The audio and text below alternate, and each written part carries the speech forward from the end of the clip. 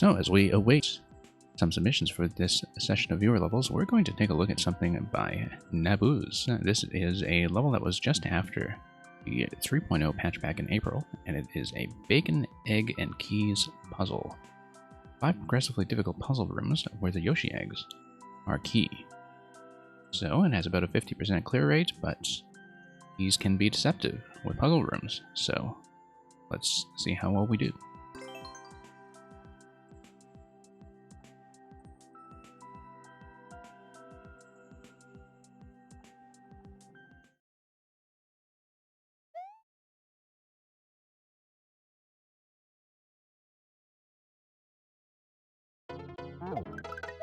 Okay, so we have Yoshi, and we have an egg drop. That's a very interesting egg drop into a key.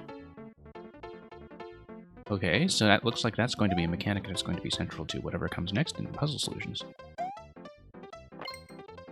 Very interesting already. So it looks like we'll probably have to drop the egg onto the belt in such a way that it comes down here, and there we go, it turns into a key. Interesting that the key kind of pops out in midair like that. I'm gonna have to think about how this mechanic was set up.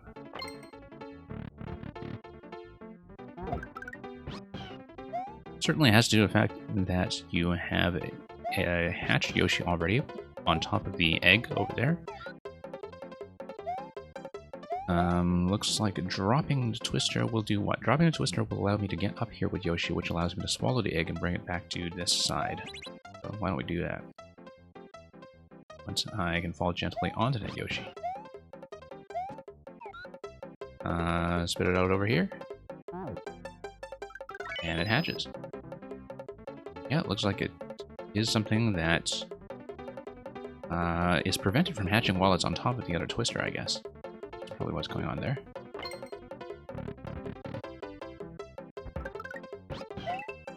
Okay, so what do we have here? We have a hatched Yoshi, we have this Yoshi, and we have a checkpoint. I mean, it's just a checkpoint room. I don't think there's anything particularly interesting to look at there. Yeah, but it looks like this egg is just kind of kept in a state of suspension. And on-off switch is going to move the blaster. Blaster is going to give us something. Possibly a power-up, but we can always, first of all, try to touch the egg. Secondly, see what the blaster spawns by going onto the right side. Okay, looks like we want to spawn a Fire Yoshi by pointing the blaster to the left. And so we'll do that. Fire Yoshi will allow us to unlock Green Yoshi up top. Unlocking Green Yoshi up top allows us to snatch this egg. Snatching this egg allows us to hatch it into a key. It's the hatching into a key that I'm still kind of wondering about as a mechanic. Because that is something that is quite unique. Or really just, you know, snatching a trampoline like that. Okay. Onward. Where's we go? Now, what is this? We have a couple of floating eggs coming out the right side. We have the egg that is over here to the left. We have a P-switch in the top corner. It looks like, first of all, that we will grab one of these eggs with Yoshi. Oh, whoops. Oh, hello. Thank you for the follow, and thank you for the submission of New Spike City. We'll get to that in a moment after we finish this. Now, we know that we can snatch the eggs with Yoshi. We know that we can also get back up. Beyond that, the interaction here is maybe a little mysterious. Except we can probably do this. Try to make contact here. That gives us a second Yoshi. The second Yoshi gives us a P. P allows us to do what? It allows us to go left once we clear the coins that the bricks down low transform into. Yeah, okay. P-switch actually ensures that all of these are going to drop. It looks like we eventually just want to work our way to the left side here. And oh, interesting. Except we dropped a Yoshi down here, and that's a mistake. We actually needed to keep one on the top level, so I think we need to reset this room. Yeah, nice little POW lock there as a reset. This is going to resume our progress, I think. I'm actually not quite clear on that. Okay, no.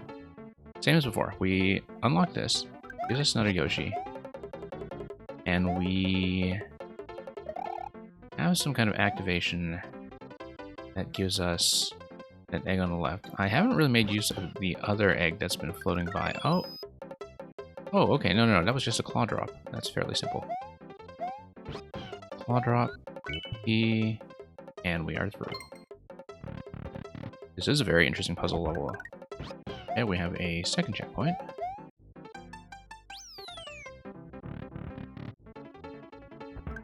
Yeah, the key hatching mechanic is very interesting to look at in terms of how it's being set up. I guess it would depend on the fact that if you have a key attached to the Yoshi egg, and it hatches without spawning a new Yoshi because you've already reached the limit in this part of the level, the limit that has been loaded in, which is 2. Okay. What happens? That's not what we want to do. We want the key to drop all the way down, otherwise it continues floating in midair and it will not be accessible. So I'm just going to look at this room a little bit further, because it looks like we want fire to hit the top right. Fire hits the top right. That toggles the on-off switch. On-off switch gives you the P switch.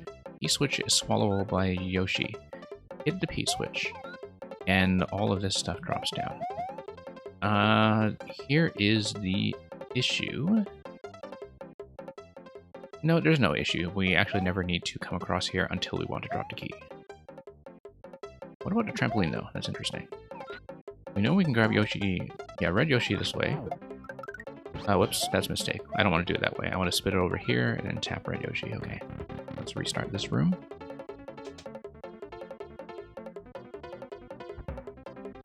Okay. So, let's grab red Yoshi first of all. And then... Oh, no. We actually wanted to release red Yoshi over to this pit over here. Like, we wanted to swallow the red egg, spit it out on this end, catch up to it like this. Once you catch up to it like this, then you can shoot fire to the left and to the right. Okay, let's do this again. Hey, Kirsten, I don't know if you're trying to replace your key, or the code rather, but yeah, I'll take a look at whichever code you want me to play, but the queue just takes 1 per person at a time. So once I clear your level, you'll be able to submit the next one. Okay, what was I doing? Ah, yes, swallow. Jump over. Tap this. Oh, no, too low. But that's the right idea. I think that is absolutely right idea. We are running low on time, but we are past the checkpoint that was right before this room, so it should not be too much of an issue. Let's break that and break that. Okay, so do we need fire for anything else? I don't think we do. I'll just leave it.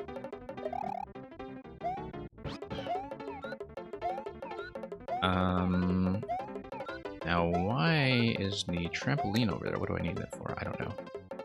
But I do know that I want to hit the P switch and then just drop the... Oh, no, I see. I actually need a green Yoshi up here. And the reason I need a green Yoshi on the second level is because once the key drops, I need a way to obtain it. I would need... and the way to do that would be you use the trampoline. Like, without using the trampoline, then I don't think I do that. Yeah, because getting the trampoline down here somehow would allow me to jump over Green Yoshi, and that allows me to swallow the key. So, what happens? So the missing step here is getting the trampoline down to the lower level. Everything else here works, because you can drop this. But then... Yeah, okay. Because I need to get a trampoline down. I know that firing red Yoshi edit is going to be part of that solution because that will melt the ice. But we'll see how that goes. Yeah. So, trampoline drops and then what do we do? Like, can you actually swallow it up here? My question.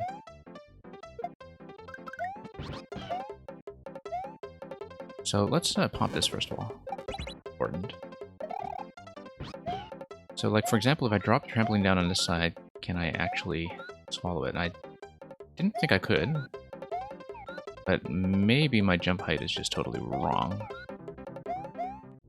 Because if I drop this... Okay. Now what? I can drop this. Drop the key. But I still don't have access to this thing here. Unless there's something I'm definitely missing. You're pretty sure it was the other way around, okay?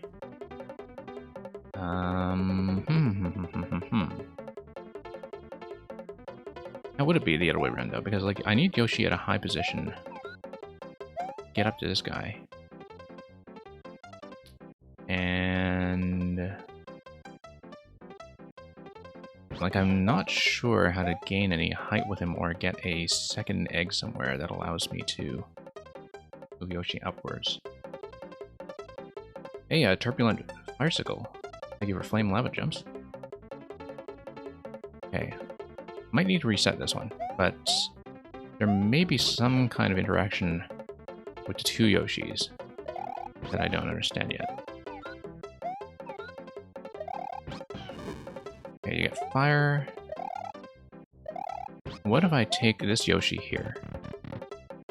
Go back through this door. Okay, nothing.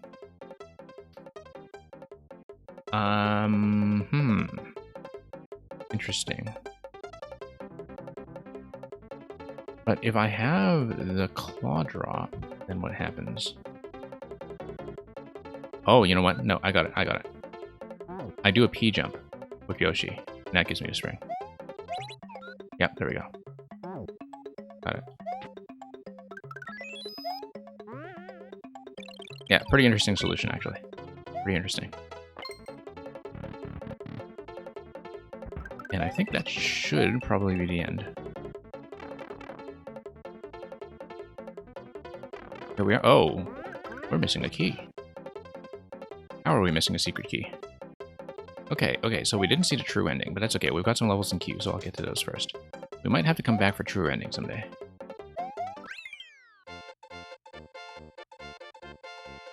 But yeah, it certainly looks like there was one last key puzzle that we might not have understood, and maybe it had to do with taking red Yoshi through to the second last room, because that would affect the green Yoshi hatching. Maybe. I don't know. I didn't take a very careful look at that, but we'll have to come back to this and think about the additional key someday. So let's move on with the queue.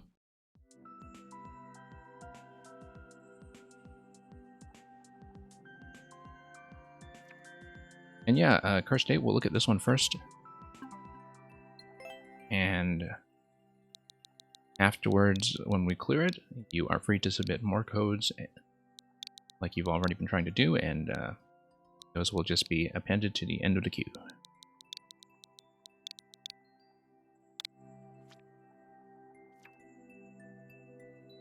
Okay, so this is something that's very new, New Spike City. You entered New Spike City not knowing the dangers in the city. And you got about a 20% there, but very little data so far, given that there are very few players on it, so I will be one of the first.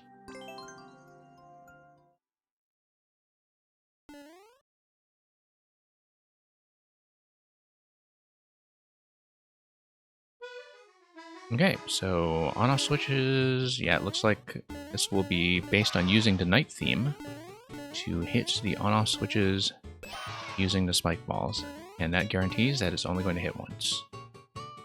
Okay, so we will redirect. Oh, there we go. That was close. And redirect.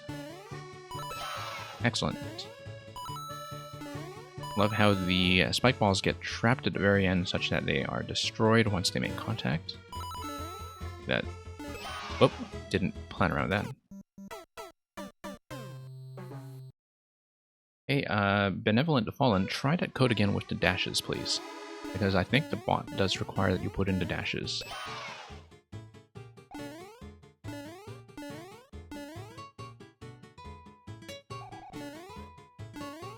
And welcome to the stream, and thank you for happy succulents.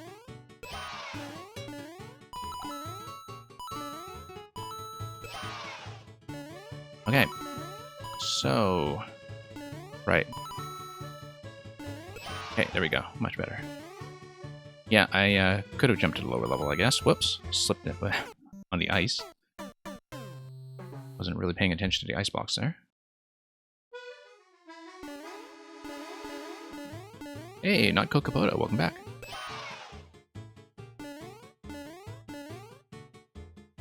Hope the level building has been going well.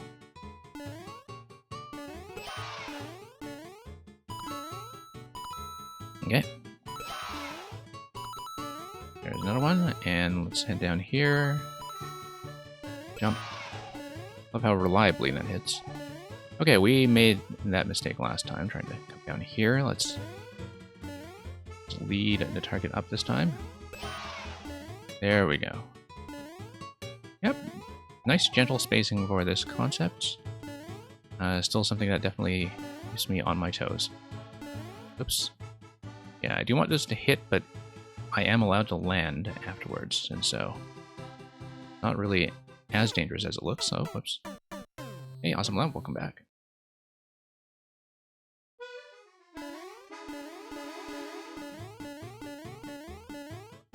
Okay. Here we go.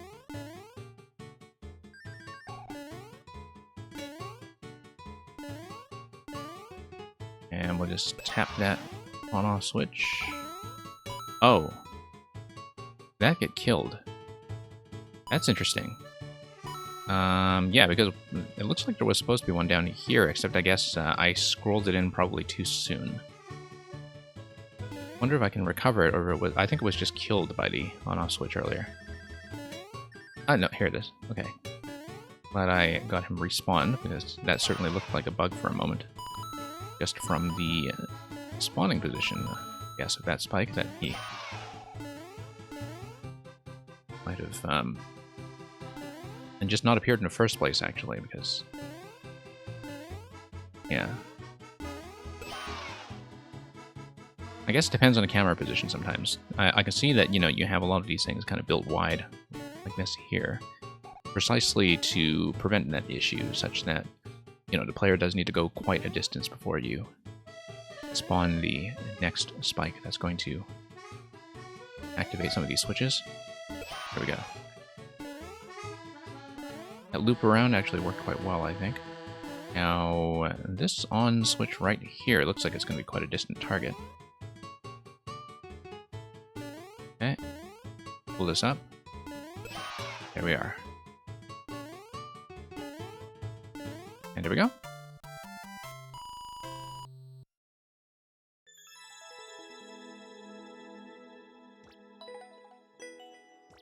Yeah, Cursed 8, usually when you see an obstacle like that,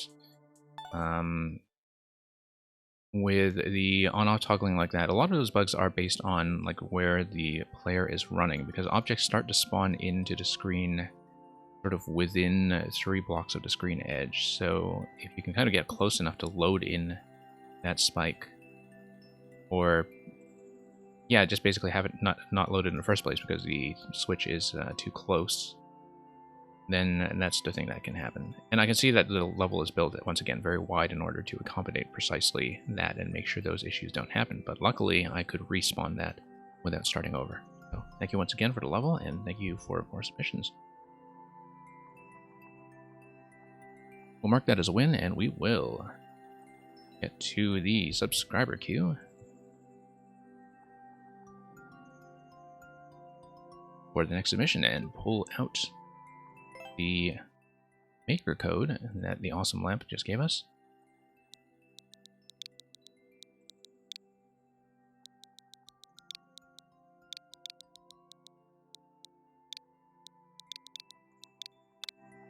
My choice again? Okay.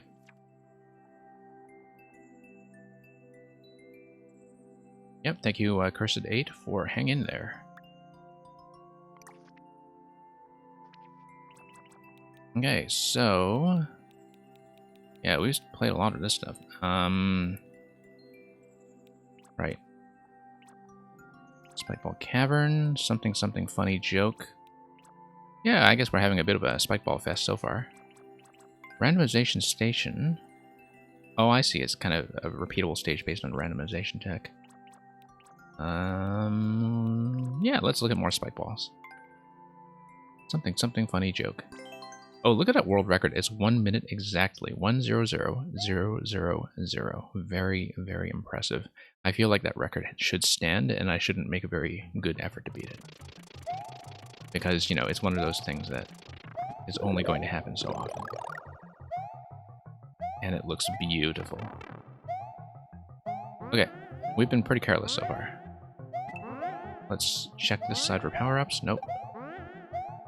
Oh, it looks like we just had the big ball die there very conveniently.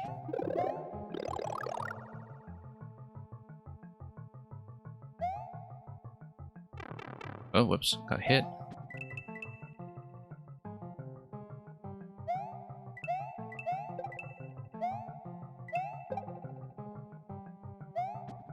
Yeah, that trap with the spots to duck in earlier definitely felt very true to the Super Mario World spacing of very similar obstacles that you see in some of the levels there. Like, this is... I think, yeah, traditional levels, you know, you find that sometimes, like, that our memory of what the spacing was like in a lot of the classic Mario games is sometimes a little bit off, but I feel like this one really recreates the Super Mario World spacing quite accurately in terms of what a lot of those levels felt like. And that was a game that I revisited not long ago, so I do have a fresher memory of it than usual. Okay, just a mushroom.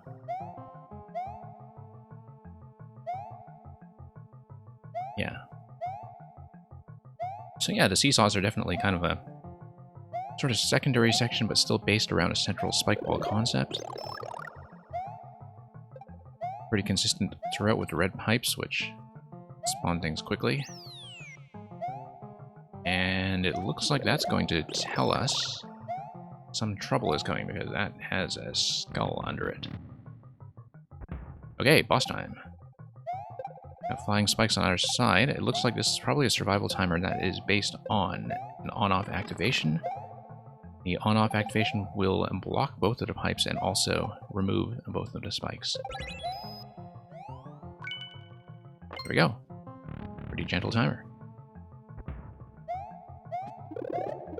Hey, yeah, sure, we'll grab some of these. Now, interesting, I know that you are kind of using a lot of these hard blocks here for decoration. I definitely look at these, and often, whenever I see a hard block, like one hard block like that, I definitely start thinking, okay, is that going to be a scroll break? At the same time, the traditional layout of this level indicates pretty clearly that's not going to be the case, so I do understand that it's decoration, as with this smiley face to the right. And there we go. Thank you, Awesome Lamp.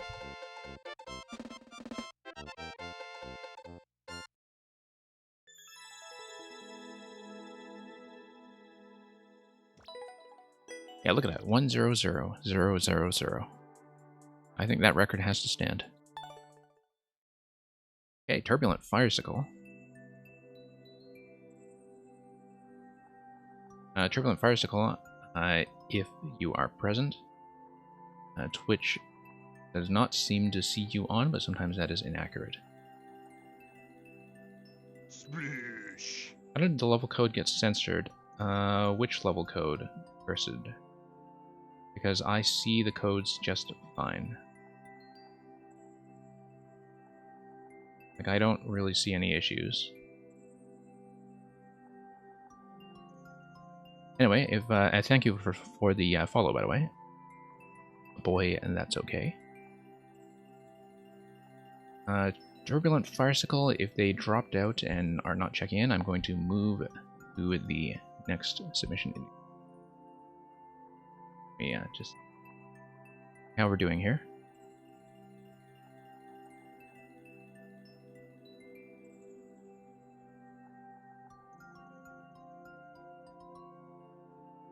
Okay, Benevolent to Fallen.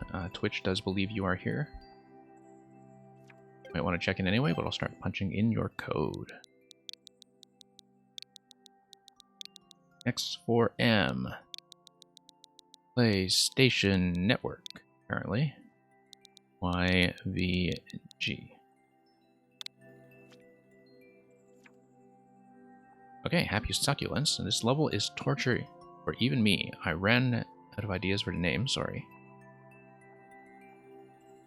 Alright, so 0.23. That is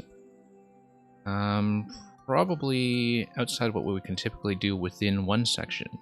But if we, make progress in this level for quite a while, then if we need to drop it midway to get through more levels, I'm always happy to return to it. But we'll see how well we do and how far we get, depending on where that difficulty is coming from.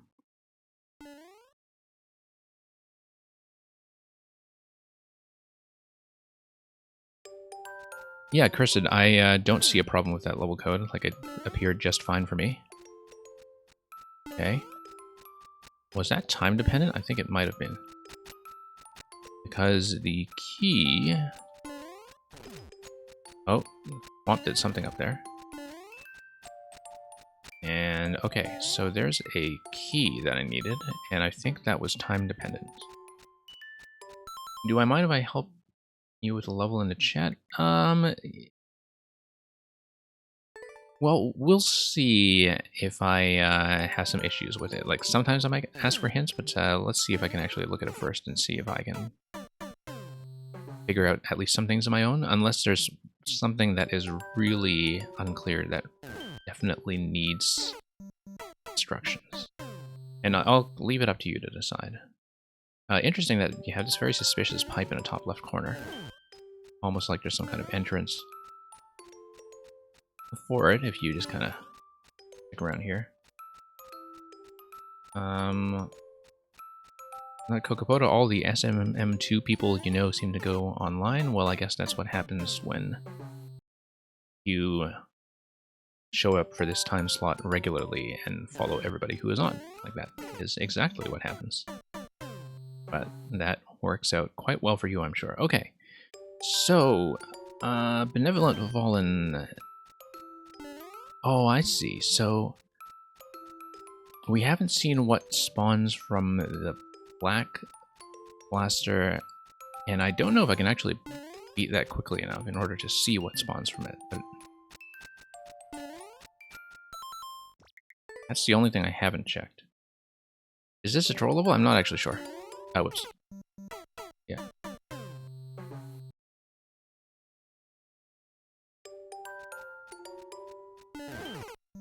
Because it is marked as technical, there are certainly some things that kind of come out and kill you.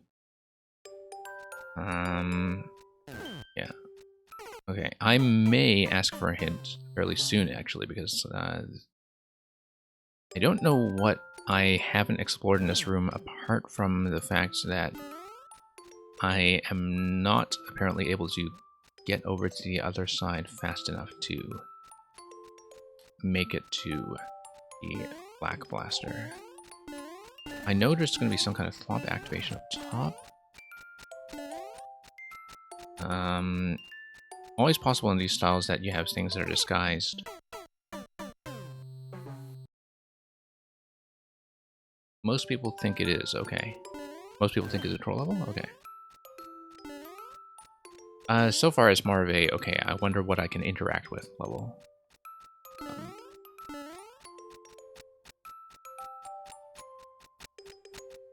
Okay, so we know there is a thwomp up there. We know that these are not safe down here. Double small pipes. Okay. Now, let me take a look at, once again,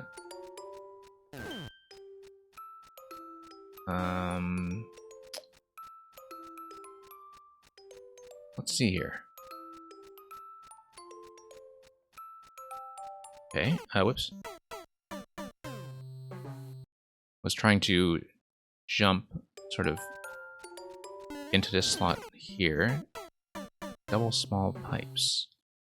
Yeah, I wonder if I can kind of get onto the blasters at all in time for something interesting to happen. But it seems like the firing pattern really kind of precludes me from getting very far with that. Jump, jump, the one down. Okay. Not quite sure what you mean by that, but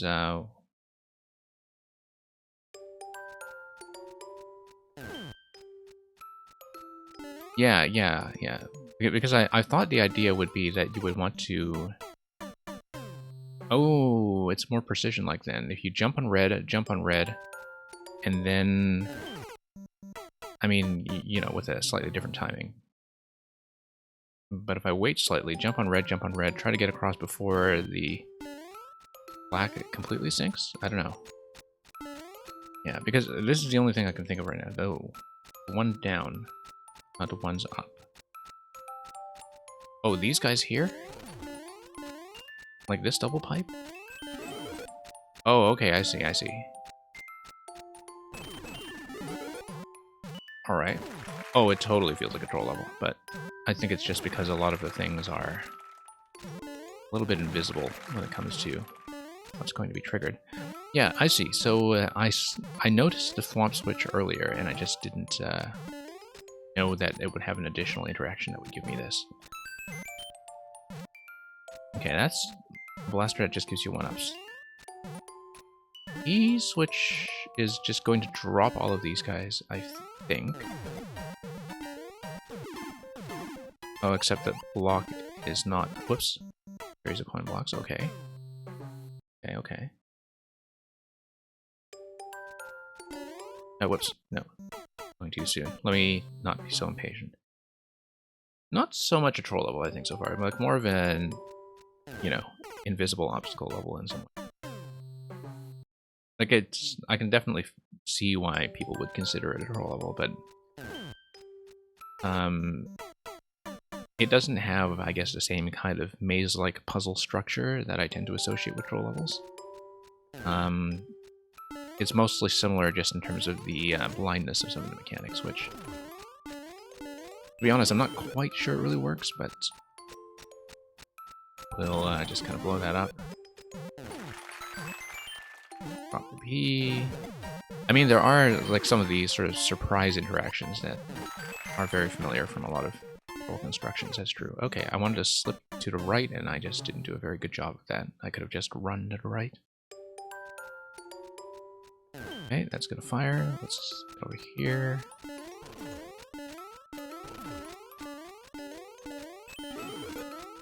Okay, yeah. Yeah, because I don't know that I would have been able to get this without a hint, like whether I would have tried that repeatedly after seeing the thwomp the first time, because... I mean, you know, after seeing the thwomp the first time, I probably just gave up on that too soon. Let's project some of these guys. Oh, just missed.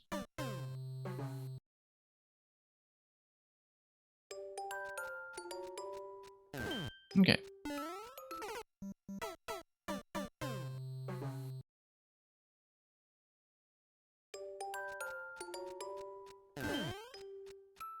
Oh, whoops. Not bad. Yeah, sometimes some attempts are just going to be blown getting over the early kills here.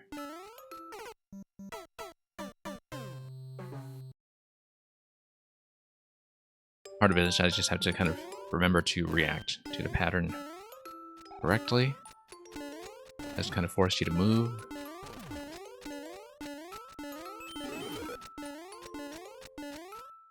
And hit it be on the left side. Whoops. Sorry, I looked over on chat and I just wasn't paying attention to the bomb. There goes that attempt. Whoops. Yeah. I'm doing the thing that a lot of players do when they want to retry a segment, which is to run right away and try to get back to where they were before, and unfortunately, not being able to see when the fire comes out. Particularly on the bottom. makes some of that a little bit tricky.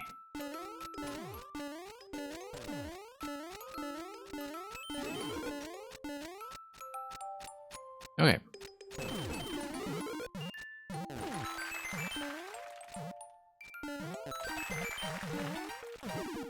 This method worked fine.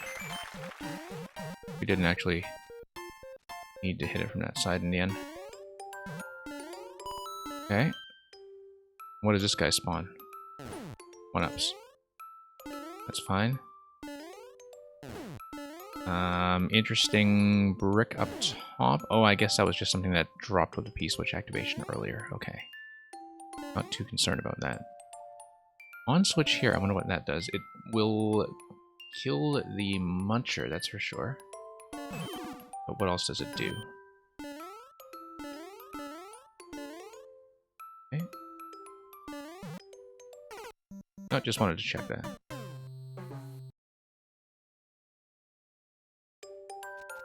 Yeah, sometimes with levels like these, you do have to be willing to experiment a little bit.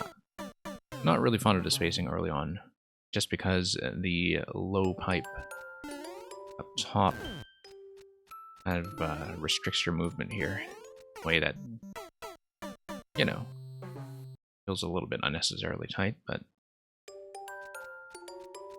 I guess I'm generally of the belief that, you know, when you have control mechanisms that depend on memory, people do want to get back to where they were very quickly, and so you want the execution to be comparatively relaxed. Okay, this blaster was completely blown this time. I feel like that's just an inconsistency in the level and not actually something intentional. But, you know, it's sometimes hard to get those loading tricks to work the same way every time, so... Alright, we nuked that last time. I don't know if I want the on or the off state. There's no indication yet at this stage of the level that I should prefer on or off.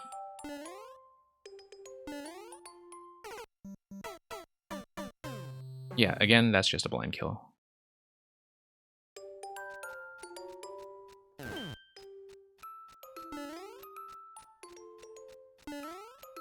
So yeah, I mean, I think it's one of those things where, you know, if you have a load of memorization on the player, and memorization that comes from things that kill you blindly, you want to make things fairly easy from the running and jumping side, just so you don't need to focus on both things at once. But that's just my sense of, like, when things like troll levels tend to be the most successful, is that they tend to work best when it's easy to get back to where you failed. Hey, Rictendo, welcome back. Thank you for deep waters. Yeah, we'll just kind of jump ahead and whoops. Yeah, once again, you know, low pipe there. A little bit rough, but we'll work around it.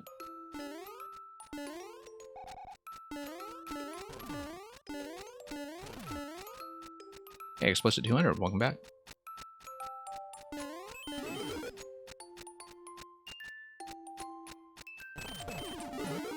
And okay, let's drop this.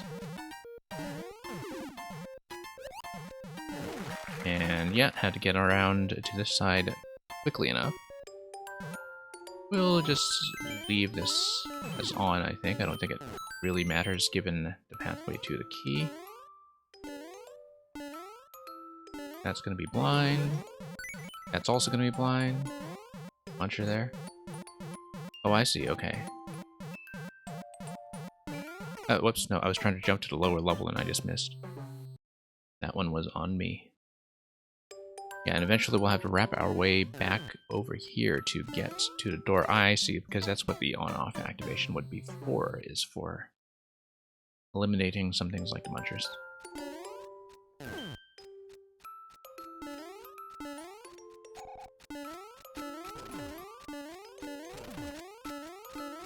Okay. No one to test your Minecraft map, so you decided to come to Mario Maker. Well, oh, whoops. I need to not lose attempts to silly stuff like that, so I can actually get back to progressing in the level. Yeah, I don't really know much about, like, how Minecraft is organized as a community in terms of how people see each other's stuff. But then a lot of my experience with kind of user-created content in a streaming setting is pretty much entirely in Mario Maker, like both 1 and 2. I didn't stream with Mario Maker 1, but I definitely watched it and kind of got a hang of how it worked there. But yeah, in terms of like viewer interaction stuff with viewer creations, like I actually don't know how the Minecraft community runs things at all. So everyone's sleeping. I always thought that Minecraft just, you know, would have everybody being active around the clock, given how popular it has been for the last decade or more. Get spring next time, okay.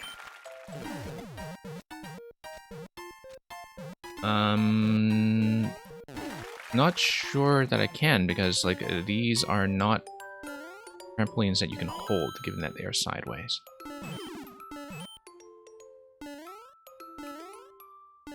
Okay.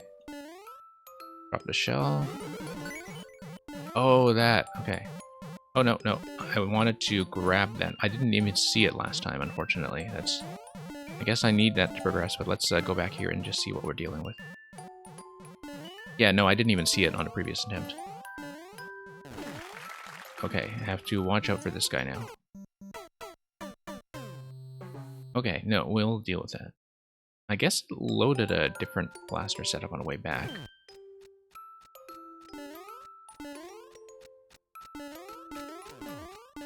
That might have been something to do with the on-off state, or some kind of conveyor loading under the poison level that we're not really able to see. But yeah, okay, we'll grab the trampoline this time on the way back. I just didn't see it. Whoops. Okay.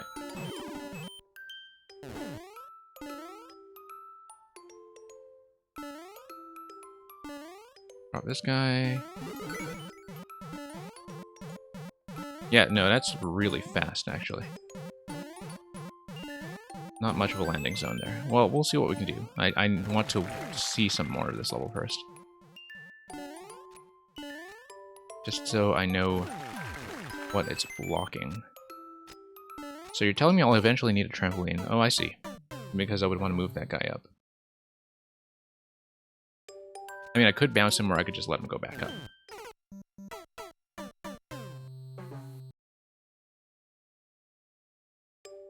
Escape map. Okay, interesting.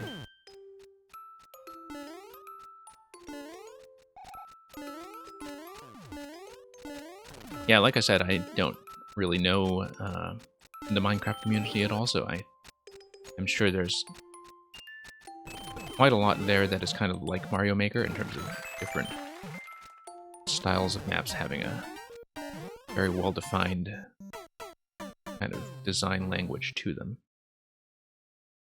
Anyway, Explicit, thank you for the maker code. We'll hopefully get to you before too long.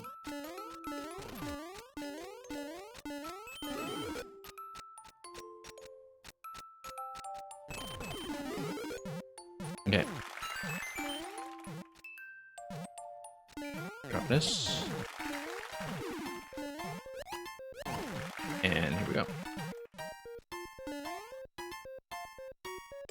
Yeah.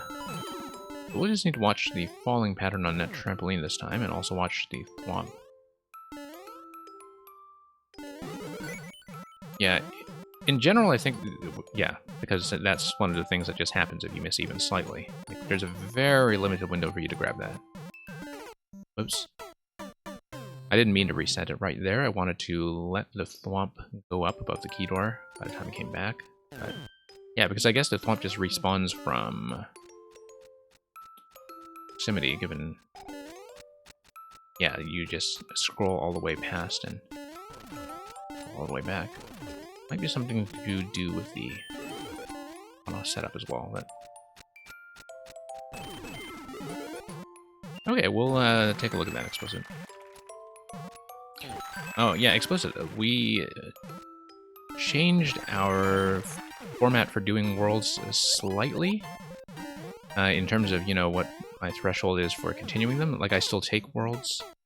I'm still able to do multiple levels at a time as before. We just made some changes to, like, when I decide to continue and when I decide to stop. But if you tell me that, you know, you have a couple of levels that are all speedy, then yeah, I'm sure we'll get through a ton of them at once. So thank you for that. You'll probably have to remind me when I get to yours that it is a world submission and not just a case of picking a code. Because I might forget. But that's okay, we'll deal with that when we call you up. So, thank you again for that.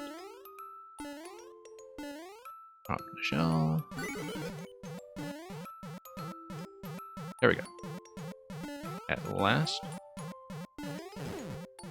Okay. A couple of these guys still hanging around here. Oh, whoops. Totally slipped off. I was trying to hedge up there to let the big Podoboo fire from the blaster first.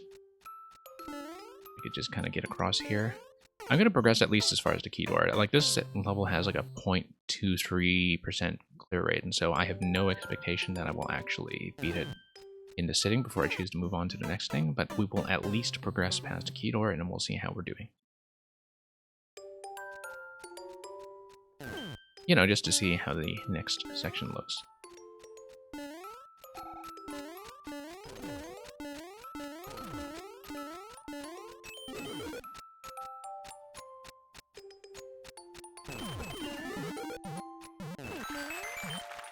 Okay.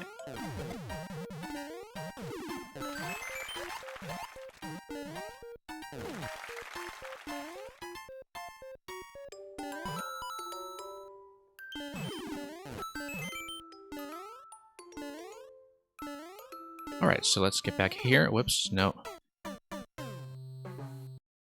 Yeah, to be honest, I don't really find a lot of the memory-based traps that hit you blindly in this level to be really that satisfying to play around.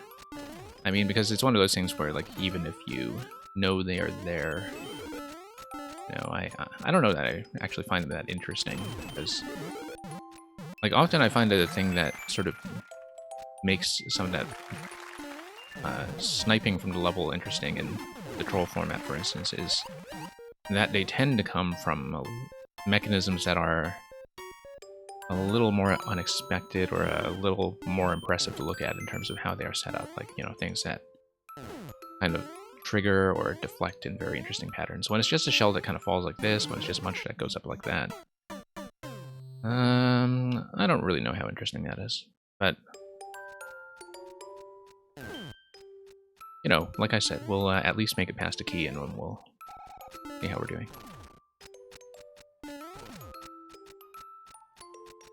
Yeah, I know, but there are kind of different kinds of troll levels, right? Like, I've been playing enough troll levels over the last few months that I feel like there is such a thing as, like, some trolls that kind of work a little better than others, like when it comes to, you know, showing off something original.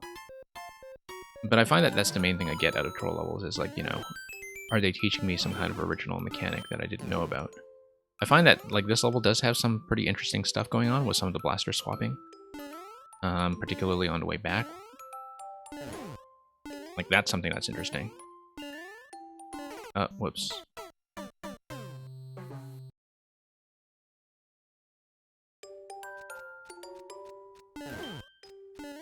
And yeah, we'll get through it.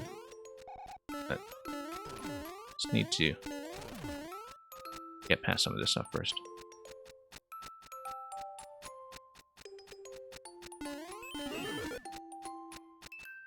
Not really sure what this POW block is doing here. It might be relevant to the way back, if it's going to drop the next time we're here, but there might be some kind of functionality to that POW block that I just don't know about yet.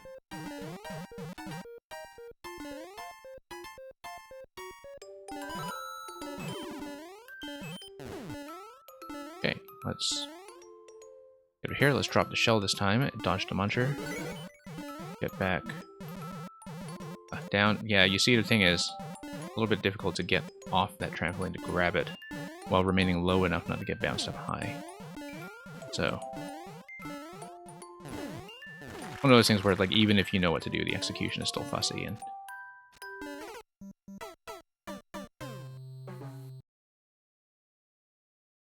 but yeah, you know, like, it's just a different kind of style, I guess.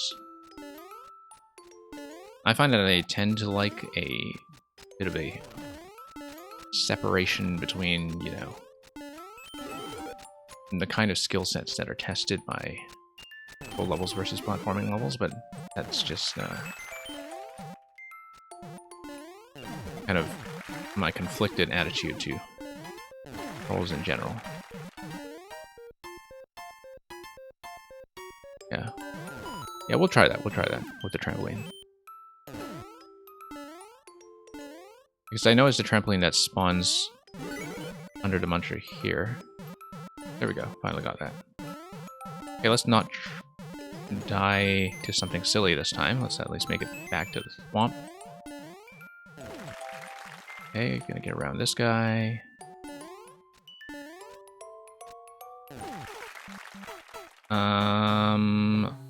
Oh, I didn't really think of that coming because I sort of just assumed that with one projectile already live that it wasn't going to fire the other one. I don't know why I thought that. I just assumed I was safe.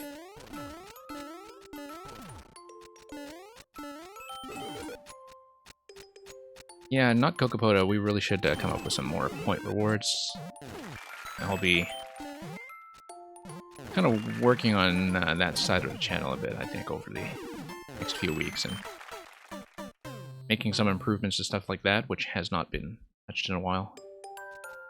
You know, recalibrate some of the prices, put in some new rewards, that kind of thing.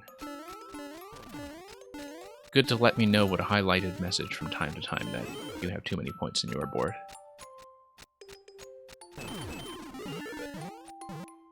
Okay, so Cursed is going to switch to Luigi. Oh yeah. And yeah, we'll do that for at least the rest of this level. It will kick in starting with the next attempt. Not on this attempt.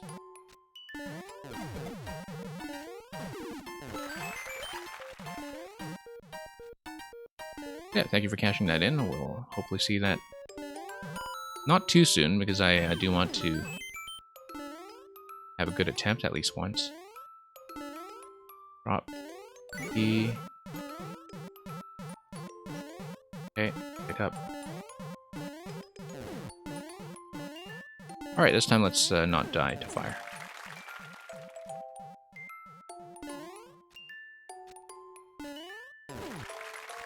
Okay. And there will be the thwomp here, right? So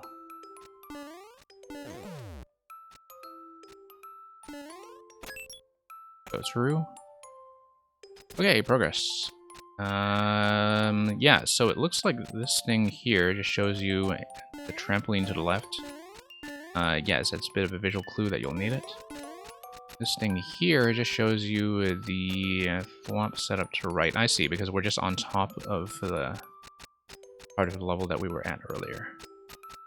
I'm just kind of reading how that whole mechanism is working in case it's relevant to us later with something that involves the POW. I'm not going to remember that, but at least I know the clue is there in case I need to reach for it later. Okay, so the part to the left tells me that, having built some similar mechanisms before, I suppose that when you have a toggle of the on-off switch, that is just going to snap it right back. So yeah, like, mushroom is necessary for something, like if we needed to take damage in the bottom right. I haven't really seen a mushroom source so far, though. Okay, so we have space up top that potentially reachable. And what's going on here? E-switch, run to the right. There's a lot of spikes to deal with over there. We could always just kind of drop over these coins when the P switch expires. Or we could just go. I feel like I was a little bit late there. I see, that's a P door. Okay. Yeah. That is progress.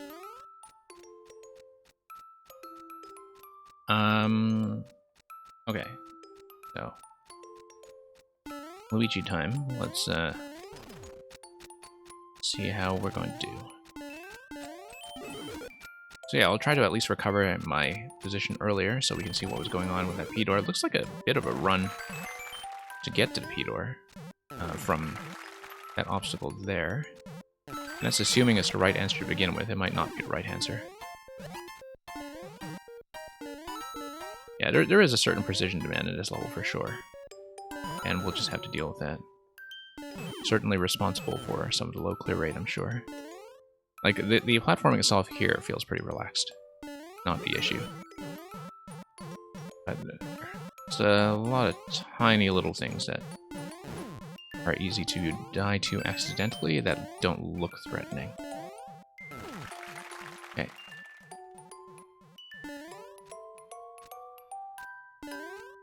Whoops. I wanted to not get too much distance because we would get sniped. I wanted to hug the pipe fairly closely. Yeah.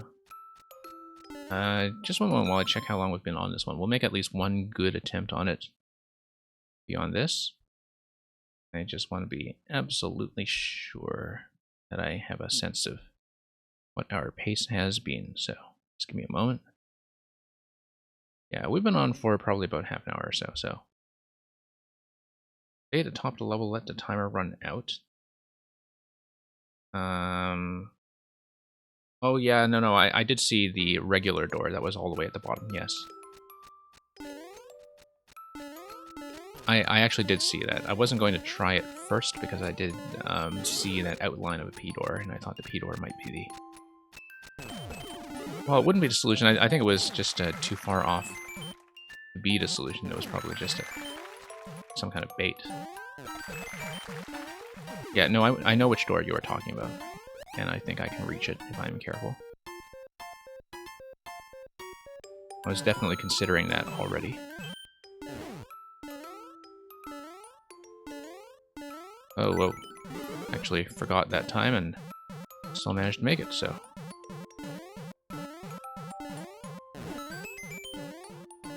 Okay.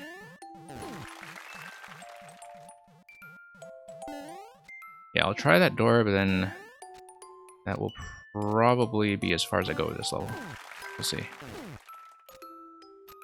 So I'll try not to die to anything too silly here.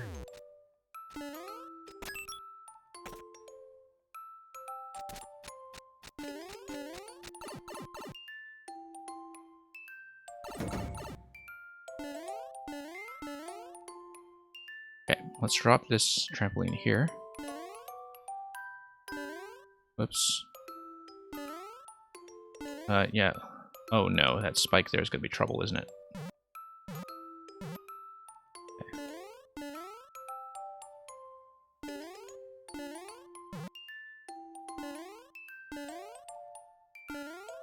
Yeah, I think monetizing Mario maps would be kind of a disaster. And besides, it's Nintendo. They're not going to let you do it. Okay, we drop all the way down because there is the door that is in the bottom corner. We'll check that. Mushroom. Okay. And then where does that leave us? That just blows you up. Brings you back here, gives you another trampoline. What if I just drop that? Okay. And that might be a bad idea because now I can't land on the right side there, but I couldn't have... Oh, I see. Because I needed to be able to take damage. Take damage on the right side. And... yeah. Okay, I see how that works. Like, basically, I need a mushroom or another power-up. I see that little clue in the bottom here. Yeah, we'll go until we die on this attempt. I'll try to be careful and try to see as much as I can. That looks like it's just a trap. Nope, not quite. Okay. This looks like a POW that you can just ride down. I'll try. Whoops. Oh, didn't realize I'd slip off. Okay. Oh, okay, I think we've made a meaningful amount of progress in this. If you're able to stay benevolent, you are welcome to resubmit this if you want to see me play it further. I am going to move on with the queue for the time being, so... thank you for that. If you want to send it again, we'll continue.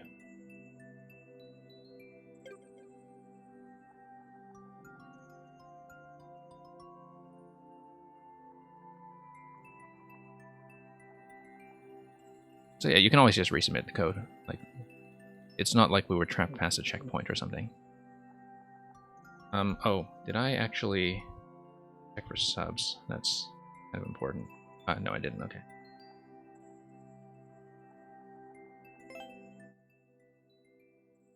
So, Cocapoda, yeah, I know you're here. NX 8 SQW 9CG.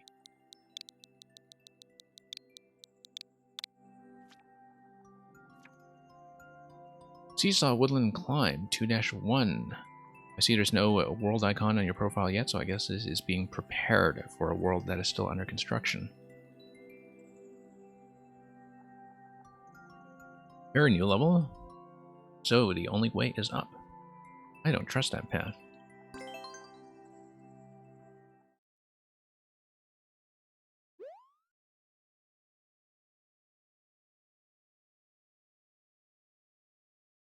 Okay, let's see how this goes.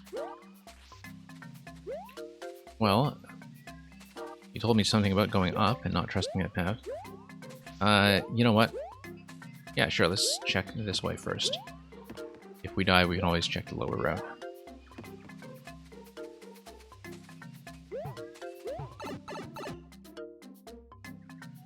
Okay. I'll block here.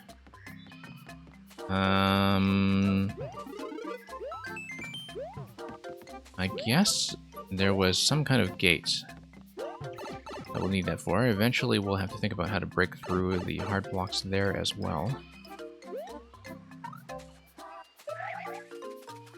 Let's take this through here. Hey, Mr. Lesser, welcome back.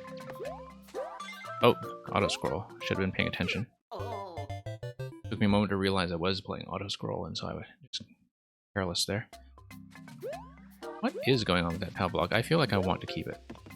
So, I'm going to do that. Oh, I see. POW block takes out these munchers here. If I have a power-up, I can get through the green pipe.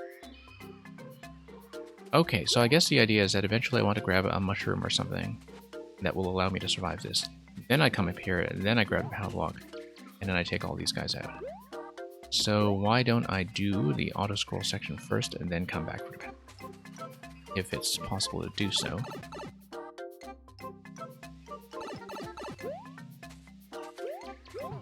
Yeah, I guess auto-scroll is too fast for me to just go back through that pipe. Whoops. I was going to jump there, but I was trying to do a crouch jump because the headroom coming out of there is a little bit low. That's okay.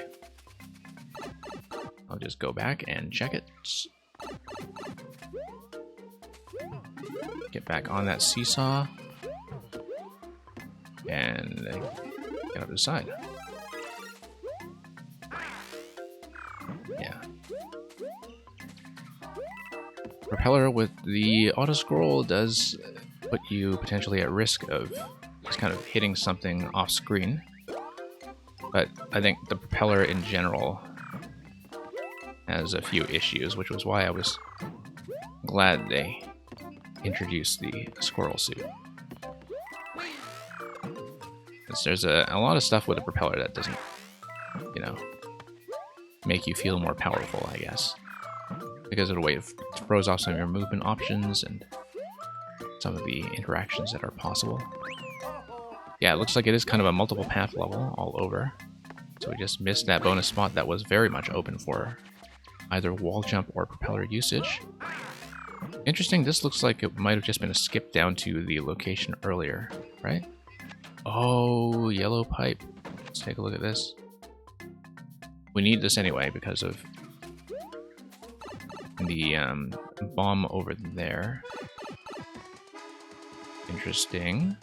Okay, the beetle's not going to come through here. This looks like exit only from some other segment coming out of a blue pipe.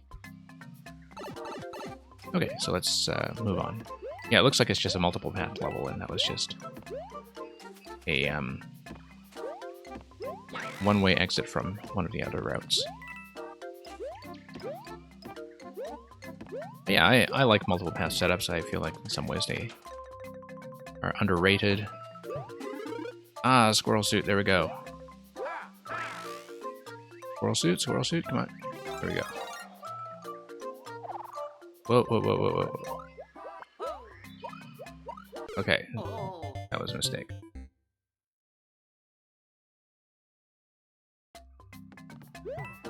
Okay, lost a propeller, but we can manage. Sure. Have to go a little bit faster than that, but...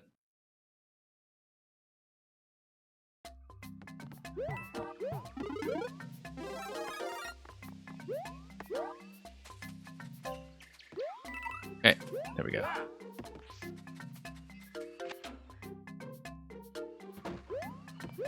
Yeah, it looks like being able to blow up the bomb would take you through kind of like a bonus segment from blue pipe to yellow pipe and back out to here. Yeah, not so much an alternate route, so much as a bonus room then. Okay, let's go for that squirrel. Once again, we have wall jump, so it's still reachable.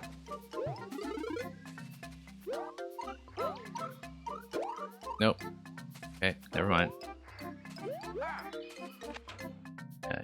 Easier with the propeller. Trade it up to the squirrel, but we'll just do it without it. Oh, whoops, I don't know why I just stood there. Okay. Oh, whoops. Yeah, wasn't watching the Goomrat unbalancing the seesaw on the right side, and so I just completely missed that. I'll take another shot at that squirrel once I get to that particular bit.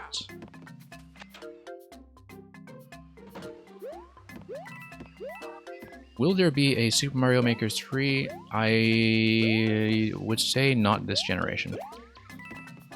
It will depend on what kind of platform comes after the Switch and what Nintendo does with that platform. Basically, how crazy Nintendo decides to be.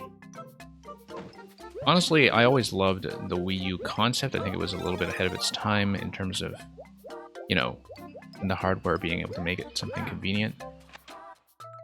I actually do wish that there was some kind of way to do touchscreen input while playing on the main screen with this game.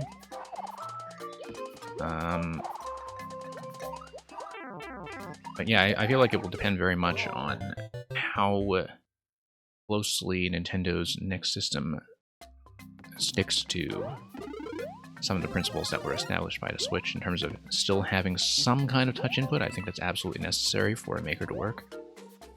And also having, you know, controls that still work for 2D Mario.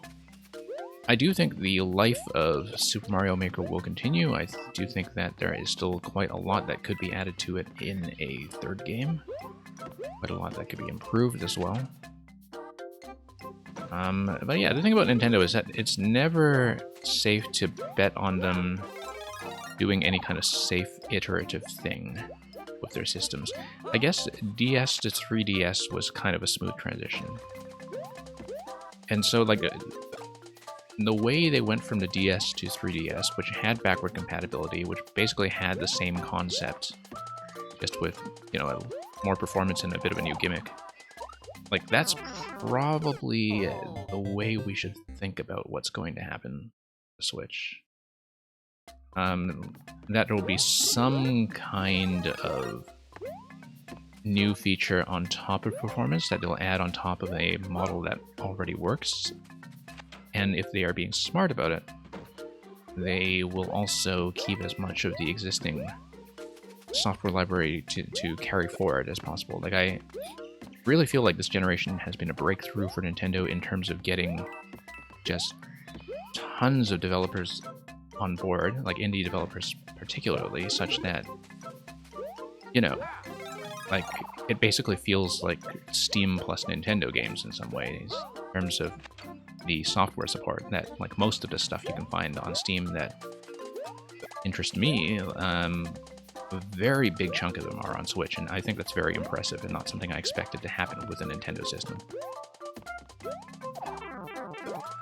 But it also means that I think it's absolutely necessary for them to have that continuity with the existing library, because it means that, you know, with the Switch, people have built these massive backlogs, right, of software that they're still kind of in the middle of playing.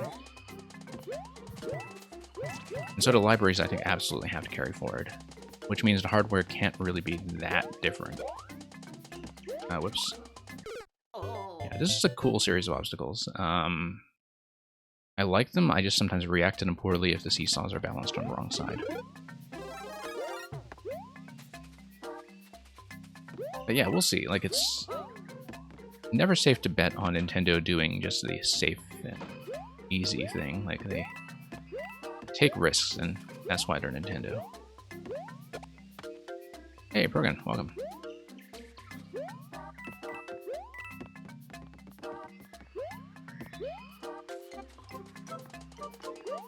But yeah, something like how the, you know, Wii had just this massive virtual console library with tons of support from classic platform holders, and then most of that just kind of evaporated for Wii U. Like, that's something that really can't happen again. In terms of just having people really buy into a platform and buy into tons of software on it, only to kind of have them start over from scratch. Like, I think that's something that they have to avoid. Because honestly, like, you know, I know not everybody plays a lot of the eShop games, but I think the eShop support has been one of the big stories of this generation, and one of the things that really makes the Switch very different from what the Nintendo experience had been like previously. Okay, so we are here. I don't really know what's going on here. Oh, flagpole right there, okay. There is an upper level, but I guess that would be designed for keeping the squirrel suit. I see, so we'll just need to do consecutive jumps. Yeah, okay. Keeping a squirrel suit or the repeller suit. Hey, Terminator, welcome back.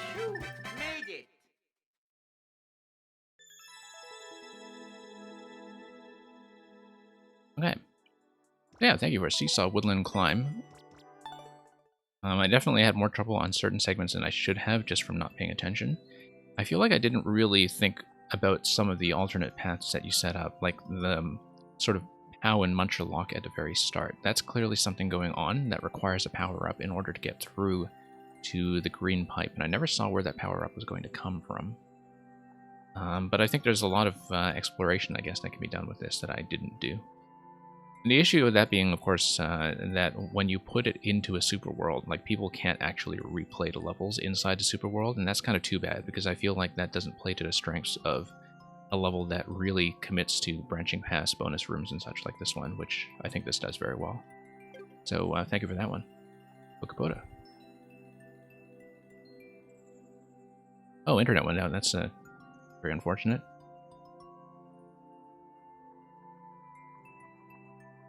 I couldn't remember if any of you with the gift subs were in queue. Okay, we'll just move on. Cursed 8, back to you. Let's punch that in. And yeah, thank you to all the additional submissions that I did not acknowledge.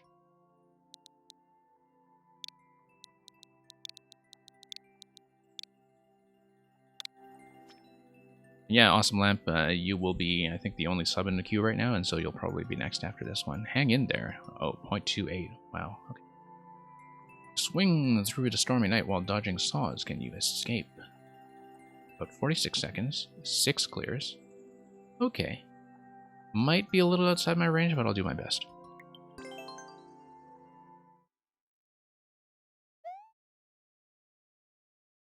Yeah. Yeah, all the various new Super Switch U, 64, or whatever. Yeah, I know that I failed the clear condition, but I'm just kind of scouting this level so far. We'll see. I absolutely think Mario Maker will be back in the next generation. It's just a matter of, like, how well is the hardware going to support it.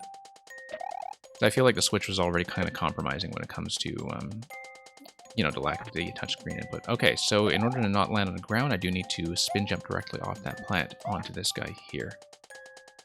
And it'll be another spin jump onto that swamp, and then we continue. Okay, we'll practice that part.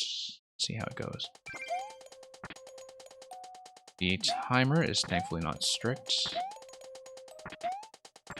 I know I want to do a bit of a backswing there first to get all the way to the plant.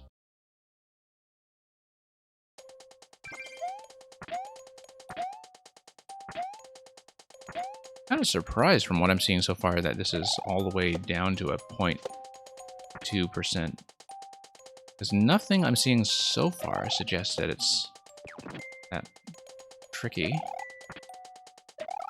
Okay, no, I guess I have to swing and then spin jump onto the thwomp when it's further to right. Okay. And that's just a matter of working out a timing that is consistent. Oh, I could have made that. Oh, whoops. That's okay, we'll practice this.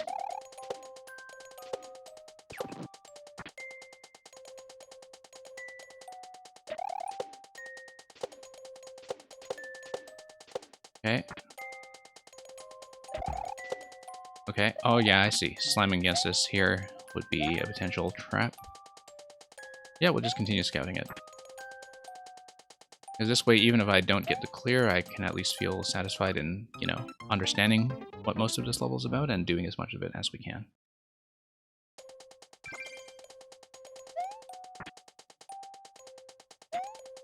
I don't know that I actually want the N64 controller back, but, like, the N64 was always sort of the Nintendo console I was least attached to. I mean, I felt like that generation, like the N64 and PS1 generation, I mostly just kind of tuned out of what was going on in consoles. And so I tend to have, I think, a less nostalgic perspective about that. Particularly because I think a lot of the things in that generation didn't really age well. I mean, it's really impressive how much stuff they got right the first time when it comes to 3D design. Like, I'll always respect a lot of the first efforts at converting a certain series into 3D. But, you know, I was never too keen on the N64 controller, for sure. I felt like it was trying to be a couple of different things at once in a way that didn't quite work.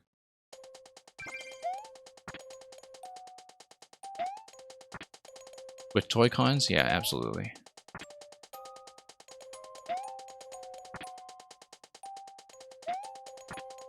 Yeah.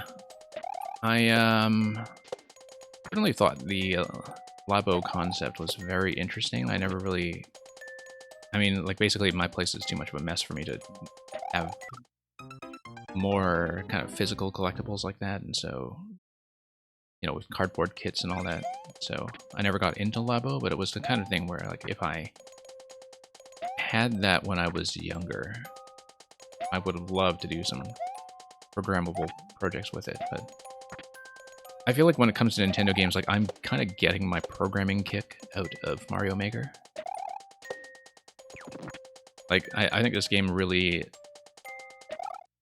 does appeal to, you know,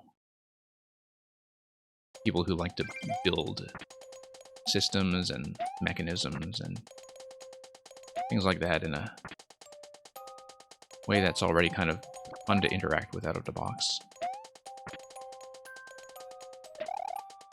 I don't have 3 hands, unfortunately. I wish I did, in some ways. Although I don't really know where the 3rd hand would go. Super Dark Souls Maker?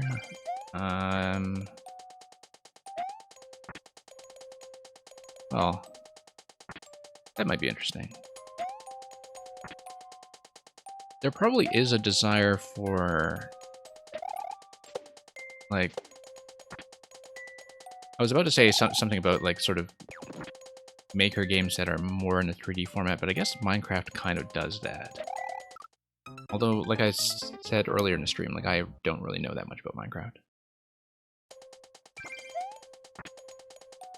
But it's sort of interesting that Minecraft managed to do that and become such a big hit in a format that was not already kind of an existing game that was familiar. Like, there's a lot of stuff in Mario Maker, for instance, that only works because it assumes that everybody is at least somewhat familiar with Mario, and that, you know, like, the way you interact with the levels can kind of be taken for granted.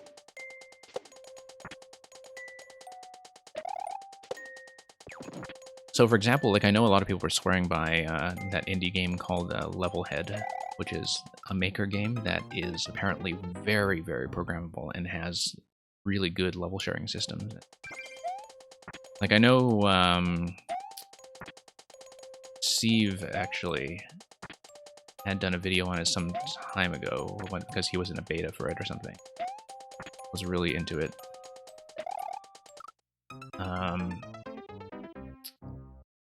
But the thing about, like, doing any kind of maker game that isn't already based around a very easily understandable common language, the way that Mario is always going to be a little bit of a hard sell, I think. Because the thing about Mario Maker is that it's very accessible in some ways. Like, okay, I don't know that I like the thought timing here. Like, I'm trying to figure out a consistent method for it, and I just don't have it down. VR, Genesis, Pro Switch, N6, 9.3, Call of Duty, Mario, Xbox, Doom, PS90, Scorpio, Lasagna, Garfield Edition. I think we could do it without Garfield. Rogue Max Computer Advanced Reboot 6. Yeah, take out Garfield and I think you've got a product.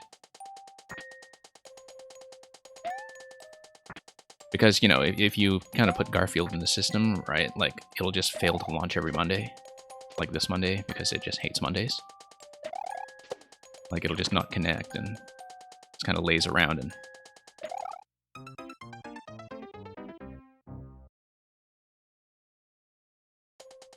Yeah. A lot of the same puzzle solving, as you were saying, Awesome Lamp, and also I think a lot of the same approach to kind of debugging things, and also the kind of testing loop, you know, the build and test, like, particularly as you get into more advanced contraptions. But with an interface that's very elegant, and with something that, you know, where your way of testing things when you actually play through the level is kind of inherently pleasant.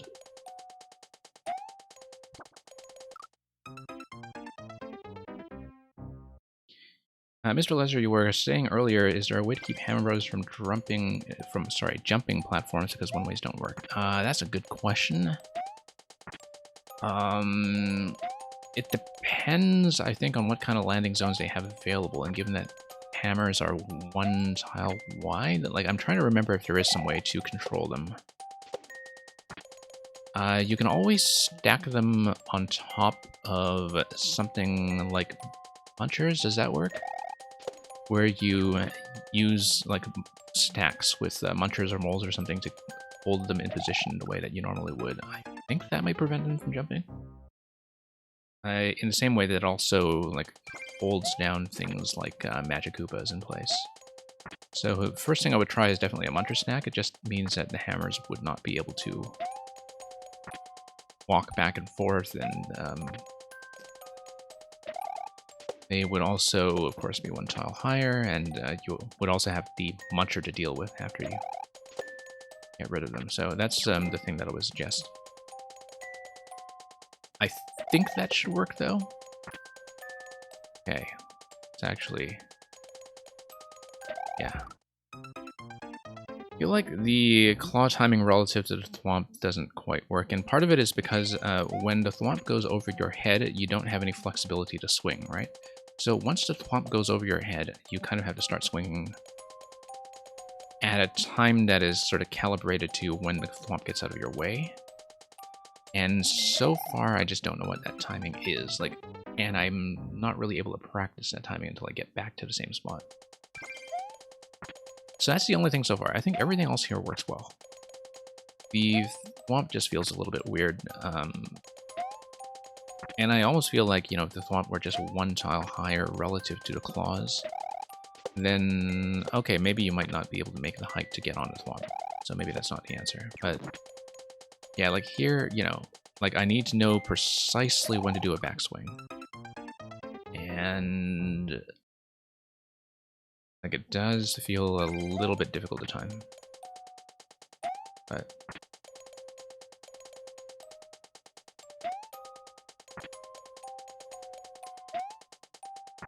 Oops.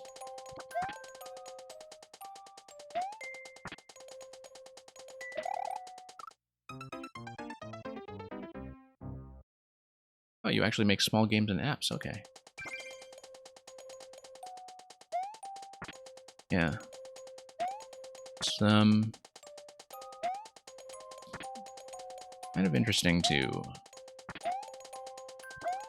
sort of see whether there's much carrying over from, like, Mario Maker in terms of it having some kind of long-term influence on game development generally. I feel like the influence of Mario Maker has mostly just been within other Mario. Like, you know, the Kaizo community and the Kaizo ROM hack community kind of feeding into each other, where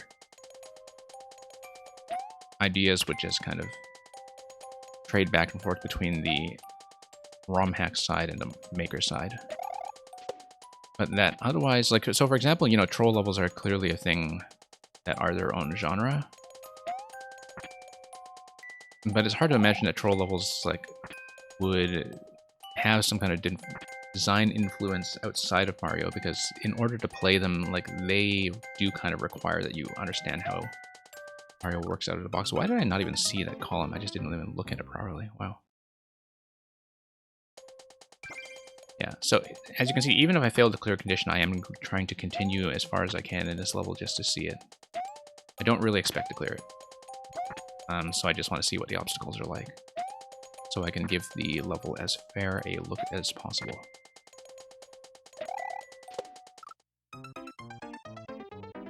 And, you know, even without the clear condition, I feel like this is actually kind of a... Like, this would work well as a platforming challenge without enforcing that, to be honest. Like, the clear condition lowers the clear rate, but I feel like the design actually works without it just fine. Apart from, you know, maybe some things like the takeoff points for the Thwomp there. Yeah. Ugh, that spot there, not too fond of it. But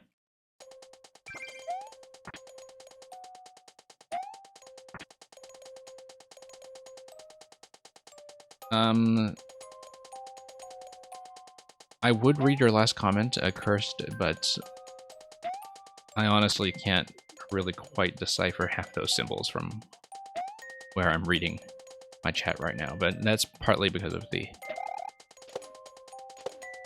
way my chat box looks right now.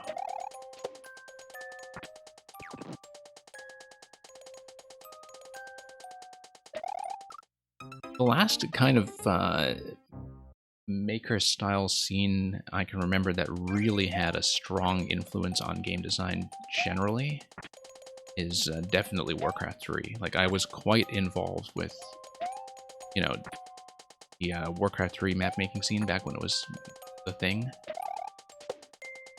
And yeah, it was kind of funny that years later, like, there was a couple years from, you know, in the late 2000s when, like, Flash desktop games were suddenly a big thing, and suddenly people were kind of discovering tower defense for the first time via Flash desktop games. And the thing is, like, if you were playing Warcraft, like, we'd been seeing better stuff for years, right? Like, you know, stuff like mobile games are still catching up to ideas that Warcraft map makers had going on in 2003.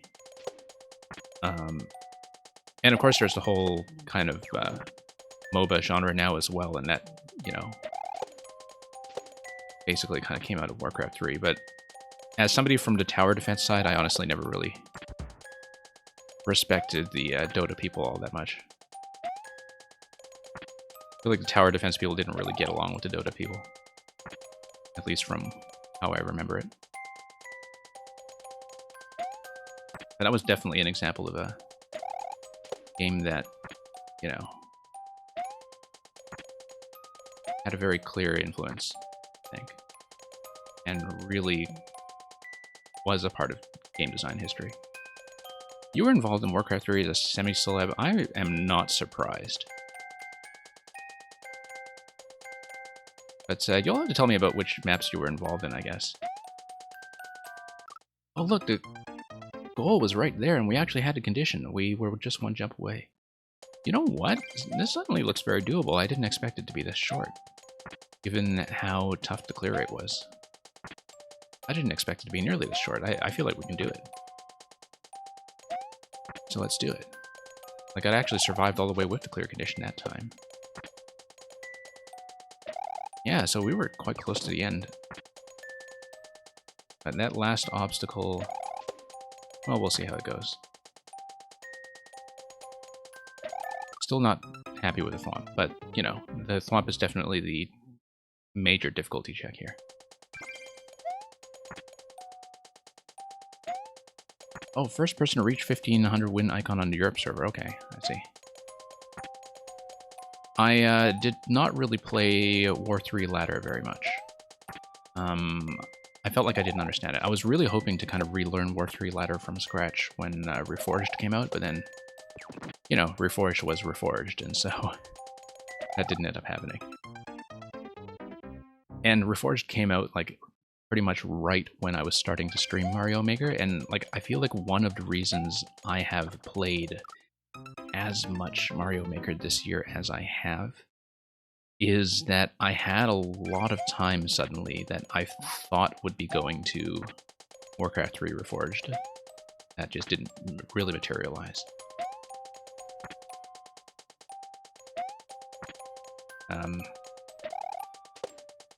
Yeah, so I just ended up playing like tons of Mario Maker instead. It's like, okay, I suddenly have all this game time that is no longer going to Warcraft.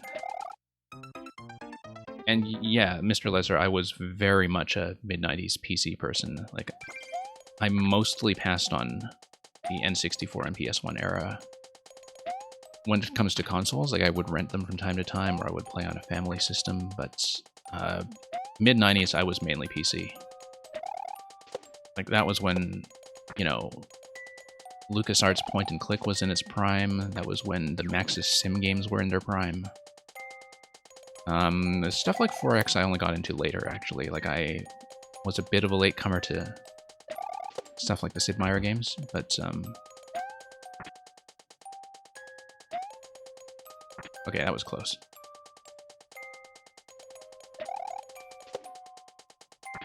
Okay, it doesn't look so bad now. Oh, no, okay. Very close. I do know Asheron's Call. I actually did not play Asheron's Call. That's one that I missed back in the day. But yeah, I was very much an RTS player, for sure. But as I said, like, I just never learned War 3 ladder properly.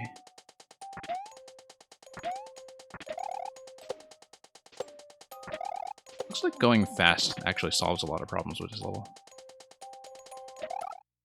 Except the thwomp timing. The thwomp timing still is not intuitive. But just now I could tell that actually a lot of stuff is tuned to let you go fast. Like that. Like, look at that. Actually, that first segment is now much, much smoother.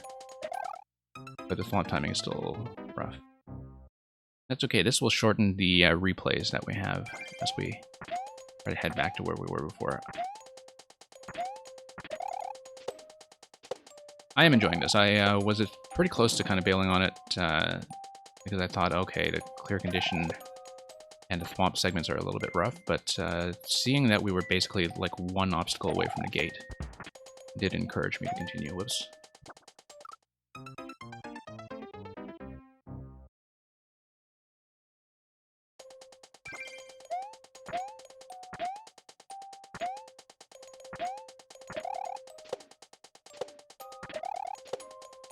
But yeah, that was a very exciting time for PC games, I think.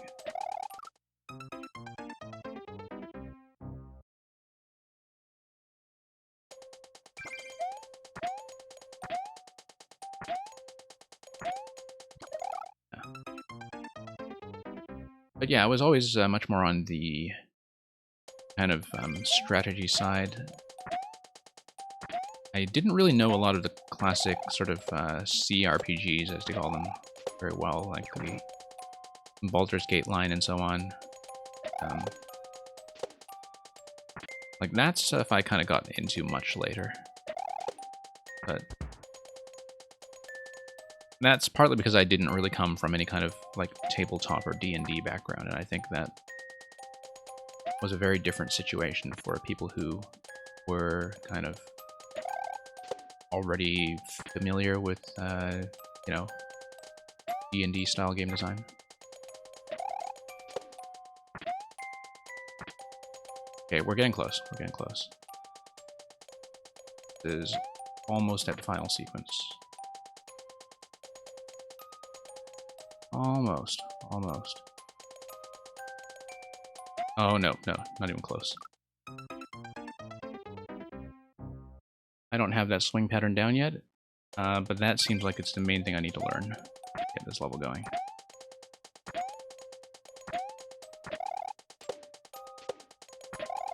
Okay. Feel like we can definitely get it, though. Like, once I find some kind of consistent timing for the thwomp, do it.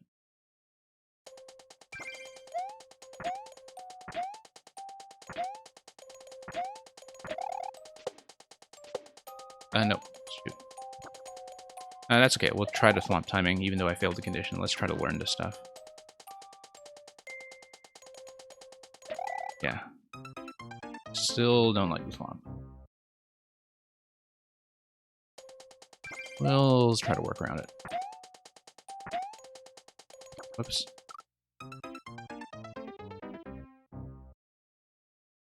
But yeah, the other stuff here feels pretty good so far.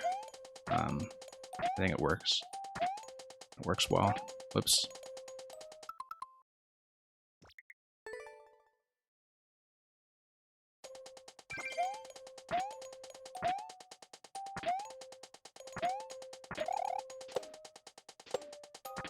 But yeah, I'm not really set up to stream from PC, unfortunately, just for performance reasons. So my stream so far has been 100% Switch. But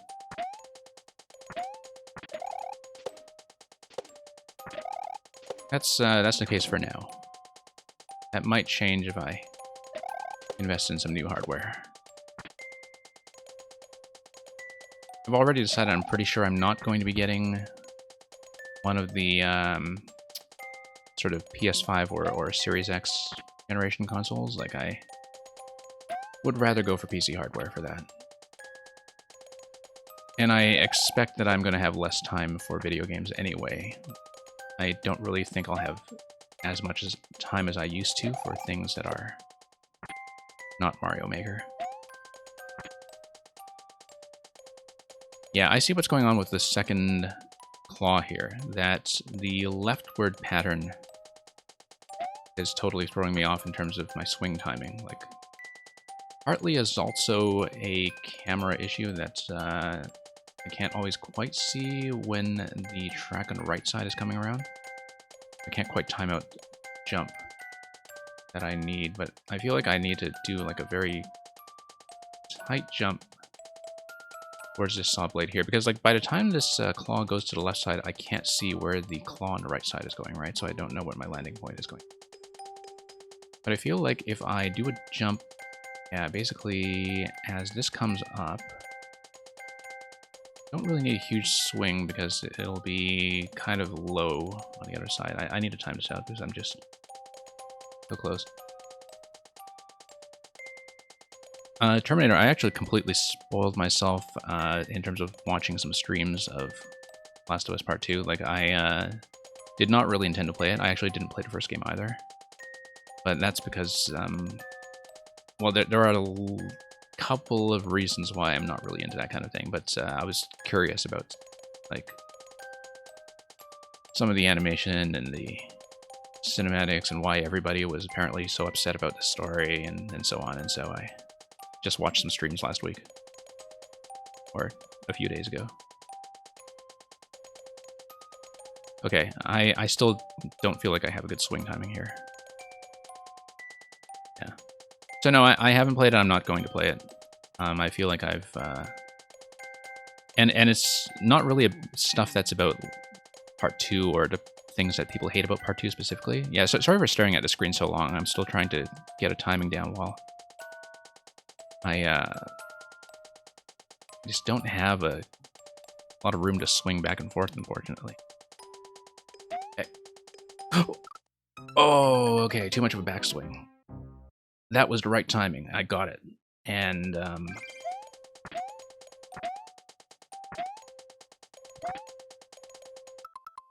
yeah. No, most of the reasons that I am not interested in actually playing those games, like, they're not stuff that has to do with why people are upset about Part 2. Like, that's totally separate from why I can't really play those.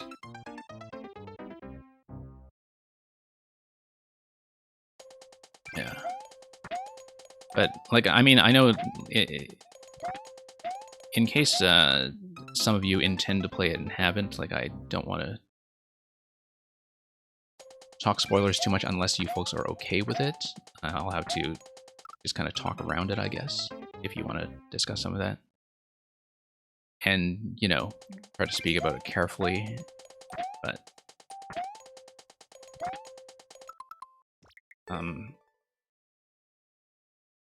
yeah, like... I actually really kind of like the story structure to it, in terms of how the characters' journeys are woven together and how they're cut between each other and how they are timed. Like, I know some people had some serious issues with the pacing and the way that kind of characters are presented before you know what their motives are.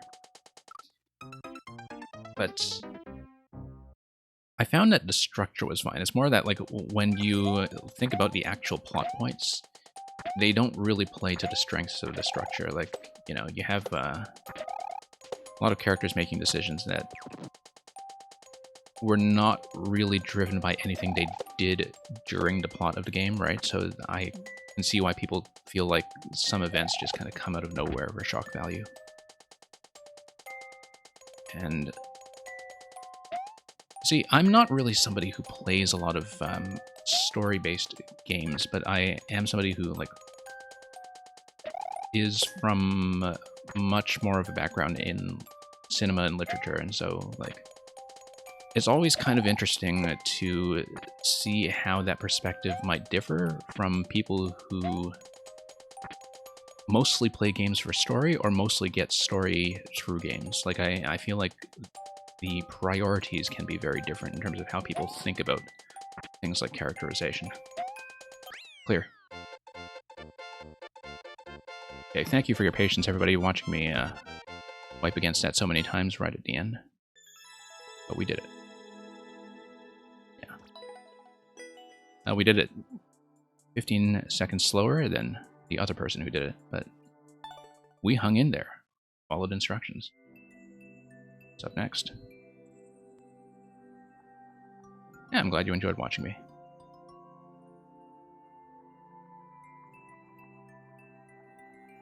But yeah, Progan, I think that's actually true for a lot of people who are, you know, very mechanics-oriented when it comes to games. Needs more salt. Okay, you have a new level. Great, well,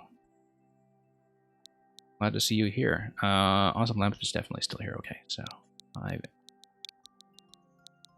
SCX 6 TYG. Anyway, the point I was about to make is that, like, I think a lot of people who do kind of think about mechanics when it comes to, you know, mastering competitive games or thinking about, like, engineering and building games and such, yeah, like, I think generally, like, players like us do tend to think far more about story as something that the player does, rather than story as a series of cinematics that you sit through, right? And that's one of the reasons why, like, I don't find Naughty Dog games to be, like, appealing to me at all.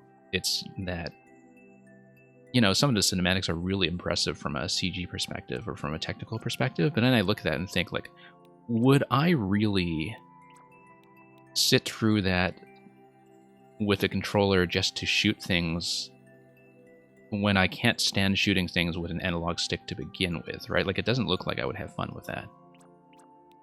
And it doesn't look like I would get much value out of that I don't already get out of just watching some streams. And so, you know, that's just my attitude towards that. Okay, let's take a look at Randomization Station. I know this is an early level, but I'm kind of interested in what you did with the random tech. And we'll probably play it more than once just to see the random tech in action. So, yeah, thank you for 3-4 Abandoned Mineshaft. Needs more salt.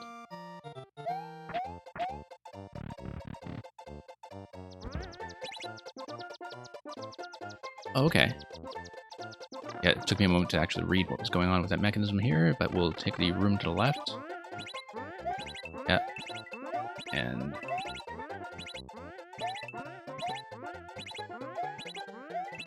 up we go. Oh, whoops. My bad.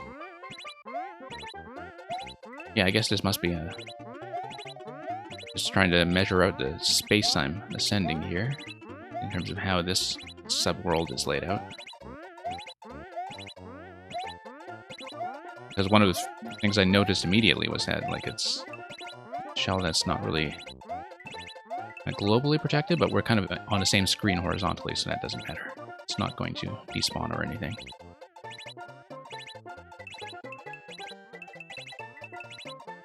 Nope. That's okay. We got it.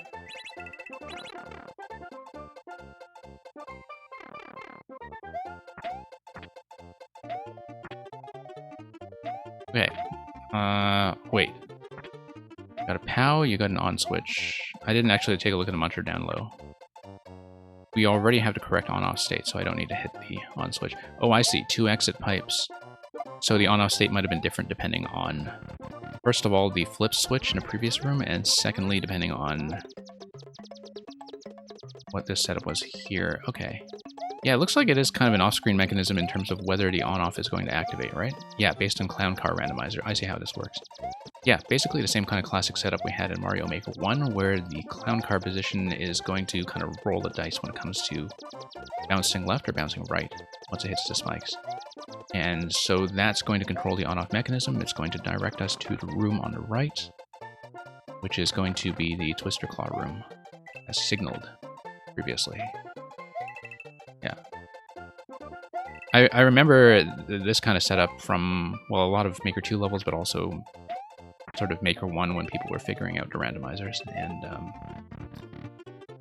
yeah, nice to kind of see that in action in a very simple context. I feel like some of the exit rooms like are a little bit empty in terms of, you know, merging the paths towards something that is pretty much just an exit room. But, okay, so we have a bomb down there. We do need the bomb to hit the muncher. We'll need another bomb after everything is killed. Okay, it's fine. Back up we go. Anyway, I'll catch up in chat in just a moment. I'm a little bit behind while I look at this.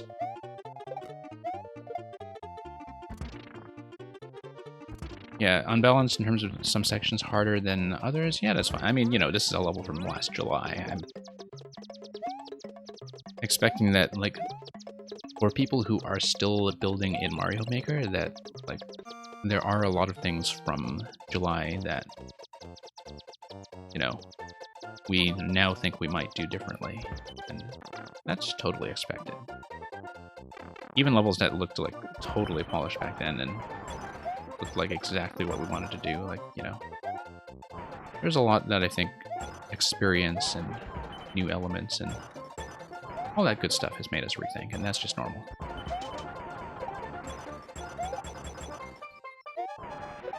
Okay. This room...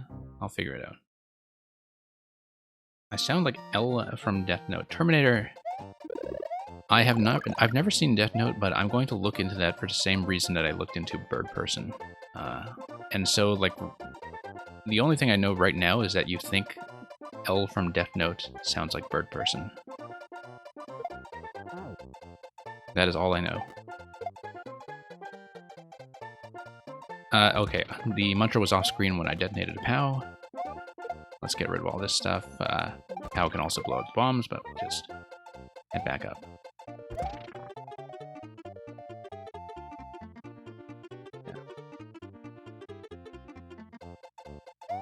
Yeah, I guess with this level I can't actually really control whether I'm going to see the alternate paths, given that they are based on the randomizer. But with this retry here, we will see the other room. Okay, survival timer, yeah. Good thing we have some experience with this kind of bullet dodging. Just from other submissions that people give me. Oh, there's totally a safe zone down here. Safe zone, safe zone. There we go. Oh, wow, that's a very close safe zone. Now, is it actually going to hit up above? Yes. E. Okay. That was probably riskier than it should have been. Oh, and we squandered a nade. So, you highly recommend I watch Death Note. Okay. Right, I missed some of the PS5 discussion that was a little further up, but yeah, like I was saying, I do not expect to get one of the consoles. I think they tend to start out too expensive and too big and too noisy for the software on offer anyway. And I need sort of my next PC upgrade cycle much more desperately. And it's very difficult for me to make the case now for a lot of that anyway, because, like, you know, if you look at something like the PlayStation controller, like, they have motion control support on the controller, and the games don't use it, right?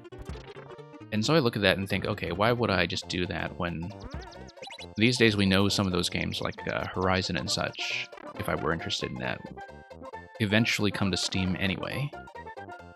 And on Steam, I can just, you know, play with gyro if I want. I can just play with motion controls like whenever I want. Like, why wouldn't I just do that? Why don't I just come into this corner here? Oh, I see.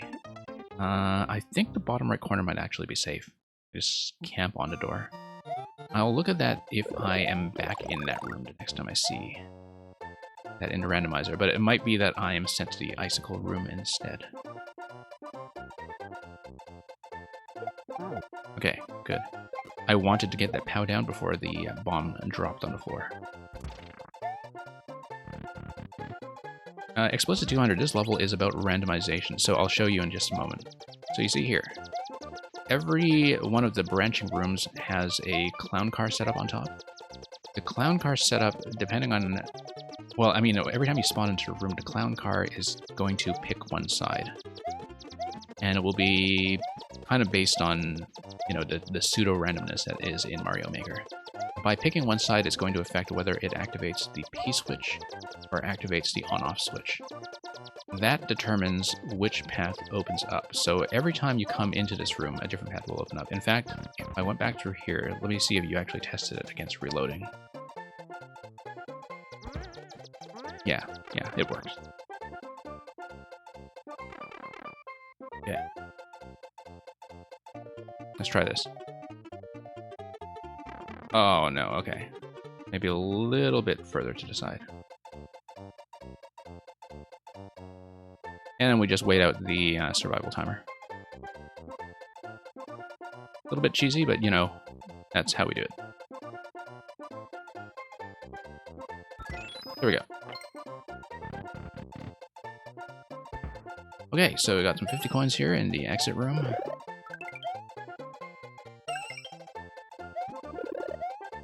And yeah, okay, that's kind of neat.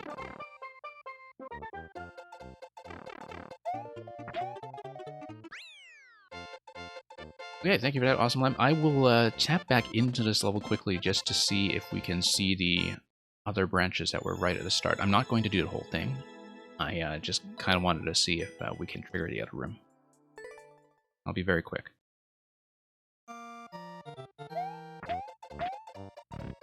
Just wanted to take a look out of curiosity. So... Okay, no, we had seen the shell room last time. I do want to see the other one. If we can roll it. Oh, I could have just come back through the door, I think, but... I don't know if you tested against that. Like if I came in here... in here. Yeah, the clown car should... There we go.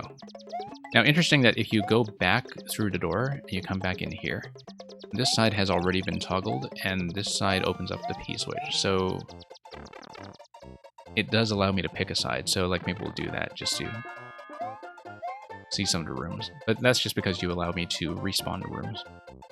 That's not always going to happen. Now, watch this. The POW block is clearly intended to get us past the munchers if you detonate it. I'm not going to detonate it. I'm going to jump. Here we go. Oh, I see. No, you do need to detonate it because you need to carry the second POW. Fine, we'll do it. We'll do it your way.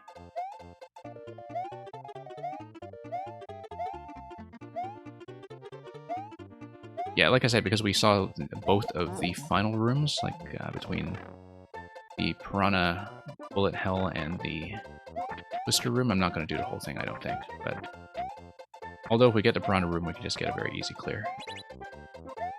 Oh, whoops. Oh no, we actually did want... yeah, on.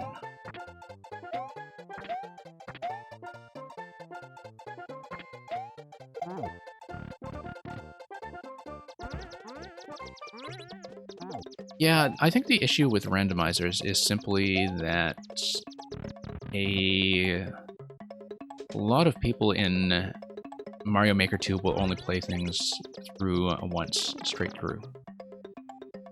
And so randomizers, like most people, will only ever see half the level, right? And it's the same with branching paths in general. Like, I think branching paths can be kind of underrated simply because a lot of players won't explore them exhaustively. Like, people are just kind of interested in clearing once. And that's just a result of the way that Mario Maker is structured. It's kind of unfortunate, but, you know. Because I know, like, traditional makers in particular, like, one of the first things they think of is, oh, wouldn't it be nice if we built all these bonus rooms and secret areas and one-up challenges and all that, and now they actually get some use out of them, out of the world system, but with things like that and with things like randomizers, I feel like, you know, a lot of that effort just kind of goes unnoticed. Okay, well, we'll try to beat the Icicle room, actually, if we draw it.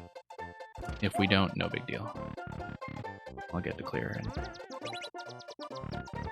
I'll try to actually return here to trigger the other side. Here we go. Yeah. Yeah, so Explicit 200, the way that the randomizer works is that clown cars, when they hit spikes, they will go either to the left or to the right, and it is based on randomization. I went the wrong way entirely. Oh, it's survival timer. Okay, that's why. Okay, and I saw the red bullet setup and naturally just kind of assumed that it was climb to the top challenge. But it is totally just a survival timer. That's okay, we'll just camp out here. It is a little bit cheesable, like both this and a Piranha room, but that's okay. We got it.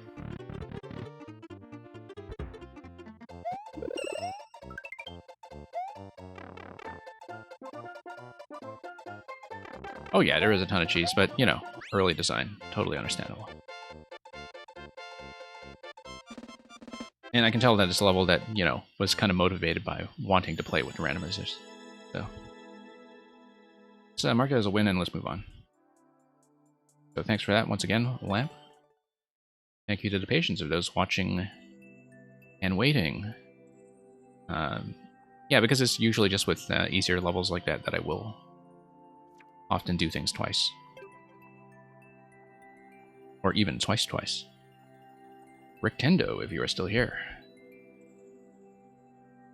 I think Rictendo might have left us. Rictendo does tend to drop by from time to time, though, so I'll give them a moment to check in case Switch isn't accurate, and then I will move on. The current list stands like this. So it looks like Explicit is likely to be next, and of course, Explicit, I know you are here.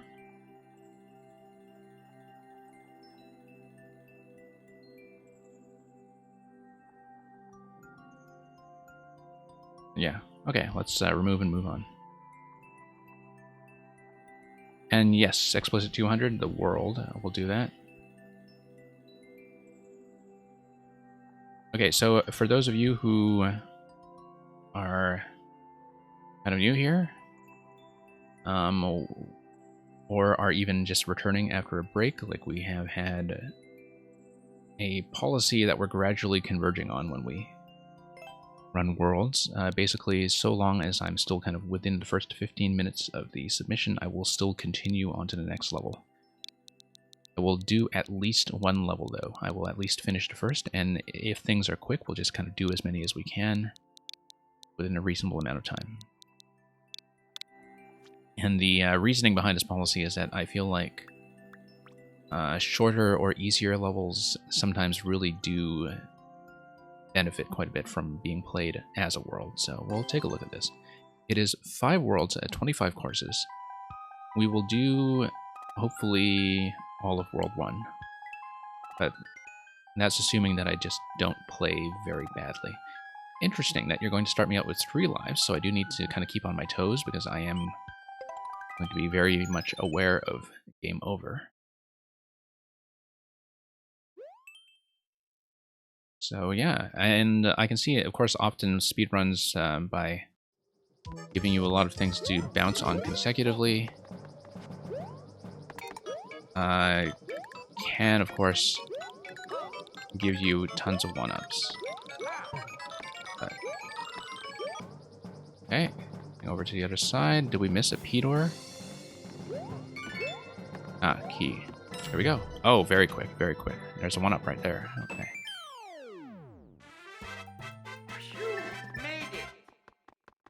Okay, okay. I feel like it's a little bit simple, but maybe it's something that will shine in the world structure. 13. And it is kind of based on the speed challenge. Alright. Let's keep looking. I think maybe I'll sort of understand the pacing of these levels better if I play a couple of them at once and kind of see how they are set up as one-room challenges. I mean, that one was... like, it's nicely put together. It is a little bit basic, I think, in terms of being just hit the P-switch, get on the platform. But, okay. 60 seconds. Got an on-off gate on that side. Okay, that's just kind of following instructions.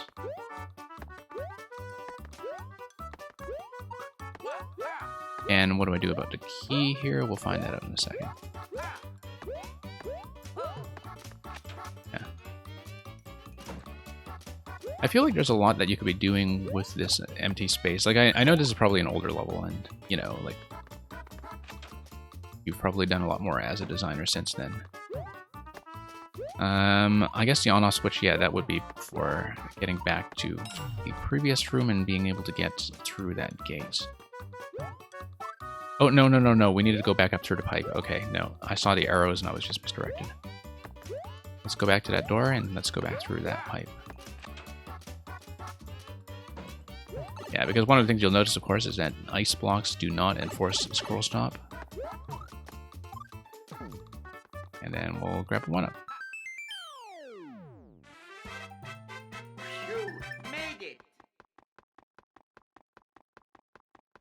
Yeah, Terminator, I feel like there are a lot of things that could be improved about the world mode. Like, the thing that bothers me the most about the world mode is that you can't actually repeat courses that you have done already. And I can see why they do that, so you can't just grind lives. But it also means that you can't necessarily, like, return to explore secret paths or anything like that, and I think that's unfortunate.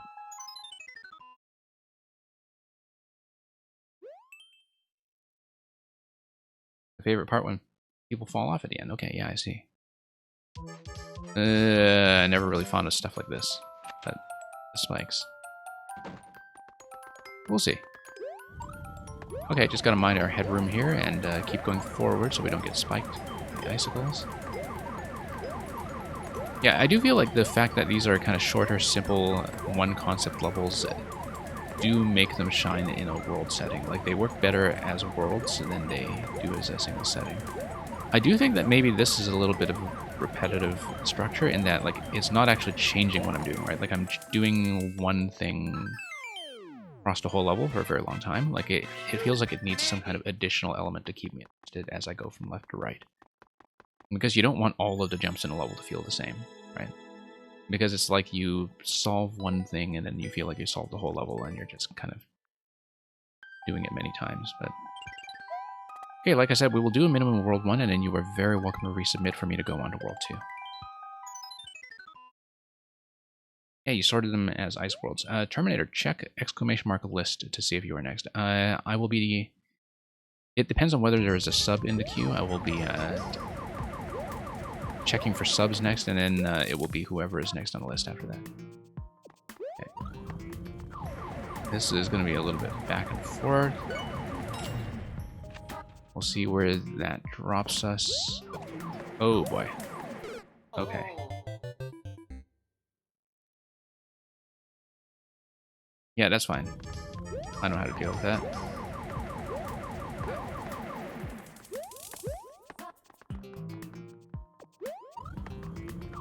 But yeah, no, I can definitely see that you decided to organize them around the ice concepts. Whoops. Oh, and I wasn't watching the clock either. I only had 6 seconds left, so I would have died to the timer anyway if I were stopping a little too much at the end there after the key door, so...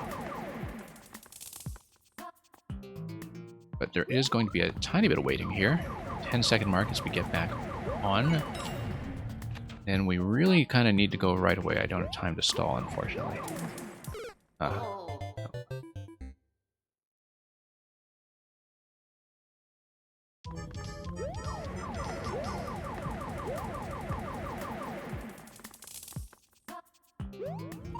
Whoops. Tried to get ahead a little too much.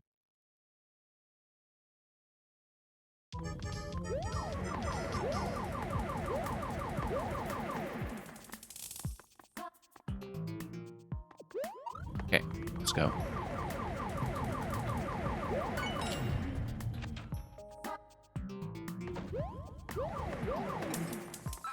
Okay, 4 seconds left. We could have done it slightly faster, but I was being cautious with the spike at the end.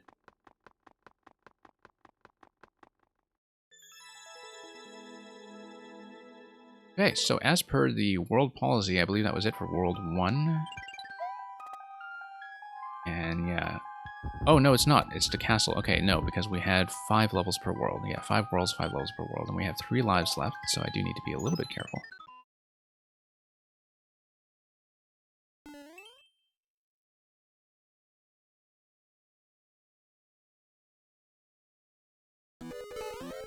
Okay. Yeah, I think a lot of the issue of these icicle setups is that you are just kind of doing one thing.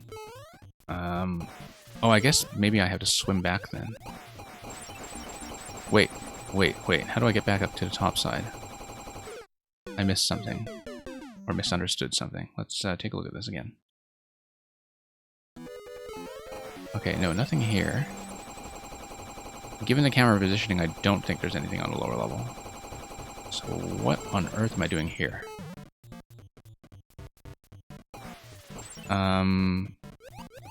Anything for me to swim under or into? Any kind of invisible block for me to hit under the door, maybe?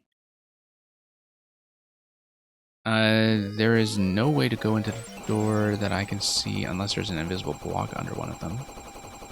Because there's no surface for me to sit on. So, like, is there an invisible block here? No. Oh, I see. No, you stand on the side and go into the door. Yeah, I see. I always forget that you can do that. Oh, and I see I have to go around. Yeah, I have to go around the top side and then fall back down. Okay, I usually observe game over. We're close enough that I might as well beat this one.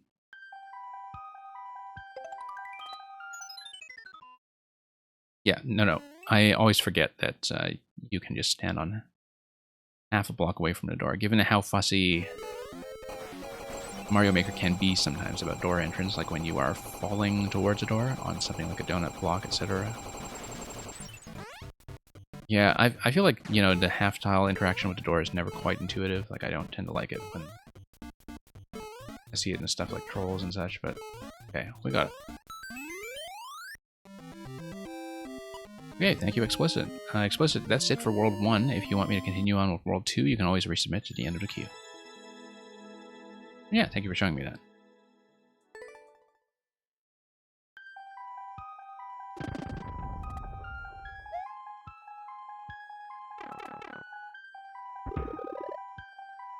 Okay.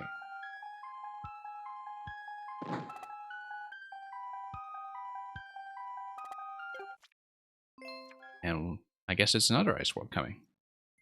Presumably with more falling icicles. We were thinking of befriending boulders. Okay. We'll take a look.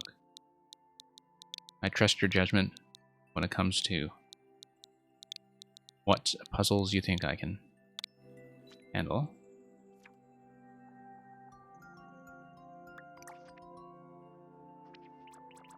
No. Befriending boulders. Ah, okay. Gotta keep them rolling. I see. Probably based on spike balls or something. Particularly given that this was early December, so I guess early days of the 2.0 patch. I don't remember exactly when that dropped, but it was around that time. And it is a link level as well, so we can expect some shield and spike ball interactions, presumably. Let's take a look.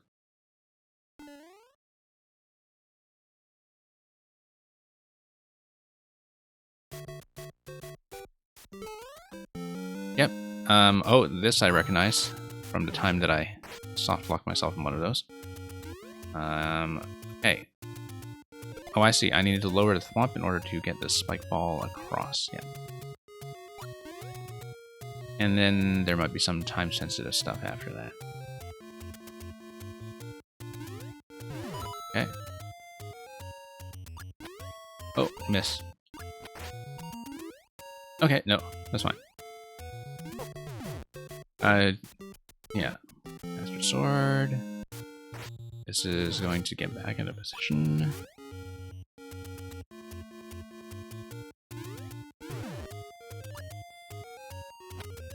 Nope. I'm a terrible shot. Okay, so I want to stand where? I want to stand here. Okay. Okay, now we know. As long as I have a consistent method. Wait. Why not?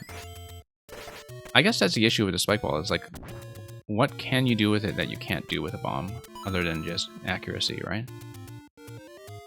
I know I'm kind of cheesing this, but I'm just scouting ahead. Yeah, because ultimately we'll want something... Let's check the pipe. Involving escorting it over to P-switch timing. I'm just going to scout. P-switch comes up. This comes up. Yeah, you'll just kind of have to shield it to prevent it from any kind of clash here. I see. So eventually you'll want it to roll over these guys. And roll over this guy. And while kind of keeping the spike ball on screen. And... yeah, okay, the bumper is the control that we should be concerned about. Right, because then you have the spike ball rolling back over to the key. I see. Okay. Okay, no, that's a good way of doing the spike ball lock. That works. So let's start this one over. But we've basically seen how to do that.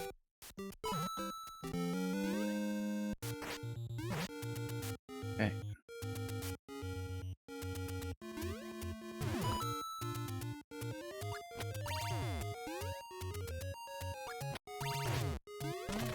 Whoops.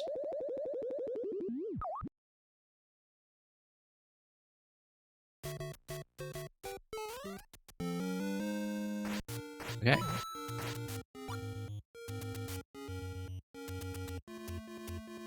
Yeah, I can kind of tell this was a, you know, let's play with the new toys level, in that you have Link plus Spike Ball, which I think was the sort of combination that people were eager to work with right away, that patch. I know I don't actually need to start over. Go back and grab the Master Sword. And which is totally fair, because I think when this patch came out, like, I mean, Link was very obviously interesting. And the Spike Ball, I think, was a real surprise in terms of how versatile it turned out to be. Whoops, I don't need to plug the on-off just yet. Oh, faced the wrong way. But yeah. The Spike Ball is just a wonderful item. I was really surprised that they implemented it that well, considering that one of the issues, I think, with Maker 2 at launch was that a lot of the parts were maybe not as interactive as I would have liked them to be. Okay, so it's going to be dropping it onto the snake block track and letting it roll with me. Oh, nope, too late. Okay, that's fine, we'll just start over.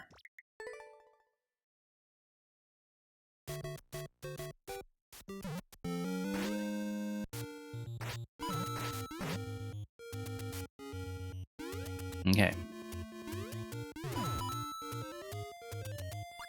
Oh, oops.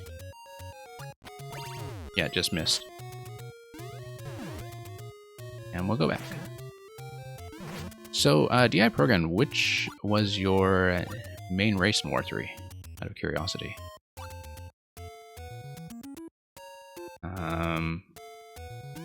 If you were climbing the European ladder that quickly. Whoops, I don't need to change the switch. Whoops. The Spike Ball by itself, no. I mean, Spike was in Super Mario 3, but the Spike Ball as kind of its own entity, there were some things that worked like it. I mean, I think there were a lot of elements that worked like it. Like in Super Mario World, there was a rolling enemy, I'm pretty sure. You know what, we'll just prepare the first shot.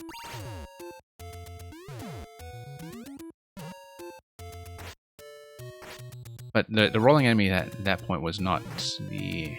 Oh, no, I'm confusing it with an enemy from one of the later NSMB games, I think. But, like, there were a lot of things that basically functioned similarly to the Spike Ball, but, you know, the fact that they were implementing Spike the enemy from SMB3 and the Spike Ball like this at the same time, I think was pretty inventive, like that you would have them incorporated in the game as a single tool. Like, that was unexpected. And it was unexpected just how much stuff it interacts with. Like, I can't believe how much stuff it does that no other item could previously do. Okay. Okay, this will be a little bit of back and forth while we wait for the P-switch to expire. No, okay, that was wrong. I needed to bump it at the arrow. Undead and got Tichondria's icon, okay, yeah.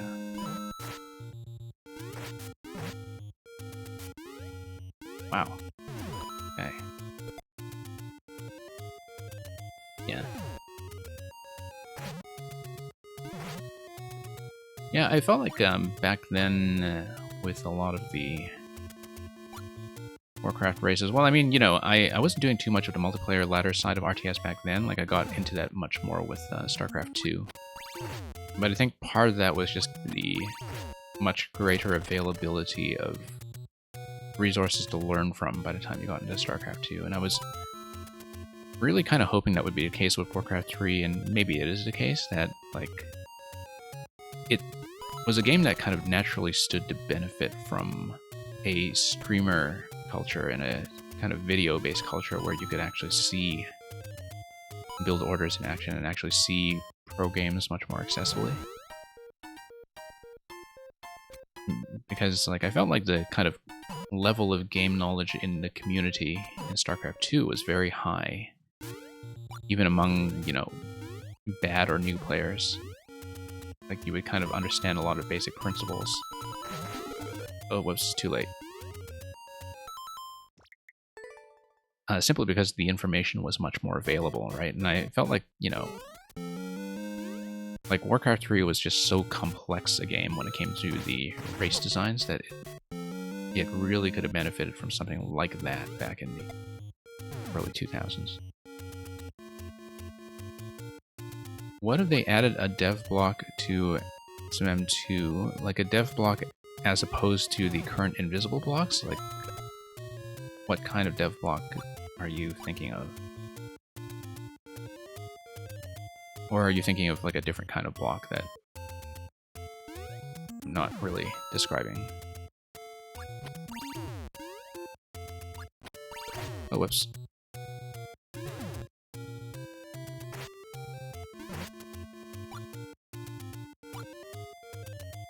Okay, drop this.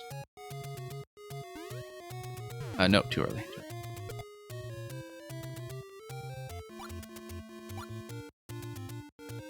Much of a dev tools. Well, I guess depends on what kind of dev tools you envision. Nope, too late. I needed to get ahead of the ball.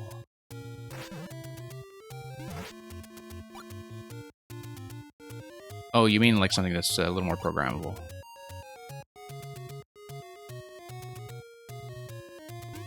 Yeah, I think any kind of major elements in Mario Maker 2 are done at this point.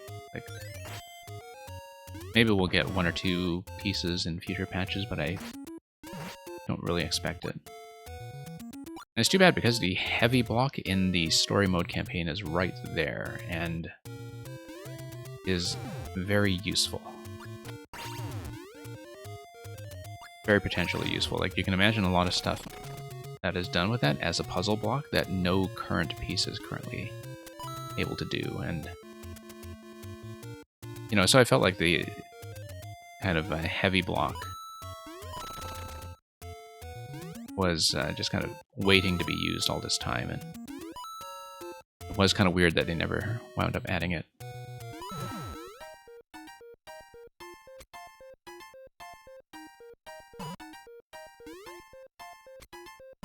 Yeah, there was a lot of versatility in SMM1 that I think people understandably miss when it comes to that kind of thing. Like, you know, pipe stacking solved a ton of problems.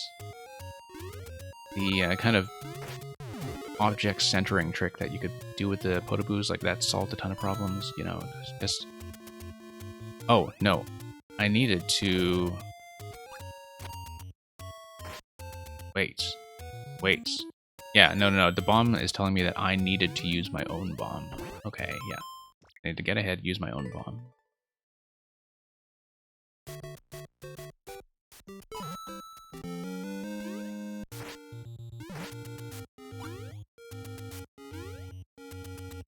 Yeah, I mean, a lot of things in general would make garbage levels worse.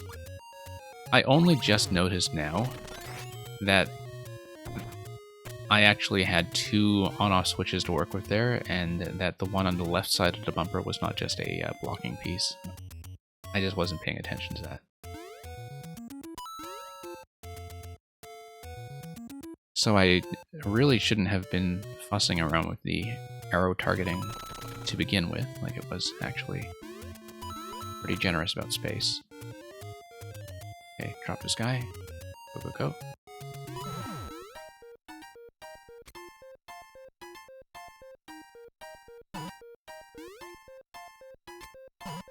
And yeah.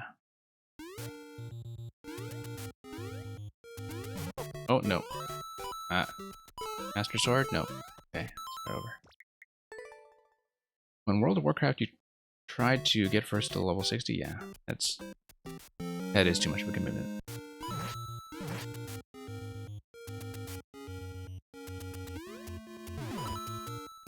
Yeah, I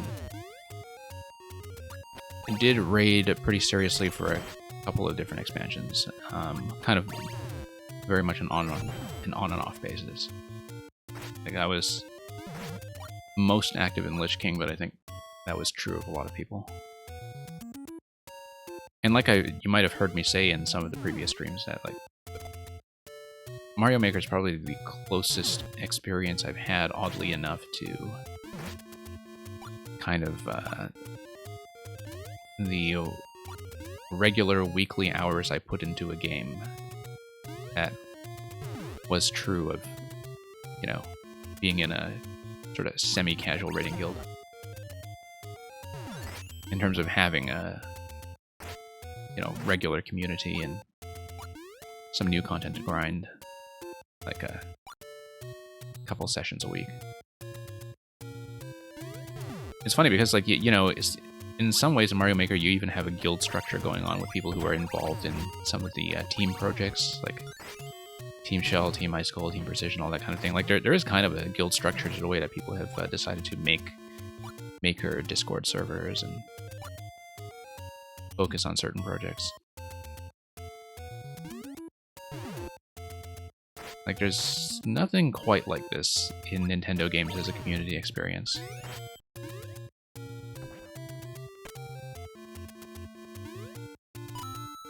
But yeah, I'm glad to be done with WoW as well. Like, I have no desire to go back.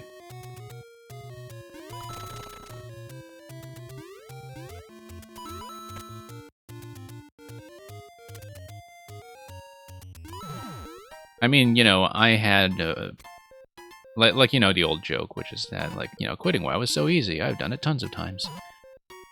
And while that was kind of true in that, like, I would occasionally take 1 or 2 expansions off and then really get back into it. At this point, I really do think I'm completely done. Like, I haven't touched it in a while.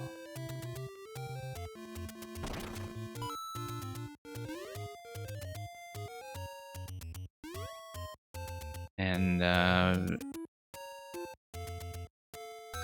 it was nice at least not to have to, you know, force myself to quit. Like, it's nice to just get out of WoW by feeling kind of bored and done with it and, like, you have better stuff to play. I feel like sometimes, you know, people who really feel addicted to it, who really kind of force themselves to quit, like, they're also often likely to really fall back in. Okay, no, I clearly need to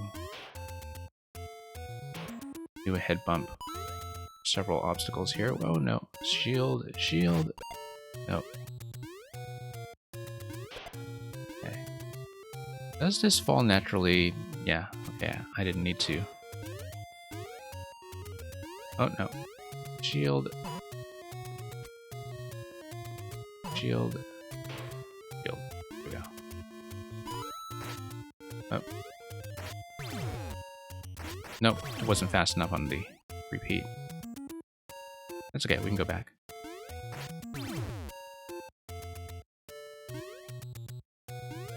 But yeah, like, I had a relative who was a pretty serious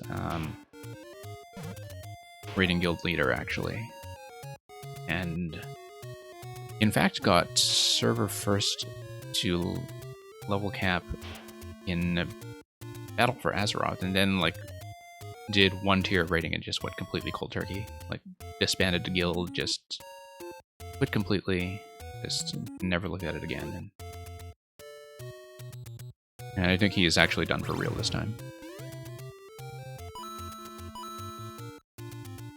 Okay.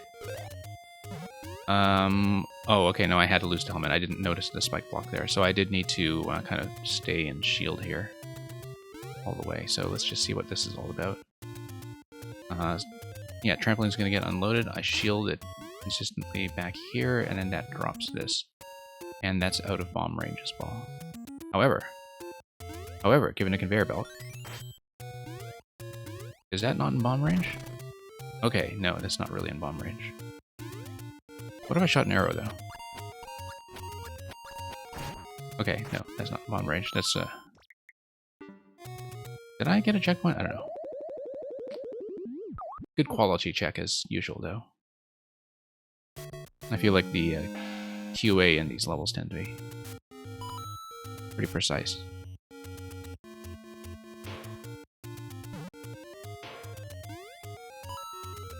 No, shield. Shield. Oh, and I lost the helmet. Okay, so that's... Yeah, I'll just need to die, having lost the helmet.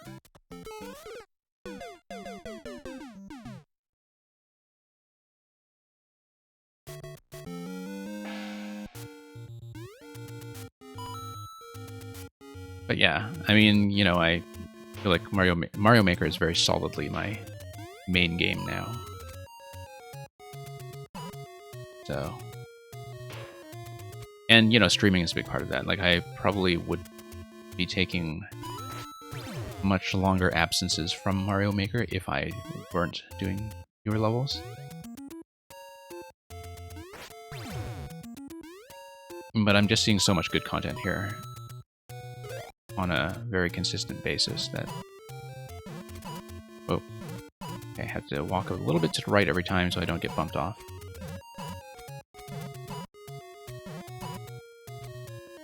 Okay, here we go.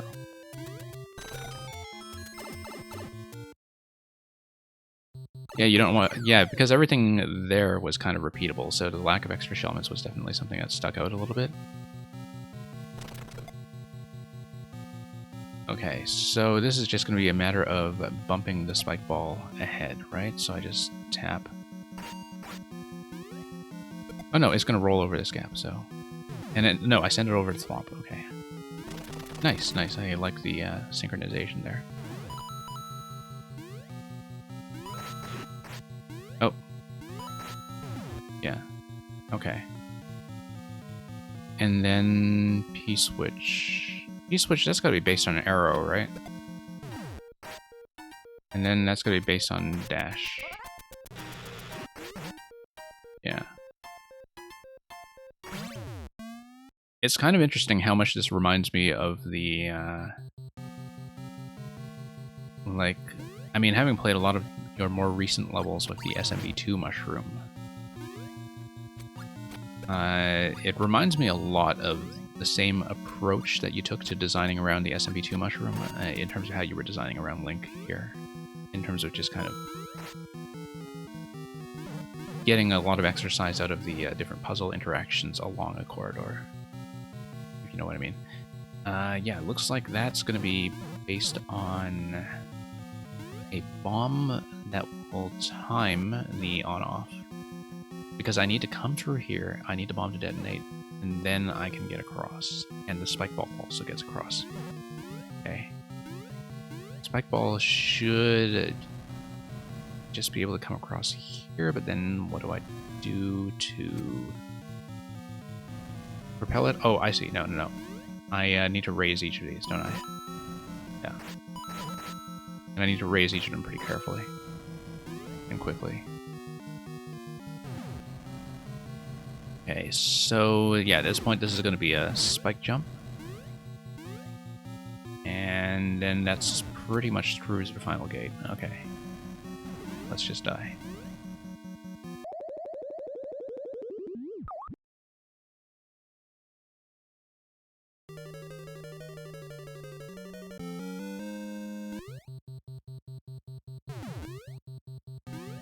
No, a little bit fast.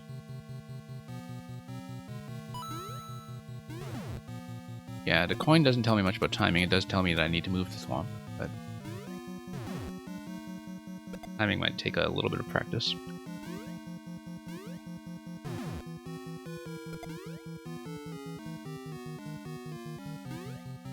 Yeah, because I feel like now I'm kind of dependent on the spike ball reload timing. I think I need one spike ball to just like take a cycle out.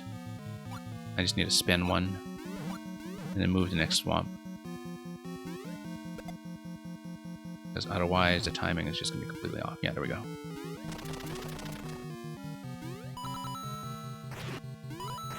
Okay, lower this.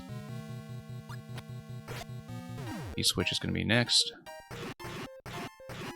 This was probably supposed to be based on Pegasus Dash. Okay, good. Made it through.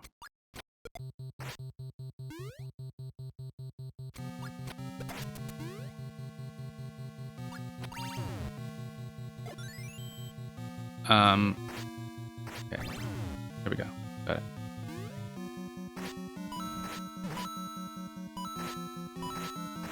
Okay, got it. Spike ball jump is next. And then I slap the on-off switch. Ooh, that fire. Oh, no, no, no, I missed it. Okay.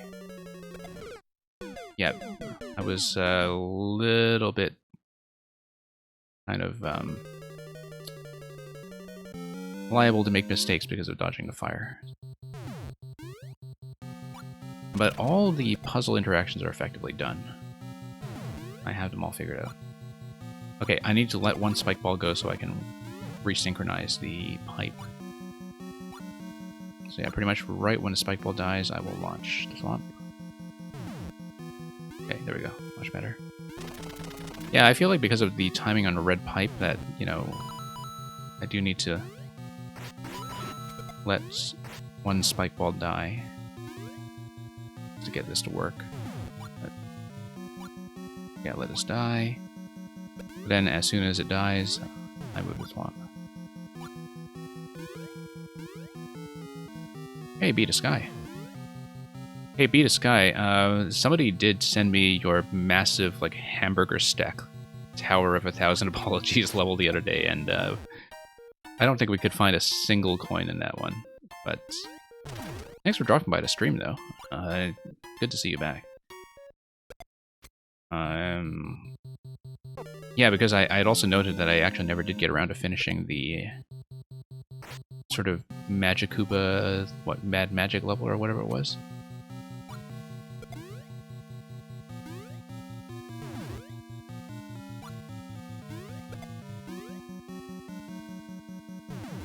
But yeah, yeah, somebody sent me Tower of 1,000 Apologies, and I did tell them that it totally looked like one of those like challenges in some kind of gourmet burger restaurant to, you know, eat the whole burger that is just preposterously stacked.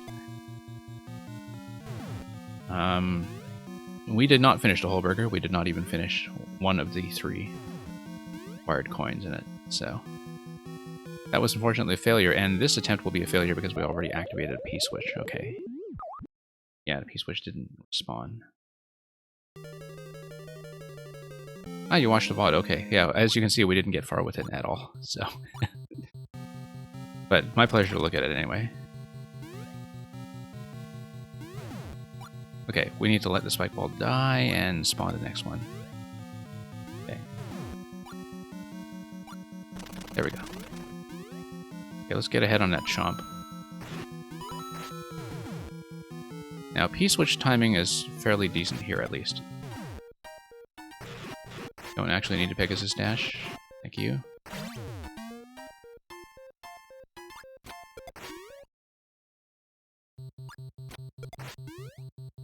Okay.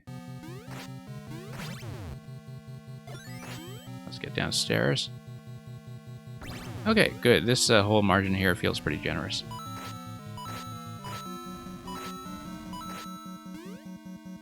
Alright, let's not totally flub this time. And,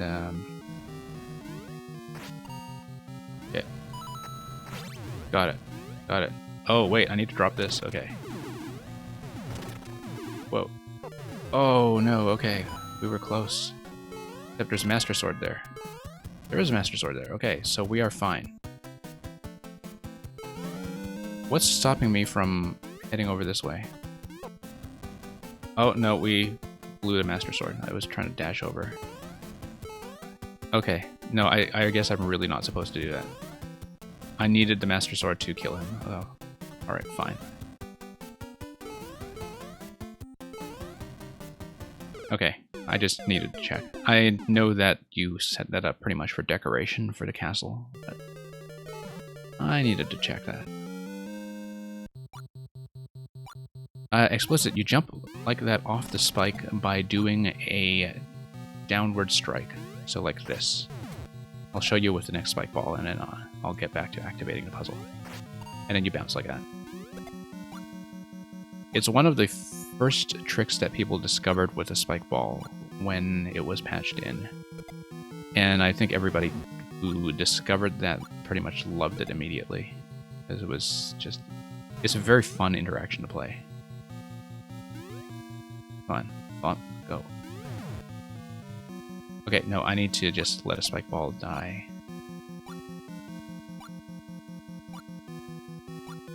Yeah, I guess when I'm standing to the left and the timing works a little better in terms of pulling the spike ball to the left side first before the Thwomp gets over, but I'll just need to reset this.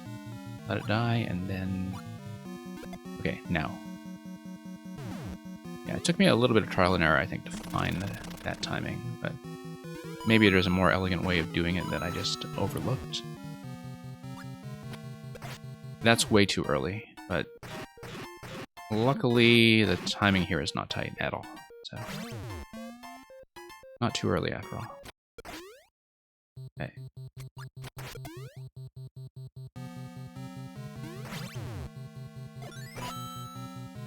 Okay.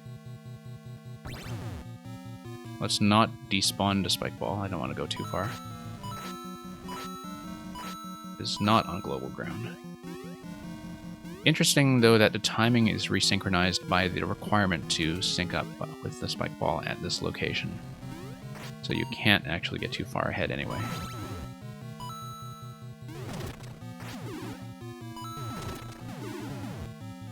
This is one of the few times I've actually seen Bowser Fire used well in terms of, you know, classic NES-style Bowser.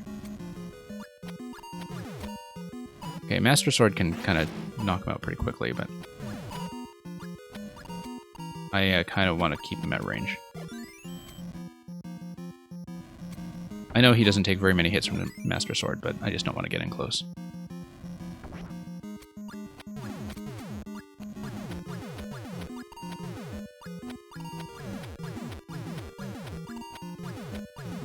Yeah, but I actually do, for once, like the fact that this level is designed around Bowser Fire properly. I feel like I don't see that very often.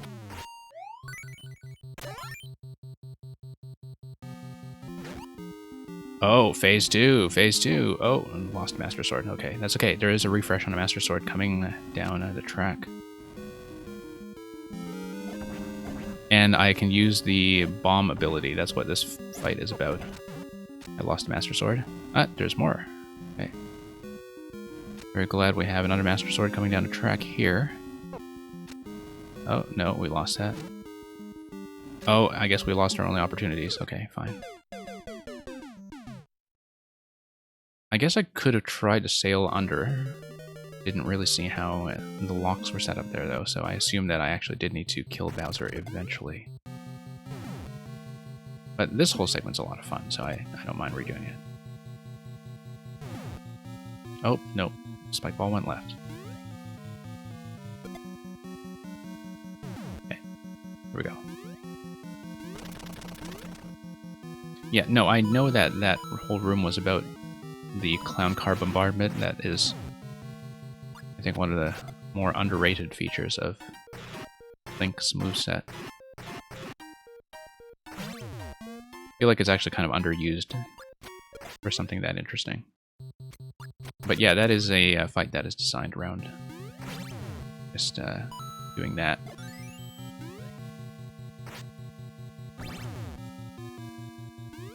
Yeah, no, I can tell this was kind of like an early December, you know, do everything you can with Link level, and I think it works very well in that context. Like a lot better than a lot of the Link training levels at a time.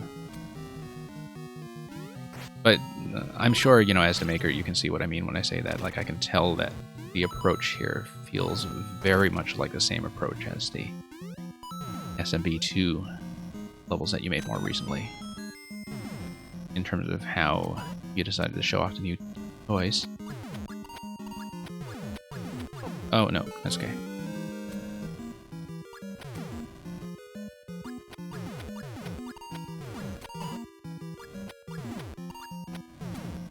Yeah, only thing here with this fight, of course, is that, like, if you lose Link, you are just straight up dead.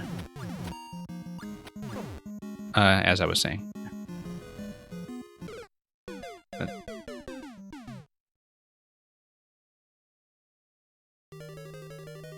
yeah.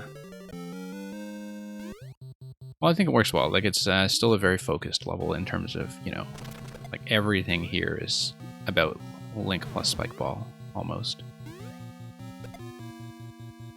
I need to wait for one more cycle. Yeah, I like this idea. I just think it's a little bit tricky to set up with the speed of the respawns from the red pipe, like just in terms of synchronization. I feel like I had to figure out a very specific timing, and positioning for that matter, because I had my timing set up around the expectation that the ball would fall to the right. Like that? Okay. That's okay, it doesn't take too long to do. Okay. I like that that's a nice big target with the large piranha plant. Don't need to fuss around too much with accuracy. Same with these piranha plants down here.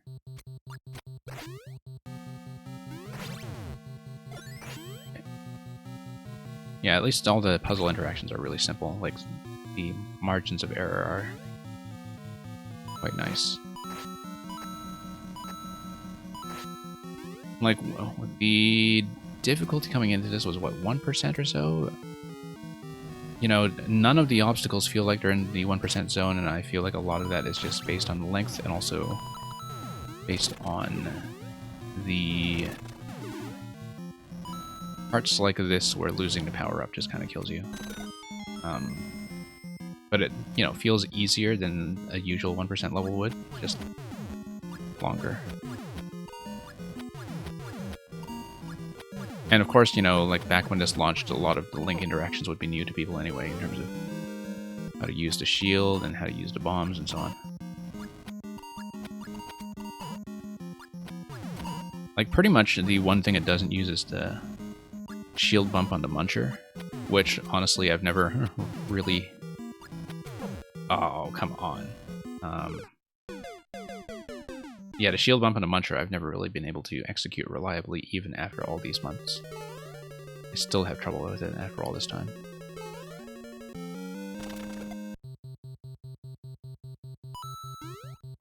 Oh, whoops. Okay, let's let this drop. And I'm probably going to be closing off submissions after this level, so if any of you do have codes, it'll be last call. And usually, you know, I'm able to run long enough to kind of guarantee that everybody remaining in the queue will get played. Obviously, it depends sometimes on length and difficulty, but I usually do get through everyone. Okay, we need to get this Thwomp timing in order. Gotta let the spike ball break first. And then, okay, no, Thwomp is taking too long to come back. Let's let this guy break. Move the Thwomp. Now it goes. Okay. Here we are. And yeah. Okay. Luckily, not too early.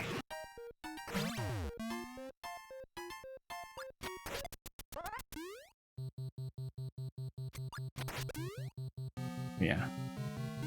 I don't mind redoing this stuff. Like, the interaction is kind of fun, and it's one of those where, like, once you figure out what to do puzzle-wise, you don't really tend to fail it very much. Like, there's not a lot that is very execution-dependent, so redoing a long segment like this does not feel tedious or anything. But I think I have a little more patience for that kind of thing than a lot of players do. And it's nice that, you know, obstacles like the dry bones here, it was fairly easy to sight read that.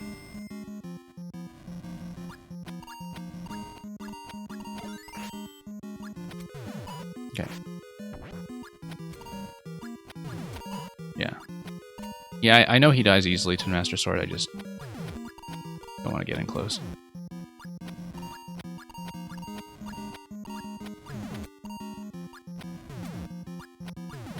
Master Sword actually does a ton of damage, but...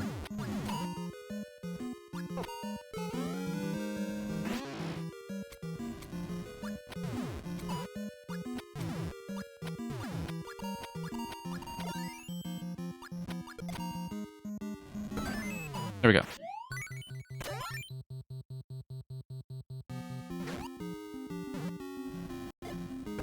Okay, let's get rid of some of the piranhas this time. Of course, instant detonation of bombs in lava helps quite a bit here. And we now know that we do have just a finite number of Master Swords to work with. Yeah, and I guess we get rid of that stuff and then... Yeah, I'm just creating room to sail underneath then, I guess, right? No, I want to drop bombs onto the conveyor belt because the conveyor belt will then hit Bowser. Yeah. Oh no, okay. Oops. Panicked a little bit there. It does seem like you need to get in pretty close to the Bowser fire to drop bombs. Like, it would be kind of a hit and run, right? Where you let him fire, you get in, you drop a bomb, you get out. I think it's probably unsafe to camp out too long at that location.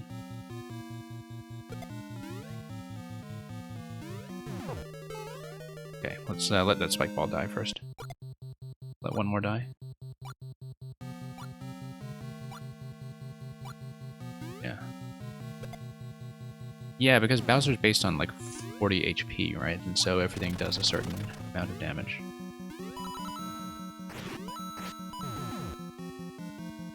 I do know that Bowser has like 40 HP precisely, and that you have a certain damage value per item, like, you know, 3 damage on icicles and so on.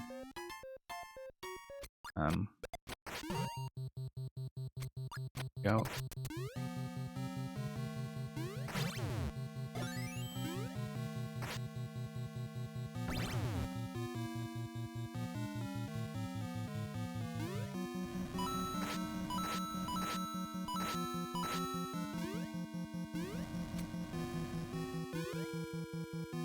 You want to skip the queue for Be the Sky? Well...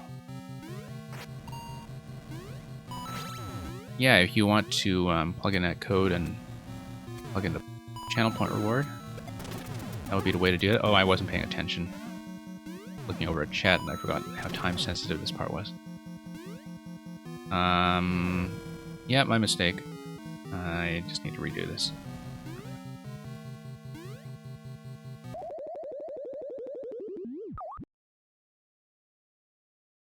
Oh, okay, some other time. Okay, yeah, that's fine. Be the Sky, hopefully we will catch you later this week, so have a good night.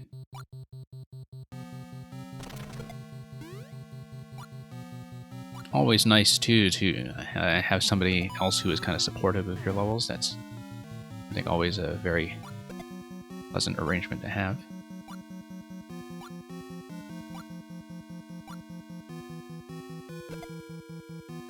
Okay.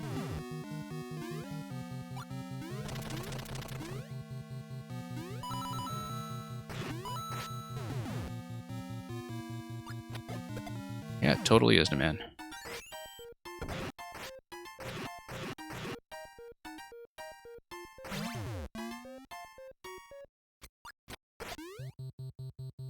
Okay.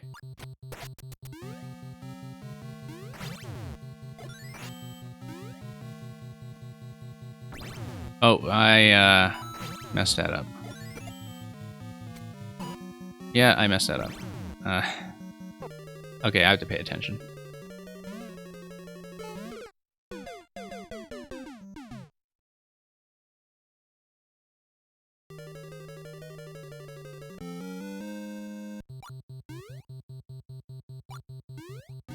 Yeah. Yeah, Terminator, I don't mind the second boss fight too much. I think that the Bowser fire is definitely something that, you know, has to be worked with. I think, of course, the length of the level does do some things to the checkpoint placement. That's, you know, it is a lengthy journey in some ways, but... And I don't mind that. I like levels of this length that really kind of squeeze everything they can out of concept. But it does mean that you are going to occasionally have some long stretches where you start worrying about the reliability of certain things like the Bowser fire. Like, I feel like for the clown car segment at the end, that, you know, reloadable Master Swords would not have totally trivialized the fight. Like, I feel like it would have still had a certain execution requirement that was still interesting. But, I mean, I just need to play that better, too, so... Oh, no. Sometimes I just face the wrong way when I put the shield down, and it's part of why I have trouble with stuff like the Muncher Bump.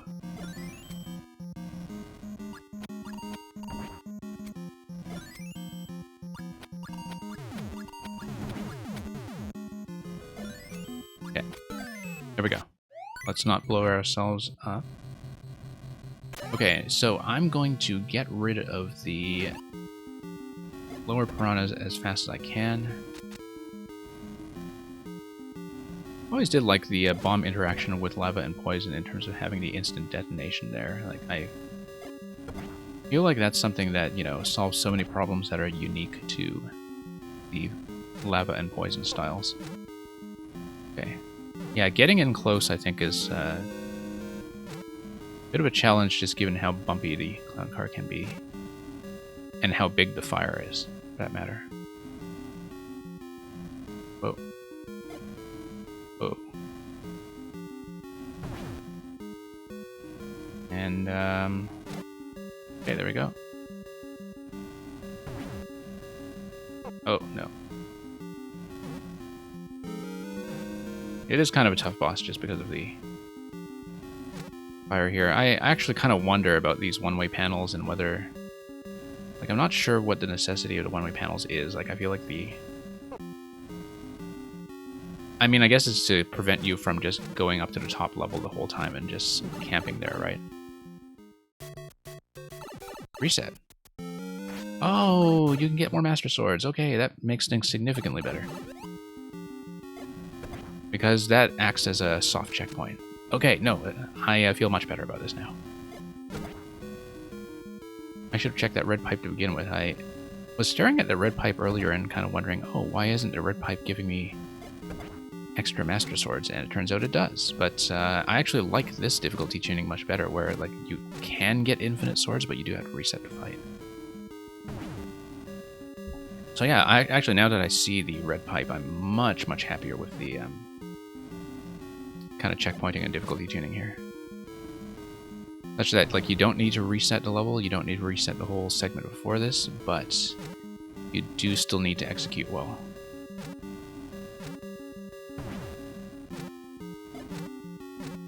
Just that, you know, sometimes can be a little bit hard to predict Bowser's fire position. So yeah, if on future attempts I have to come back here for some reason, like if I die, then I should actually leave the bonus swords on the rails for as long as possible, because I'm still in phase 1, it makes more sense to go back through the pipe for a sword refresh. Okay.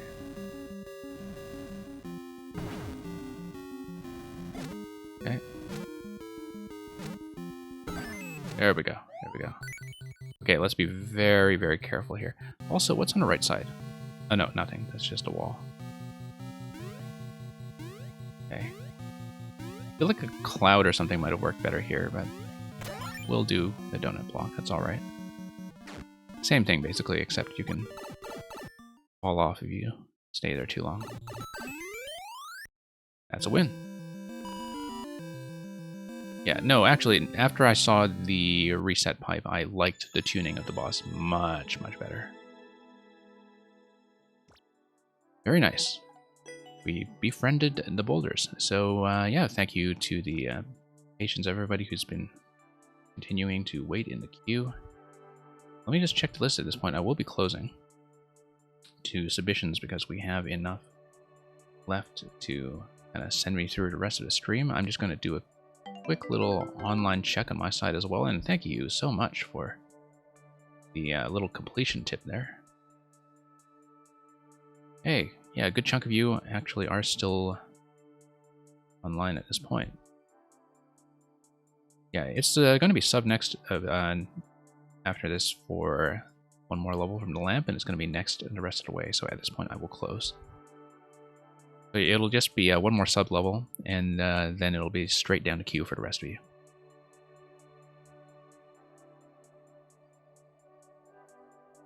Oh, you don't? Okay, if you want me to pass on sub next, that's fine as well. You know how long you're able to stay, so.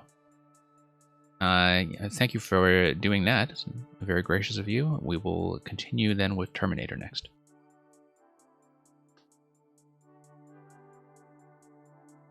Just give me a moment because I'm going to edit my stream info just to make sure everything is properly marked as closed.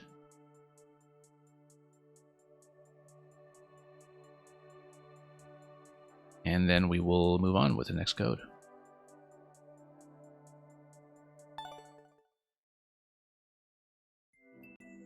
Splish. And yeah, thank you very much for the follow. From Tricera Kirby. And yeah, I'm going to reset the bot as well, so it properly reads as closed. And let's punch in Terminator's code.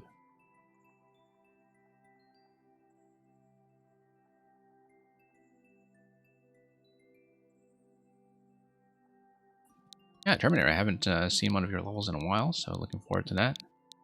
After having done so much of your Don't Touch the Master Sword series.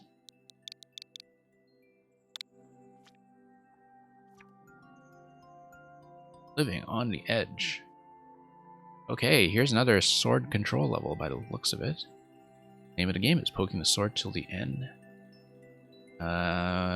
Fairly low completion rate, but I would assume that part of that is some people not understanding the concept, or maybe just some things that are tricky to work with when it comes to poking rather than collecting the sword. So yeah, glad to see a very new level from you from earlier this week. Let's get right into it.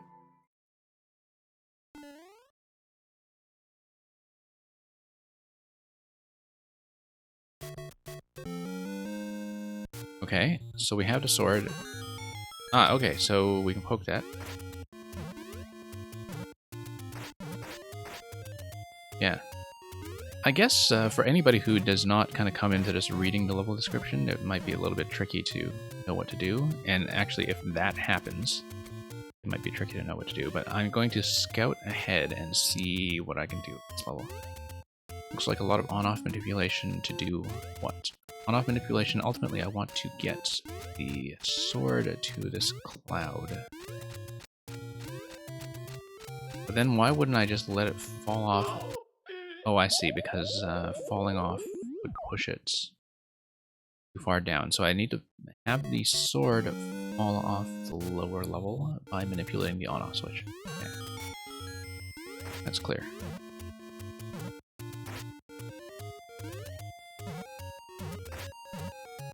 Yeah, that's, I can see why that's an issue. Then you move things back and forth, and then what? I'm also just going to look ahead to see how the gating mechanism actually works. I see, because if you drop the sword on the Pokey at the very end, then the Pokey dies and gives you a key. Now, why can't you just do that with something like a bomb, is what I'm wondering. Oh, no. Because a bomb would probably detonate too quickly, right? But then it looks like this might be cheesable with a bomb if you are really kind of careful about timing, because the bomb can detonate within two spaces of the Pokey, and I might have to try that if I lose the sword again. Because I feel like the sword positioning right now is kind of consistently too far to the left. So yeah, I'm gonna try the bomb method, totally. Oh, I see. Because you are on the trampolines, you can't raise the bomb. That's how it works, okay.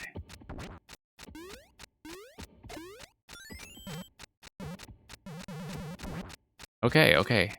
But that's because that's a little bit early. Like, if I timed it just slightly differently, I feel like I actually could kill the Pokey. Like that. Like, if that were just one block further down.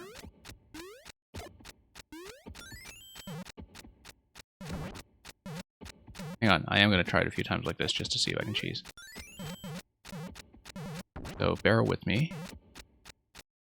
I feel like it is theoretically doable. It is just a matter of timing it out right.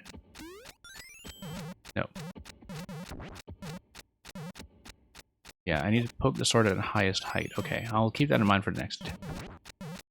Oh, interesting. Okay, so it looks like it was actually kind of in position for the Pokey that time, but still too far away.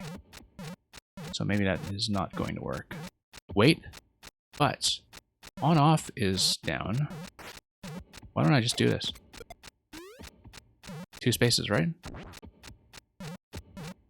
Oh, okay, it doesn't actually kill within range. That's interesting. I would have thought that 2 spaces would have been good with the bomb. Okay, let's do this properly then.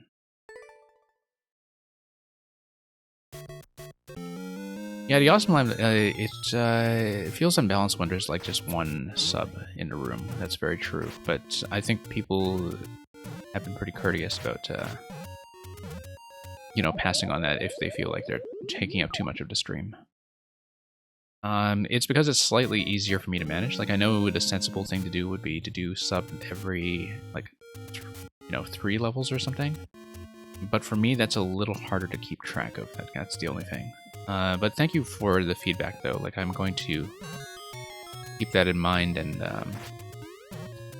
try to, you know, find a system that works for everybody.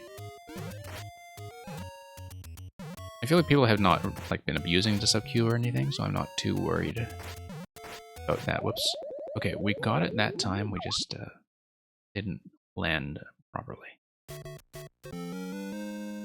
Yeah, I was thinking like next sub is probably good. It's more that like, you know, I need to make sure that it's easy for me to track accurately on my end. But yeah, I'll take that suggestion to account for sure. I mean, you know, some of these rules are still very much experimental.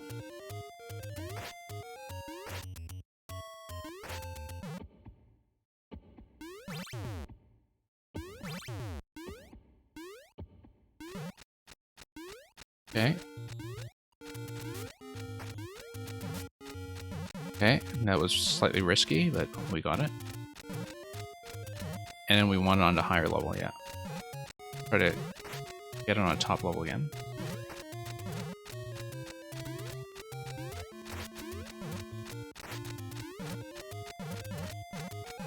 Now let's get the on-off switch in advance. Let's prepare it. I think I just need to send it down. I don't think I need to do anything else once I send it down to the lower level, so. Oh, okay, no, that's why I wouldn't have gotten the key anyways, because the pokey has nothing to do with it. The pokey is just there. The key actually comes from the jump block, so. I don't do random. I have had enough experience, I guess, submitting to other people's streams that I think random is a terrible idea.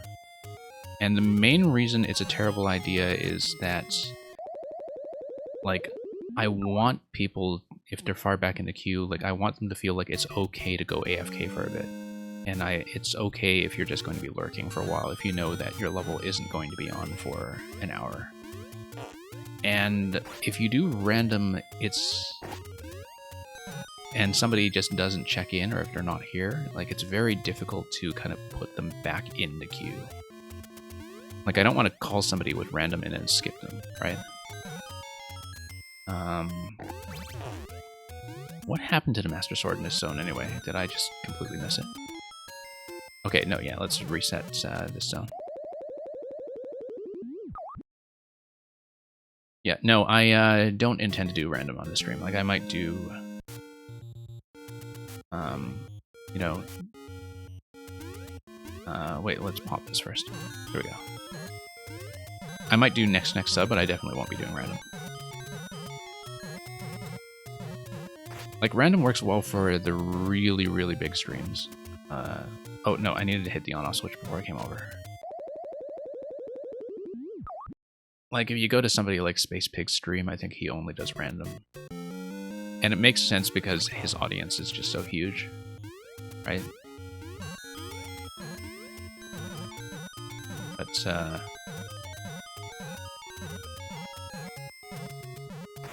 yeah, I mean, I know random is good for kind of retaining people who come in at the very end of the stream, but I feel like it is, like, kind of excessively unfair to people who were waiting for a long time, especially if we're already doing subs. Okay, I see the P markers there are there to tell you where to tap the sword. I do understand that. But there we go.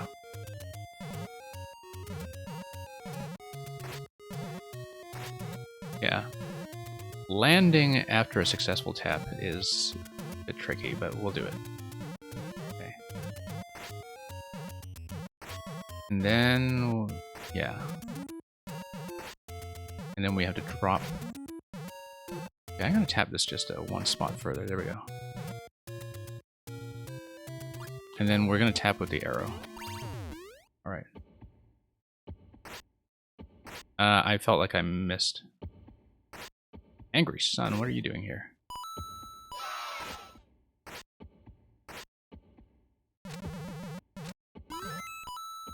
Okay, here we go.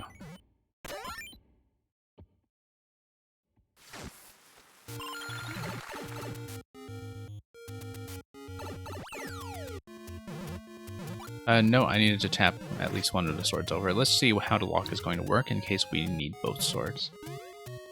I'm not clear on whether we need both swords or just one. Tap one sword over.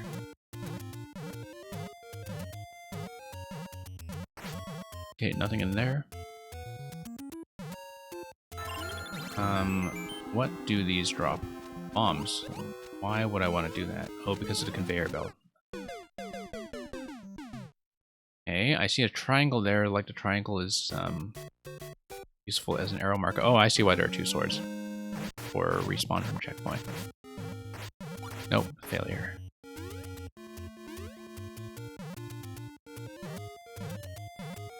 Explicit 200, the reason I'm hitting the swords is because the swords are necessary to grab the keys at the end of each segment. You need to hit the swords into the final kind of trampoline mechanism in order to grab the key that gets you through the door. That is the short answer, so... Okay, at least we know that the scrolling actually stops on the screen. That was important information to know. Because then, the first time we come here, we can actually just slowly let the sword come through this spot. It'll get stuck on this spot. And then I can start working this mechanism with the bombs. Why do I need the bombs? Why can't I just send the bombs up? The same way that I would send a sword up. Because this is SMB1 and... Oh, and it just gets stuck there. Interesting. Oh, it gets stuck there and it is ignited by fire. I see how that works. Okay. Yeah, you did think that through.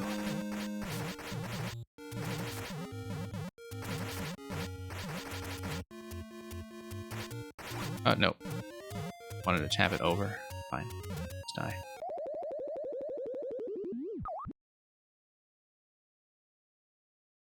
But yeah, no, I absolutely appreciate some of the feedback on, you know, queuing policy, because we are still making a few changes as the stream expands. Like, it's only recently that we started getting enough subs for Subnext to be worthwhile at all. Like, I will pretty reliably get, you know, 1 or 2 subs come in every session now, so...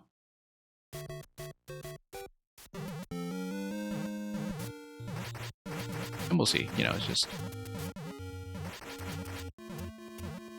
something that we're doing as we grow. Standing on the conveyors is tricky.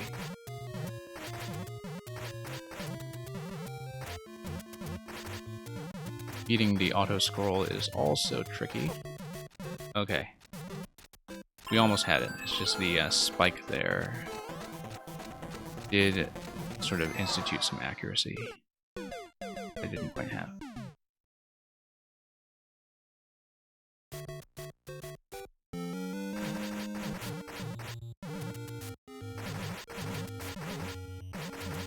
Okay, let's drop that.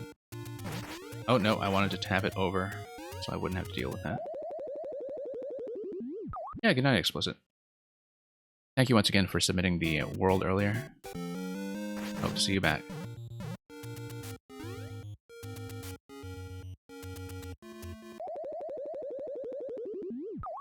Yeah, it was tough figuring out a mechanic that works for swords and not to bombs. Yeah, I'm kind of surprised that you managed to find, you know, that corner interaction with the trampoline there that would prevent the bomb from dropping. Like, that's not something obvious, I think, when it comes to how to lock the bomb.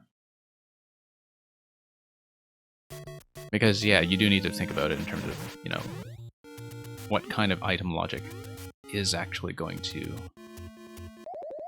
only let the sword through.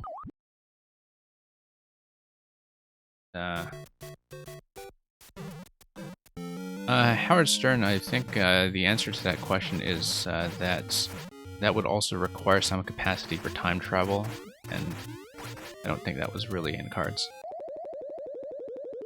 What do I think of the level so far? I think it's good. I think it is dependent on you kind of understanding from the very start of the level that you need to tap the sword into the locking mechanism, and that maybe if it had a one-screen intro training room to show that off, it would be more accessible to people who, you know, don't read the description or don't understand the description. I understood it instantly, so maybe it's not too much of an issue, but I guess in the first segment, you know, it takes a while before you scroll to the point where you realize that it is necessary to keep the sword. The obstacles themselves are fine. I think that sometimes it's a little bit difficult to land after I tap the sword, but that's just part of the platforming challenge. Like, challenge number 1 is hitting the sword. Challenge number 2 is actually landing safely after I hit the sword, right? And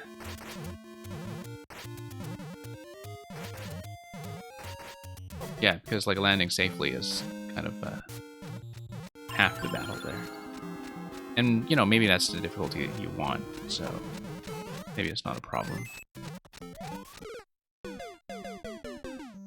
But I definitely think that a lot of deaths would be to the difficulty of landing, like when you are also bouncing next to the sword much of the time. Like, it can be a little bit tricky to synchronize, but I'm sure we'll figure out some kind of method for it. I'm glad you like the voice.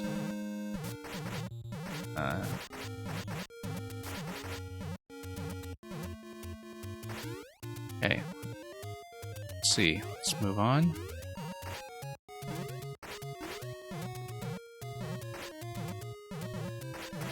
Oh, whoops. Okay.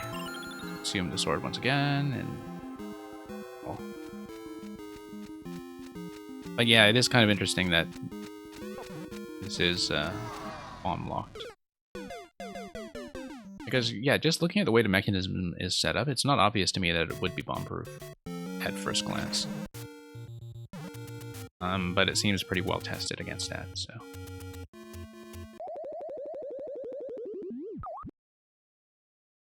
I should practice the boss battle. Yeah, I should, actually, because of the bombs falling. I need to work around that. Okay, there we go. I agree that I should practice the boss battle. Okay, no, leaping forward every time.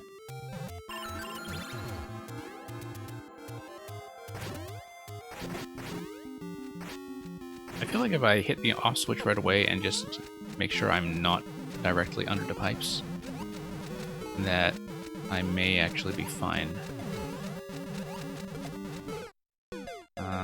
Yeah, because I only need the switch to be activated once, but then... whoops.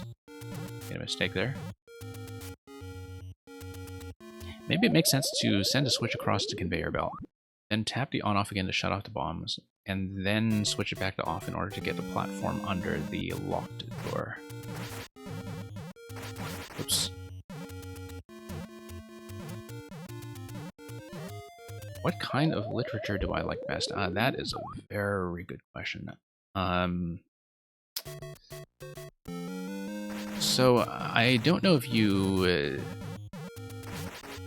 would be very familiar with what I'm talking about, if I'm talking about like the kind of like late 20th century to early 21st century systems novel, as they describe it. Like, that's a bit of an obscure term sometimes, but if you're thinking of like the kind of lineage that's from, you know, Thomas Pynchon to Don DeLillo, Richard Powers, etc., like the really kind of thick novelists that have an element of history, but also an element of, like, you know, disassembling how society works on a large scale. Like, I'm really into that stuff. Spy novels I love, like, you know, a lot of classic espionage that... actually, a lot of, you know, espionage that's not necessarily in a James Bond action sense, although I do like Ian Fleming, but sort of in a tradition of, you know, Joseph Conrad, Graham Greene, particularly Le Carré. Like that style of spy novel that's much more about the kind of expatriate experience, I guess. I don't know, I read all sorts of stuff. Like, I'm not picky. But I do have very particular favorites. Yeah, Dr. Seuss is wonderful. Ton of respect for Dr. Seuss.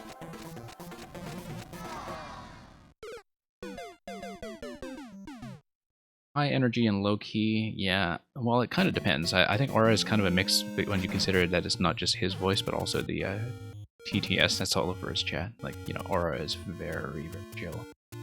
The TTS is sometimes maybe not so chill. Yeah, and I know that Carl is definitely kind of a reaction video kind of guy. I've rarely ever actually seen Carl live. Like, I've looked at one or two of his... I look at some of his YouTube videos from time to time just to kind of see what's going on with, you know, a certain troll that he might have looked at, which I might have played, or things like that, but I definitely find that, you know, even as somebody watching it, that it's a little high energy for me. That's very true.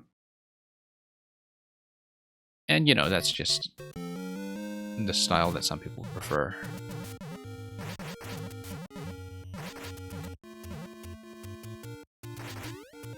But yeah. But it is sort of interesting to see, like, different personalities play this game, I think, in terms of how they react to certain things. Okay. Oh no, just barely missed. Yeah, that spike is a lot of trouble. The spike column, rather, of 3 spikes. Yeah, I like the level. I mean, sometimes it's a little bit difficult to synchronize the bouncing. I feel like I could have used a little bit more room before hitting the first, or rather, second Master Sword in this level. Like, I need a little bit more room to get ahead of the auto-scroll. But the concept is great. Like, the sword escort concept, I think, is actually very well done. But I do have to stay very light on my feet.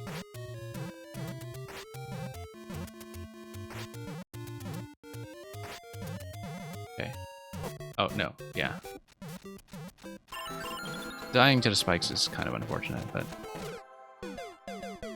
I'll just have to learn how to deal with that. And then I'll have to learn how to deal with the bomb sequence at the end without getting hit. I can see why the clear rate is low the further I get into it. Like, I think there are a lot of things here that would take a lot of repetition for people to learn.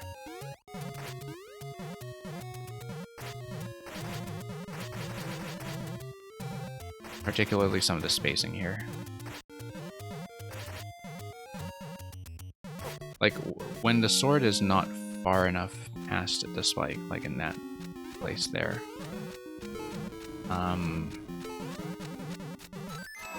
the issue is that, like, I don't really have a safe place to approach it. And it was kind of like that with the bit at the very start of the first segment where, you know, I needed to hit the sword at a certain height. Like, sometimes it felt like the margin of error on that was a little bit tight, like where basically the sword could land in locations where it would not be accessible to me. So that's the only thing. Like, I kind of wish that it was at least guaranteed that I can hit the sword if I get in position at any given time. But I think the ideas are generally fine. The ideas are great.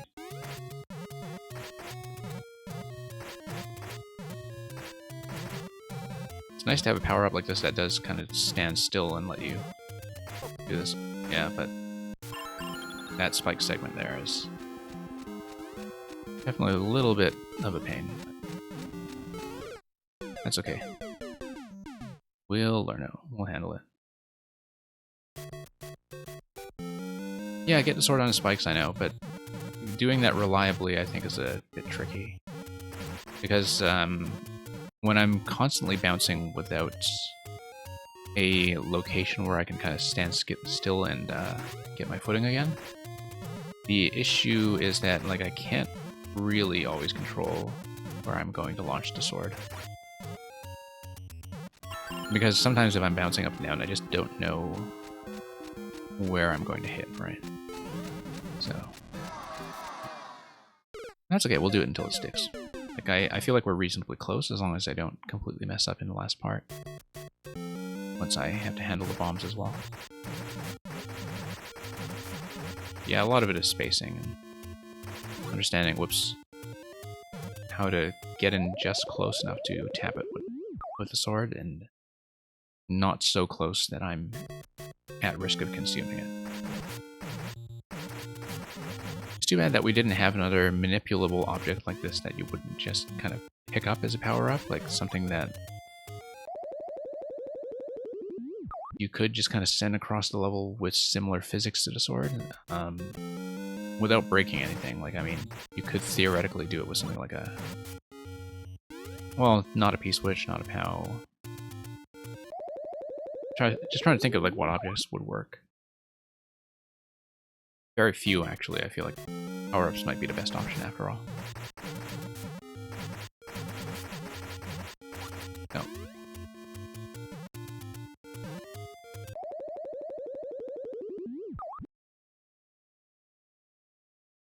Yeah, I could imagine absolutely that it would take you that long to upload without checkpoints. And not even because of the early segments. I feel like the first segments of the level are pretty easy to do reliably once you understand a method for it.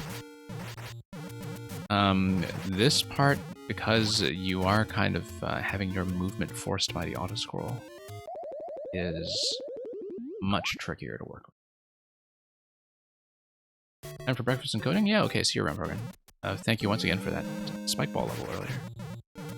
Hoping to see you back soon.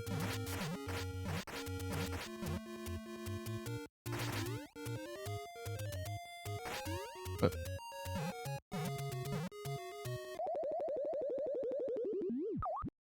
yeah, like there are certainly some parts where I think it would have helped to have like even one space to stand still.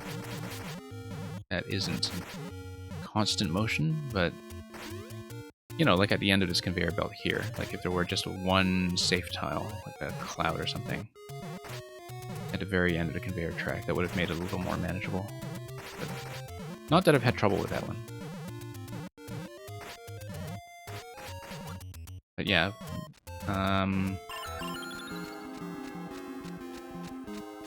just need to get both myself and the sword safely over the spike column. I feel like we haven't really done that yet.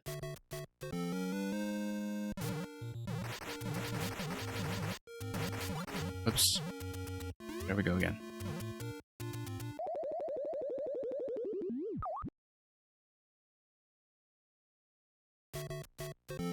Okay.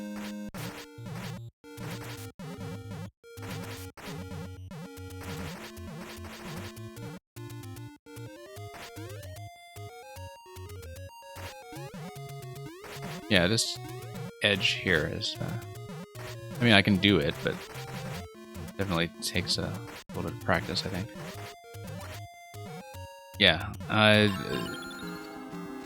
the auto-scroll is fast enough that I really feel like I have to kind of get almost every tap on the first try. And given how bouncy the surfaces are, like that is really tough to do. Like, I do feel like there's a big difficulty spike from the first two segments to this one. And a lot of it is because of the sort of time limit on the interaction.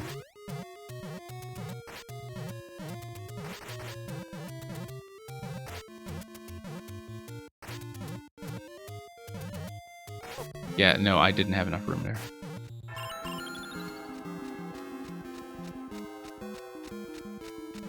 I almost feel like something like one-way panels over the spikes would have worked a little better, because then, you know, you would at least, like, they might be dangerous coming in from one side, but safe coming in from the other side.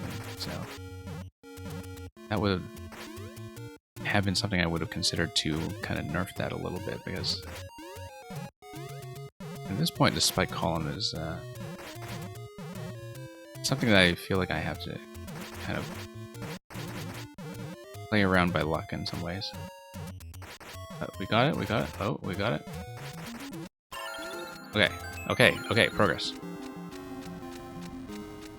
What happens if I just tap it now? I guess it doesn't get me across.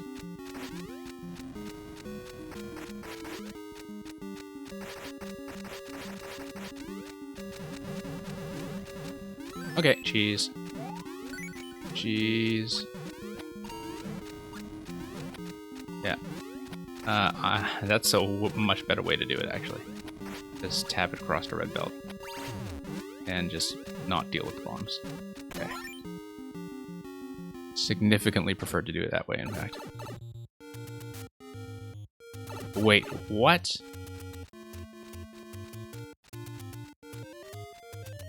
Off. What is this? Wait. No. Was there something going on with the pokey?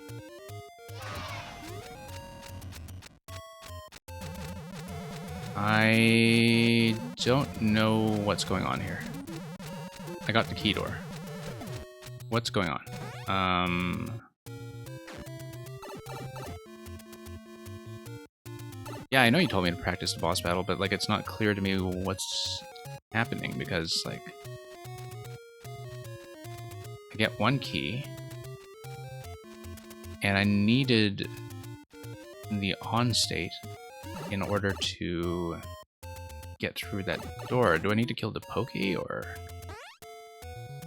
Okay, yeah, I feel like the signaling is not clear for this at all. Like, there's, if I'm coming into this blind, like, there's no reason I should expect 2 keys. Unless I'm just wondering what the pokey is for.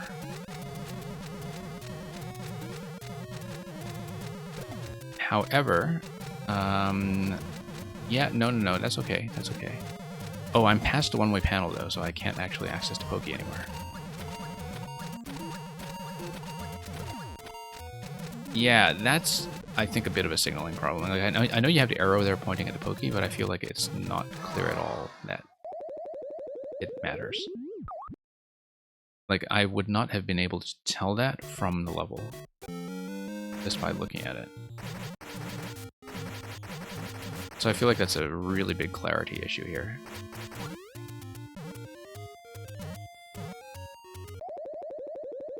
Because, you know, it's very easy to just play that part and not notice that the pokey is there, right? Or what it's for. Particularly because there's nothing else in the level where the enemy is actually holding the key. Like, everything else in the level is based on gating the keys with the jump blocks. And so there's no reason to expect that any enemy would be holding an additional key. So, like, I feel like that's not quite signaled in a way that I can read. But that's okay. Well, let me try it this time then. Oh, okay. I see, okay.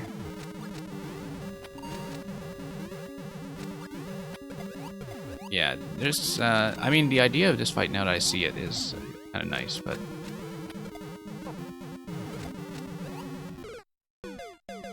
The idea behind the fight is fine.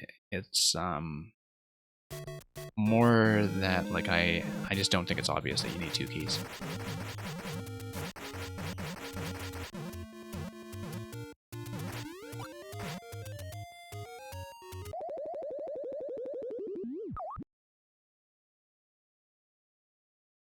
Yeah, there needs to be some way for the player to see that you will have 2 doors coming up.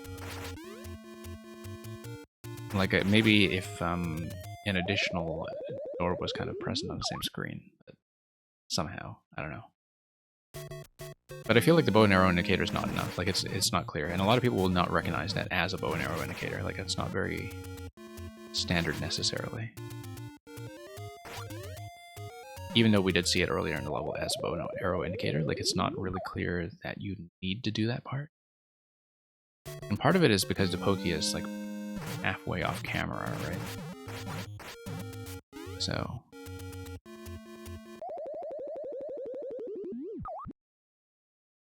yeah, I'm not really sure that works. Like the idea of the Pokey fight is fine by itself. I don't know if it really fits the flow of this level, particularly given how long it takes to repeat this segment here.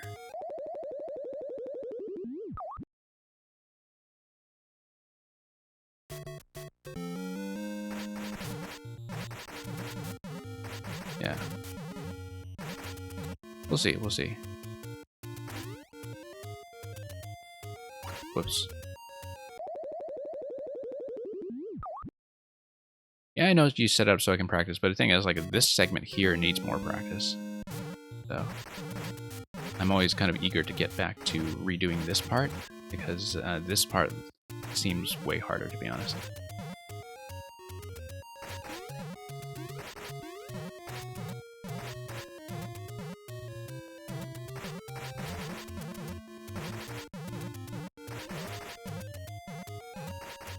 Yeah, no, just... Yeah, I'd rather go back and just try to get back here.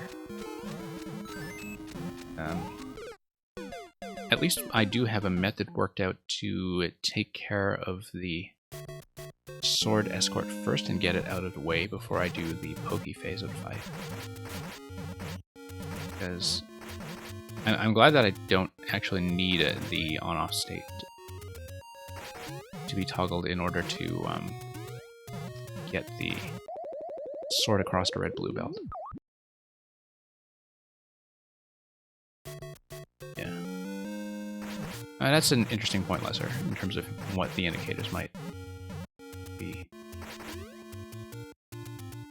Like, the way I just sort of read that was, okay, it looks like it's designed to kind of encourage you to use the blue belt to get the sword across, and I thought, okay, I'll just get it across with a red belt and I'm done.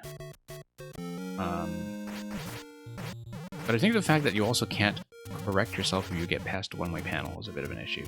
That, like, if I realize my mistake when I'm already at the first key door, I'm not allowed to retry and grab the second key. Like, basically, if I get the first key door without knowing that I needed the second key, then I'm basically already dead, and I don't know it yet. I think that's an issue. Like, I'll show you what I mean. Like, you know, if I get through this door, and I say, oh, whoops, I need a second key, like, I'm not allowed to come back and finish the fight. You know what I mean?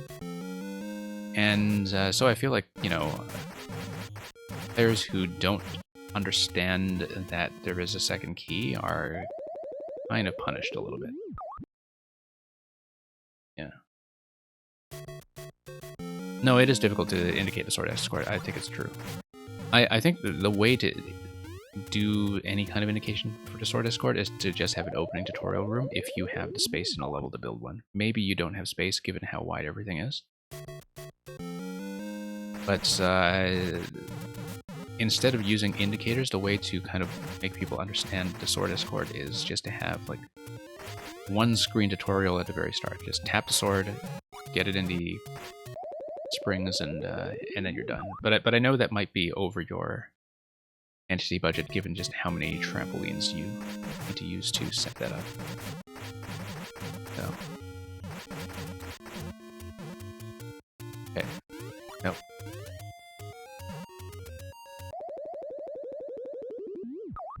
No, I don't think it feels like a troll. Well, the ending bit with the Pokey where, like, it does feel a little bit trial and error if you don't understand there are two keys.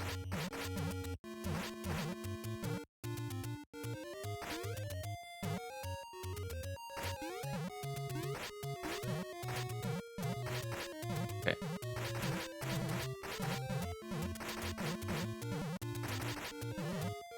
Nah, not enough room. Not nearly enough room. But yeah, here you just kind of shoot the Pokey until it's dead and dodge the bombs, but honestly, the bigger roadblock right now, I think, is easily just the conveyor segment, so I'm trying to do this as well as I can. Yeah. I mean, it's a good level up to that point. Like, I don't really sort of think the Pokey layout and the second key layout really works. Like, I'm just trying to think of like what kind of solutions can be used to revise that, but like up until that point, the level is quite focused.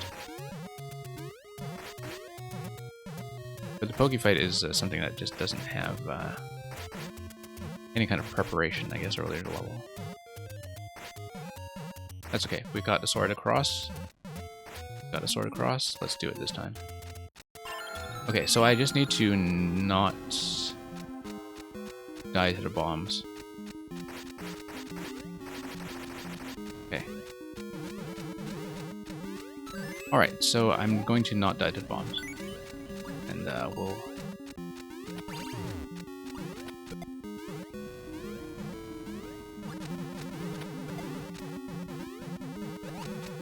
Wow.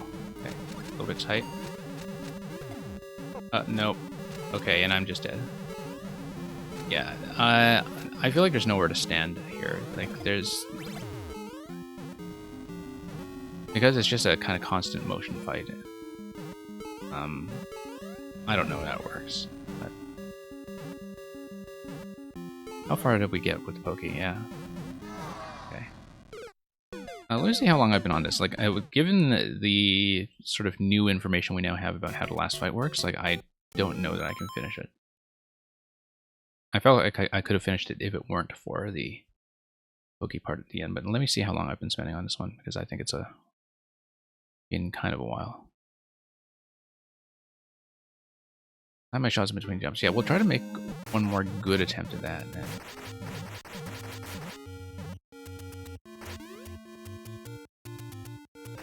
Yeah, but... Yeah, I'll try to get it to the end one more time. Just to... You know... Like, we're pretty far in the level and we're quite close. Yeah, if I don't finish it this time, like, you're perfectly welcome to resubmit this one. I do like the concept. I do think that since it's a fairly recent level, you should consider revising some little things like the, you know, clarity of the lock setup at the end.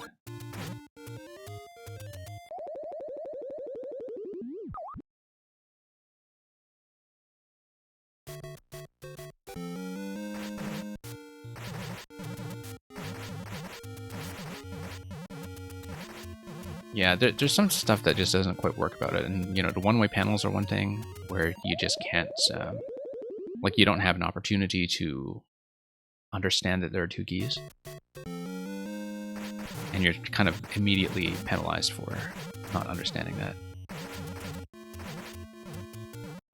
But it might just purely be a signaling issue. Like, I feel like the idea of the fight is fine. You know, the kind of Pokebomb fight setup is fine. It's just that, like, doing it at the same time as the sword concept that guides the rest of the level, I think, does run into some clarity issues, so... But yeah, I'll give it a few more attempts, and if I don't get through it... Like, I'm quite happy to see this one again. It's not hard to get through the first few segments. Okay. Yeah. Yeah, you want to resubmit it? Yeah, okay. That's probably best. And yeah, it's generally a pretty good idea. I think, you know, if you're still kind of making some revisions, I would definitely reconsider how the Poke part is laid out at the end. That's the only thing. The ideas otherwise are great, actually. Like, I think most of it works. So yeah, thank you for that. Move, and we'll get down to Q. I spent a lot of time on that one.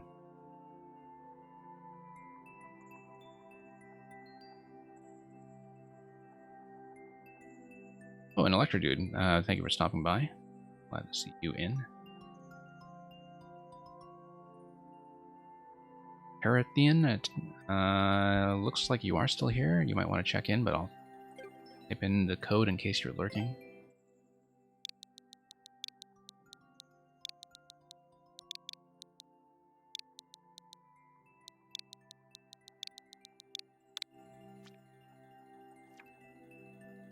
Okay, Mystic Lightning Keep. 3.5, okay, good. Nice to have something that's maybe a little more relaxed. Mario must invest in the defenses that guard Lightning Keep. Coins optional.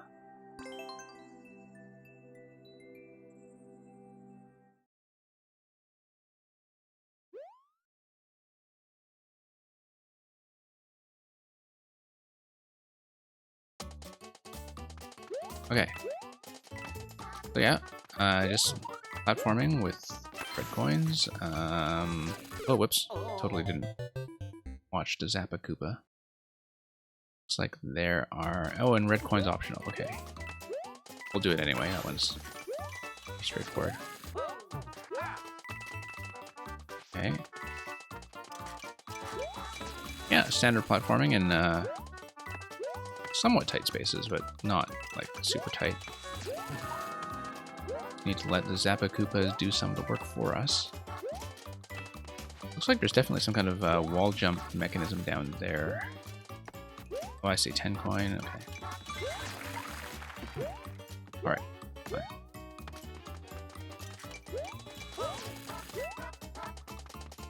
Yeah, it looks like a bunch of stuff is going on upstairs with the spikes, but I guess we're not being very exhaustive about this right now. I think the Mecha Koopa beams over the sky theme are a little bit hard to see in NSMBU. That blue on blue is, it's got some visibility issues. And it's specific to the NSMB style, actually. Like, it's the same problem that it tends to have with fire in the lava theme, where in the castle theme, like, the different shades of red and orange can be very difficult to distinguish, and I think that's true here as well, where, like, I can hardly see the projectile. And, you know, that's just a matter of the style, just a matter of what goes on in the sky theme. Like, I can't really see what's going on. The platforming itself is great. Toad, that will kick in starting with the next attempt. Thank you for cashing that in. So Luigi will just try to make one more good shot at this. Whoops.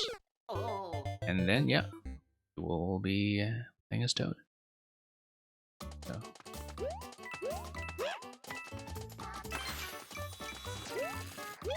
Okay, we're...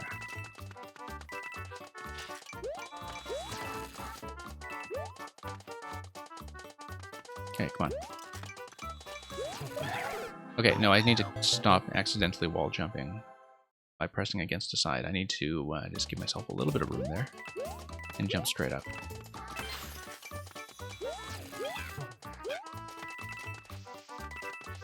Yeah. As you can see, the beams are like almost invisible when they're over the sky. We'll just have to work around that. That's just going to be one of the things about this style, I think, that I have to deal with.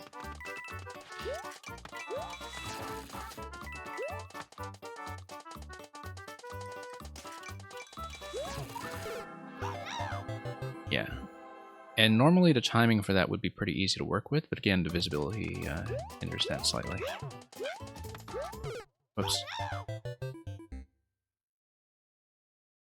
Yeah, I guess those spikes are there just to make it a little bit of a bonus challenge to grab the 10 coin. Okay.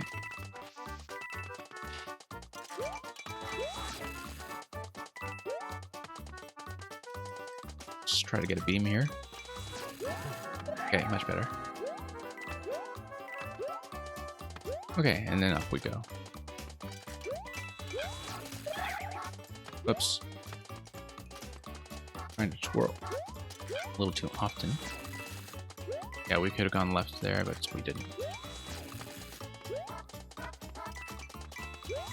No, just could not see this. But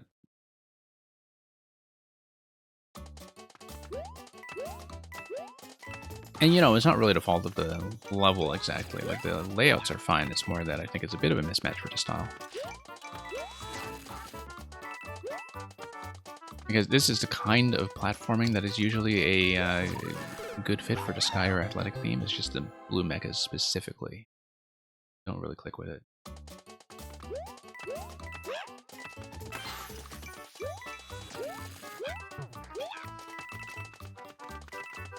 Okay, let's just yeah, try to activate that again on this side.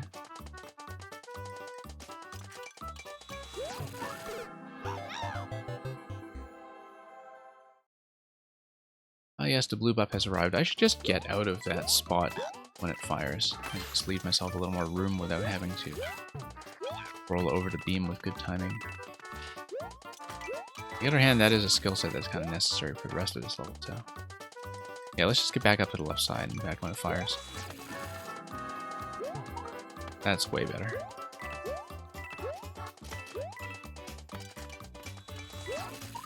Okay.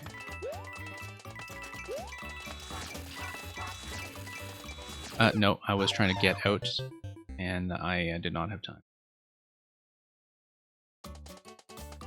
Hey, Deather, I have closed up for today because we really will not be able to get through anymore after the current queue, but thank you for dropping by anyway, and we'll hopefully catch your level in a different session soon. Whoops.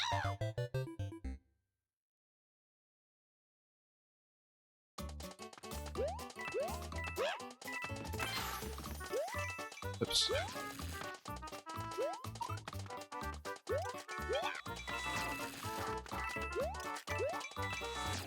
Okay, let's try this again. Let's try this a slightly easier way. And we are through. Yeah, platforming itself feels very smooth. Let's see. Get around it actually doing it. Whoops. Oh, nope. Missed a wall jump.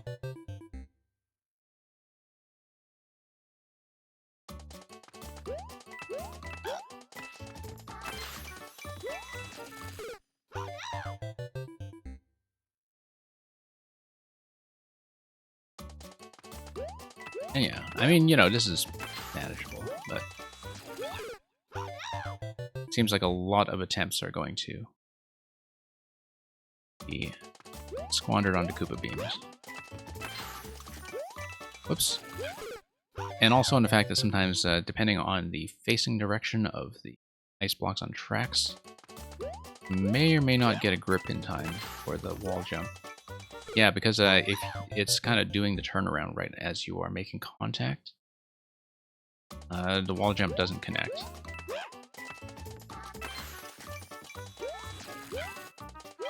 Yeah, you actually do need the moving ice blocks to be moving in a given direction for the wall jump to fire reliably. Okay, here we are again.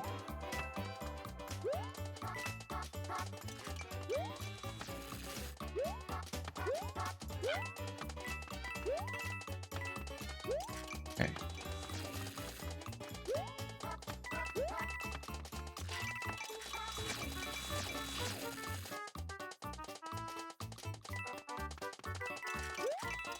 Okay, good. Checkpoint, finally. Good. And then it'll be a pink coin down here. And another segment down there, but we'll just check this side first. It is right after the checkpoint, so if we want to experiment, we can. Nope. Okay. If I had dropped with the platform, that would have felt perfectly fine. We just got slightly outpaced.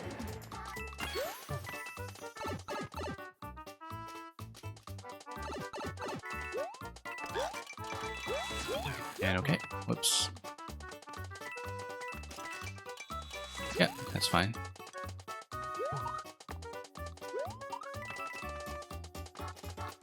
Yeah, this just requires us to be careful.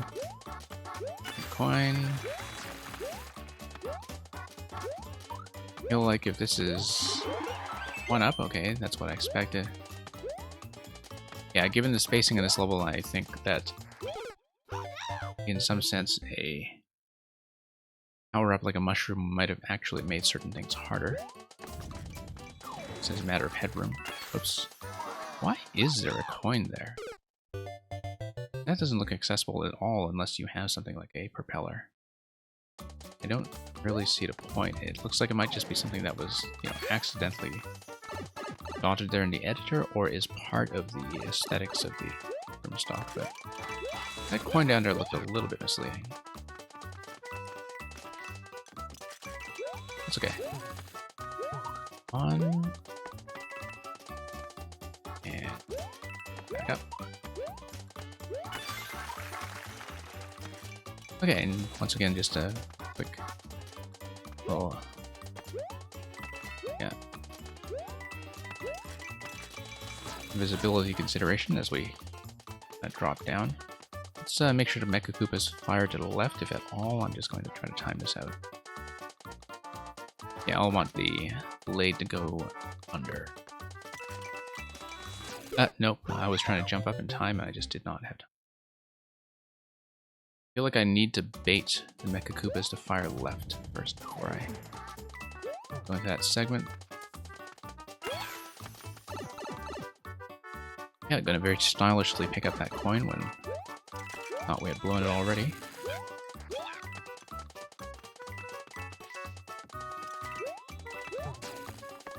Nope. Was just a slip on the ice.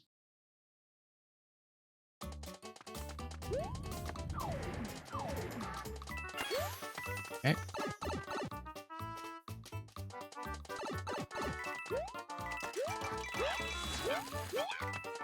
And through we go.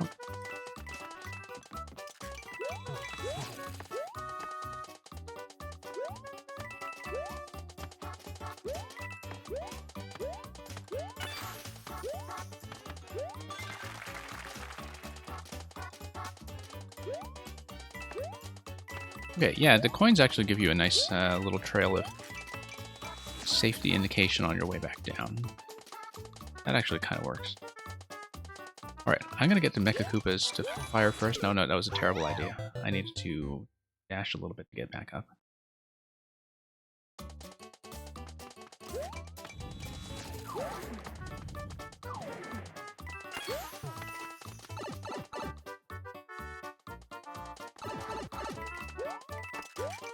And yeah, Triceratops Kirby, I suppose that was slightly cheap. Okay. Yeah, the platforming itself and the kind of indication in this level is generally quite good. Like, it's nice to have these coins here because you have this platform that's slightly out of view. You know, just little decisions like that make the level work. Okay. There we go. Okay, yellow pipe. And then a key we'll need. I feel like I want to smash the right side first. There we go.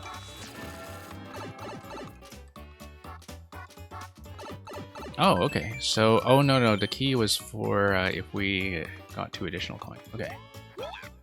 Everything's fine. We missed a bonus room, but I think there were some fairly clear places that we didn't explore properly, so. Okay, thank you for that, Terthian, if you are still lurking. Yeah, pretty nice, apart from the, you know, blue on blue issue with the Mecha Koopa beams.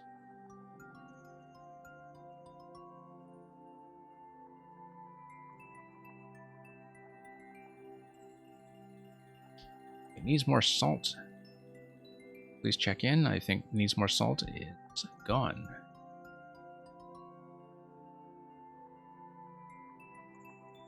So you can correct me if that's the case, otherwise I will remove and take a look at the remaining list.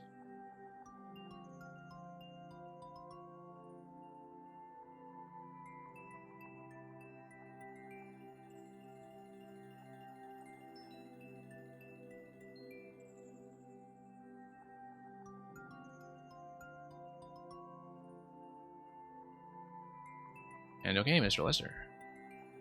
I do believe I saw you still around, so... check in, so... yeah, Treasure Kirby, it's good to know you're here, particularly because you will be the last one up today, so... forward to that.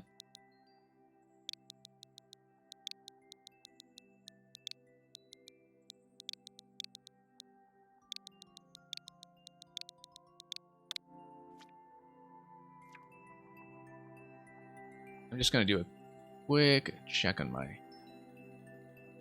offline, online stuff. Yeah, it looks like it'll be... and Beatus guy I know for sure left earlier. Because they did say goodnight. Half level? Yeah, okay, that's fine. I'm perfectly fine with testing things that are not finished. If you need to see something about them. Yeah, it looks like it'll be... well, the two of you and... I don't know if Awesome Lamp is still around. I think Awesome Lamp was, but yeah.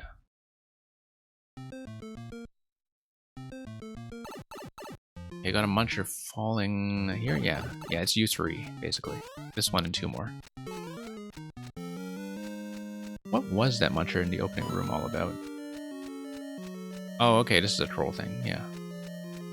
This is just a soft lock? Okay. Just trying to navigate this. But a Muncher in the front, like, it doesn't really fall on you, though, right? Like, I don't know what it's doing unless you have to spawn off that screen later or come back or do something. Anyway, we know that there are invisible blocks here. One thing you can do with invisible blocks is that you can bomb them.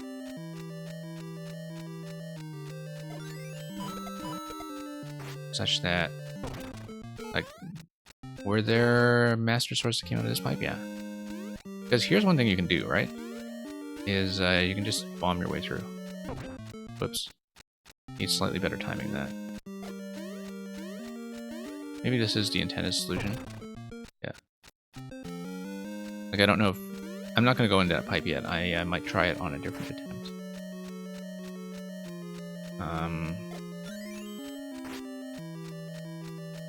Yeah, looks like that'll be it. Looks like that's a bomb slot up top as well. Oops. Whoa, whoa, whoa, whoa, whoa, whoa. That thwomp seemed to come out of nowhere. That was a bit of a shock. Considering that I didn't have time to react and actually keep Link. And then there's a one-way panel here. You could... yeah, one-way panel or semi-solid precluding you from going down. If I still had Link, I might be able to go through here to the door. Otherwise, I think I'm just kind of dead here. Okay, fine. Or I can just move the thwomp and then drop down.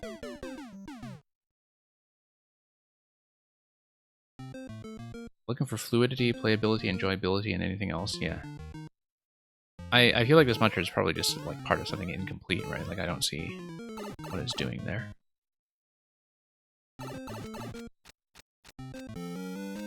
Okay, yeah, it looks like I actually did have the right solution with Link here. I feel like solutions that kind of require you to take damage are sometimes kind of inelegant, but here it's pretty clear that that's what you have to do, so I don't mind it so much. And yeah, okay, I bombed the top segment, and that's important, because bombing the top segment means that if I take damage, I can get another Master Sword. The first time around, I did not bomb these blocks here, and I felt like that got me into trouble because I just got trapped on this side. Also, by coming through here, notice how I have trivialized this segment here with the on-off. Although, like, I feel like being able to get a new Master Sword when you get sniped by the thwomp is actually kind of important. So, like, that's the thing, is that, like, given the way you set up the on-off down there, like, I feel like this spot was probably not intended to be openable, but I like that it's openable, since, you know, I don't really like the thwomp kind of sniping me off screen like that. Okay, let's bust that open. Okay, one-way panel. I'm not going to try the door yet. I'm going to try to go through this segment. Oh. Again. See if I can get safely past.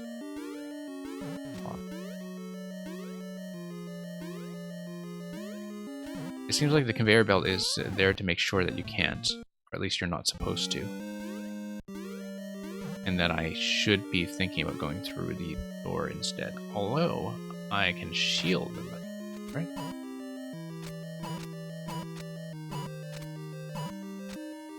Yeah. And then go down here. Okay. Okay. I can just take damage here and get another sword. Again, you know, force damage, kind of inelegant, but... Now, what does that do for me? Not really sure what that actually does. Can't go through the pipe. I guess I could have tried the door.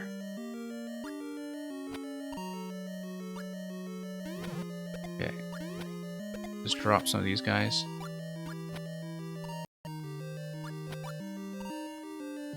Feels like the piranha plant down there is probably pretty well defended.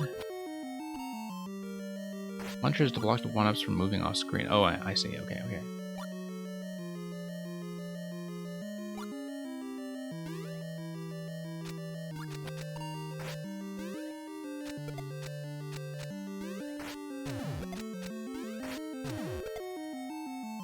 Hang on.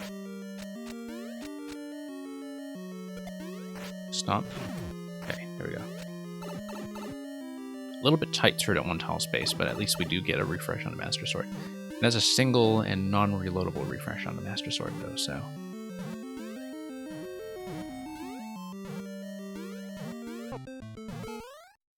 Now, what is this? Issue here is that I can't see where I'm going in that room. I can see the hammers bouncing around. I can't actually see what the safe landing area would be.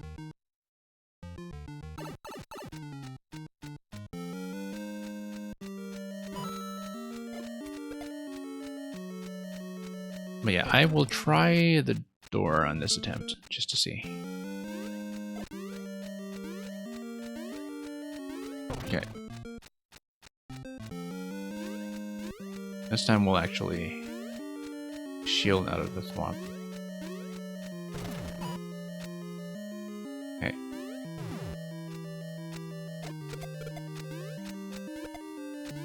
And yeah, sure, let's try the door. No, that's going to be anything interesting. Okay, that looks like Pegasus Dash for sure.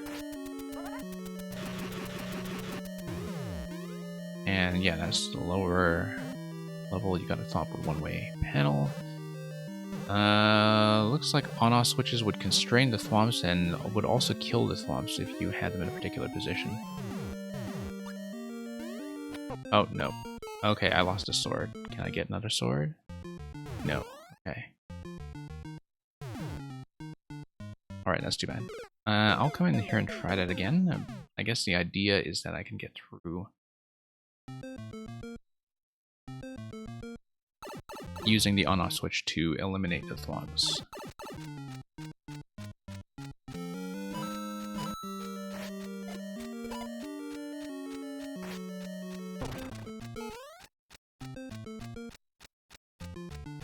Okay, there we go.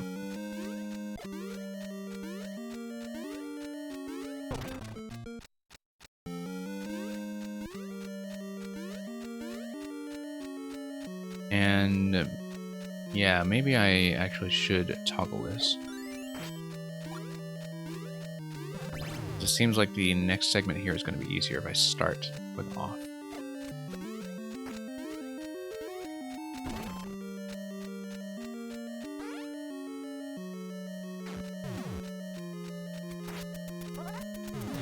In fact, it's much easier if I start with off. And the thing is, I don't know that the first time I'm going into this room, right? So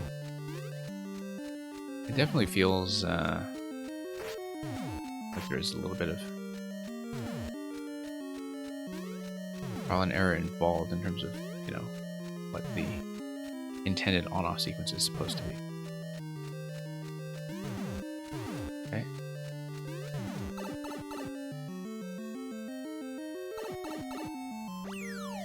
Okay, so you got a heart. Key door here, interesting. Let's skip that for a moment. I guess this is just supposed to be a non-linear level, or yeah. Oh. Lost a sword. We'll do the red pipe.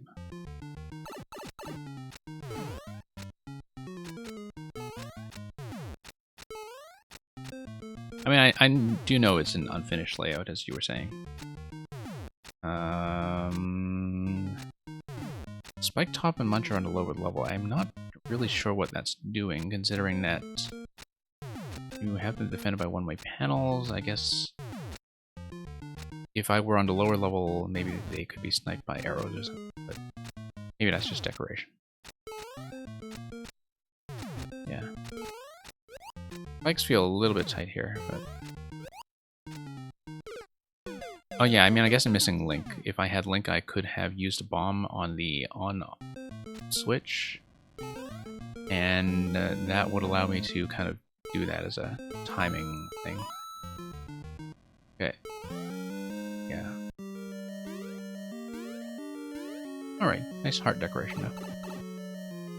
Both paths lead to CP. Yeah, it looks like it's a multiple pass level. I did understand that much. Good, we kept the sword.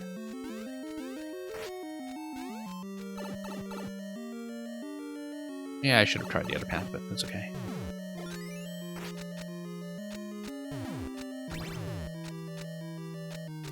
Okay, so here's how it's going to work. We are going to... Oh, come on. Okay, let's try the door and then... Or can we go back? No, we can't.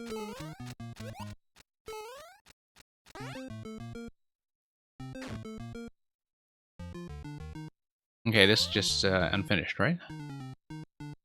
Looks unfinished, okay.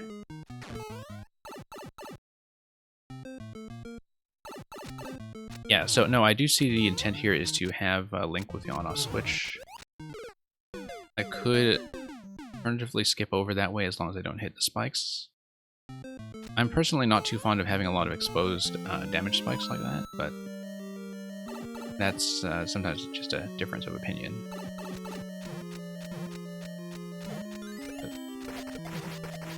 I tend to find that sometimes that kind of damage source doesn't actually do much to make a level more interesting, rather than just making it like a little more fussy about resetting. But again, you know, I just have a different opinion on that from people who tend to do things like precision levels much more often. Oh, no, missed. I had that mapped out and I just didn't do it correctly.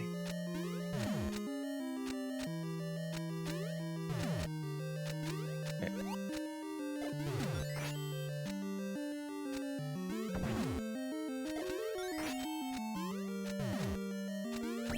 Okay. Okay. And yeah. Oh, I see. That's just for keys, and yeah, you drop the bomb on this thing, and then the bomb blows up. I can see that with the red bullet, you actually could get accidentally trapped up there. That is the risk that I see right away.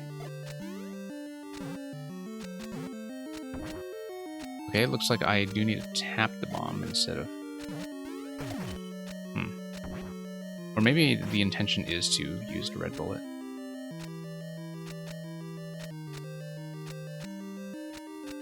Okay, let's spawn a red bullet then. Yeah, I know the trampoline is probably here to do something. Okay, timing was wrong, idea was right. probably not doing this in the intended way at all. But, yeah. But just dropping a bomb onto this doesn't give me enough height.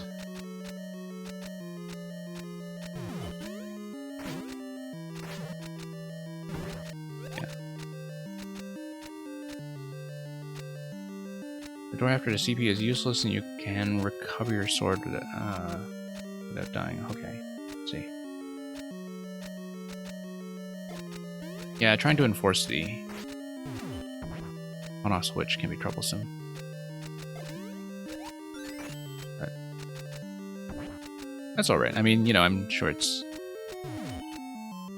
useful information for you to see how I might try to break this stuff. Okay, actually, yes, good. That works. A little bit fussy and probably not the intended way given the trampoline here, but I'll do it that way.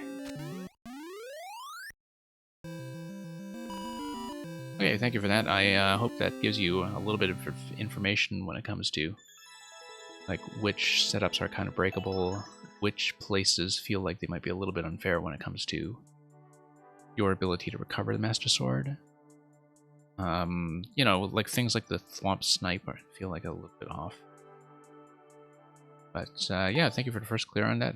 Hopefully we'll get to see that in its complete form.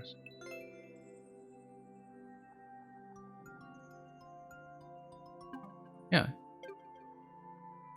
No worries about sending me early versions. I am happy to kind of test them as they go. So thank you once again.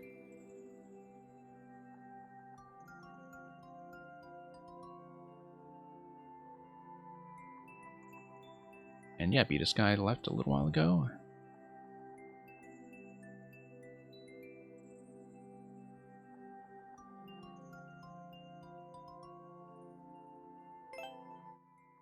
And yeah, you know, I do like to sort of orient a lot of the stream around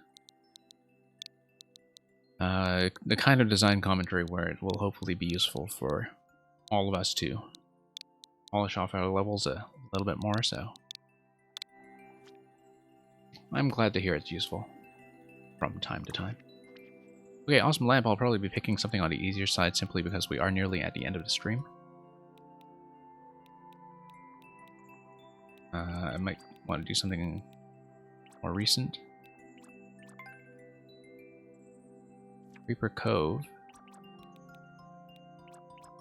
And Submerged Cave, okay. Claw. Yeah, something like 22% might be a good choice, actually.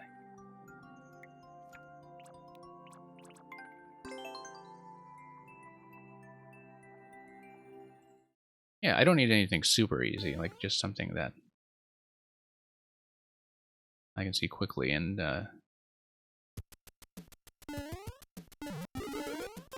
like you know, it's definitely noticeable that the more recent levels have like ever greater level of polish.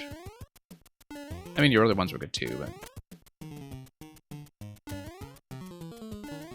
feels like I should switch back to one of these ones. Oh, interesting. That. Yeah, I see that you kind of had those early claws hang off the ground blocks. So it's actually a little bit shocking to see this one just kind of hang around in midair.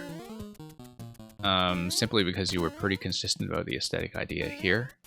And then suddenly it's like, oh, okay, never mind. We don't care about attaching the claws to anything. It's okay. I mean, it gives me a bit of headroom. But I definitely noticed the inconsistency right away. Particularly because, like, here, you know, you paid attention to having the claw hang off properly. That's okay, it gives you a little bit more room to work with when it comes to the actual jumps. And oops.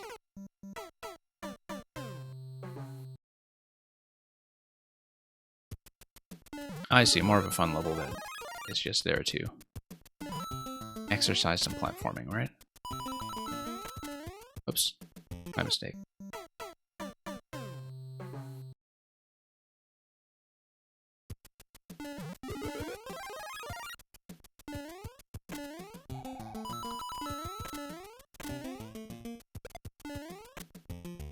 Yeah, it's nice to just sometimes, you know, just kind of relax with something simple like this. I mean, it is kind of very short and simple, but, you know, as a little bit of an exercise and just doing some basic platforming and giving it a workout, yeah, it works. So yeah, I'll have to keep in mind, like, you know, something to pick you next time. That was so quick, we might actually just do something like the 50% water level just to see it. Yeah, this might be something I do later attempts. And let me just check the list here. Tricera, you are still here, right?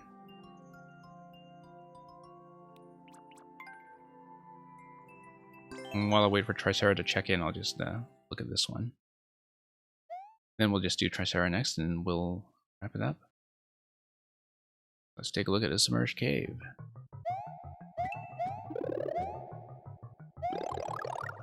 It feels like, compared to the sort of usual Nintendo standard, that these blocks are like one tile too low. Like I mean, you don't have to be totally faithful to the Nintendo way of doing things, but usually feels like they give you kind of a 3-tile gap for these power-up locations. This looks very pretty.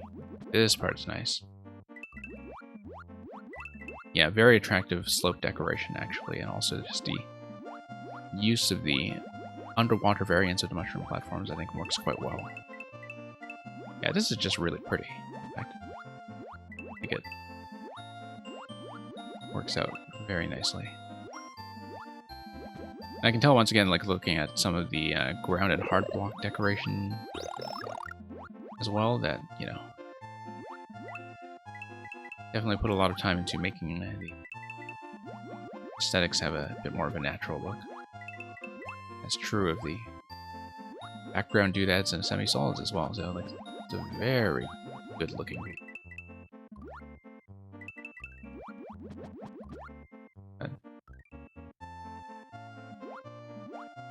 Yeah, I should play around with some of this stuff myself. I haven't made a straight up water level yet, so.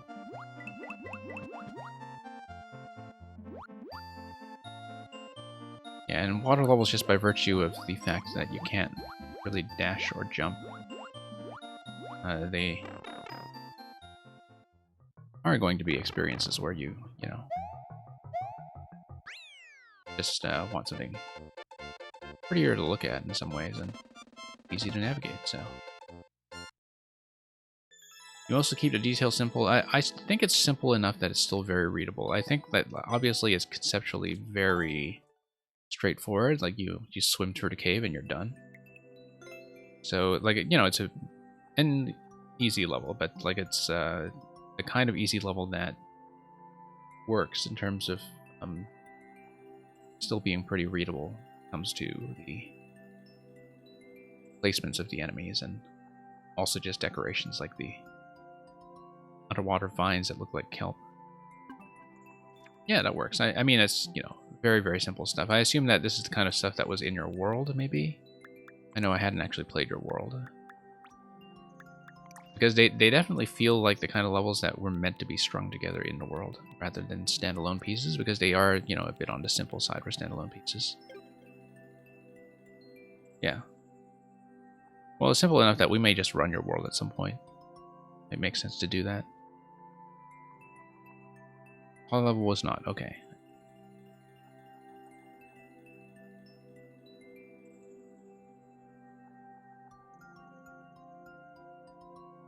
Okay, Tricera Kirby, I do still see you lurking. You might want to check in, but since you are lurking in the channel, I will put this in.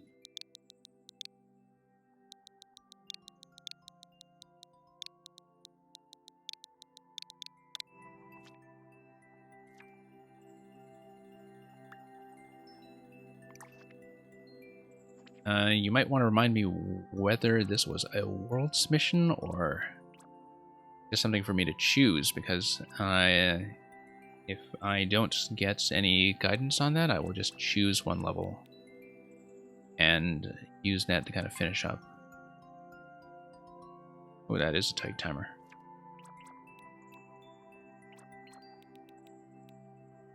Boxcar Tragedy. That looks interesting. There's Trickery. Yeah, okay, let's do Boxcar Tragedy. Travel through the tragedy of this train. About 17%. That'll be a relaxing way to finish, and we'll see how the train theme plays into this.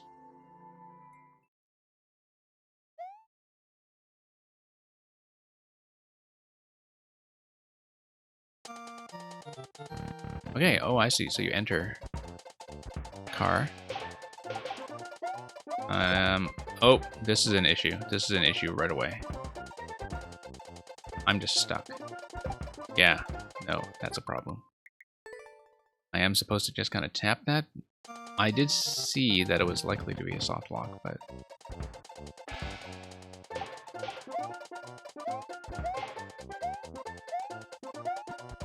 No, trying to get in there delicately.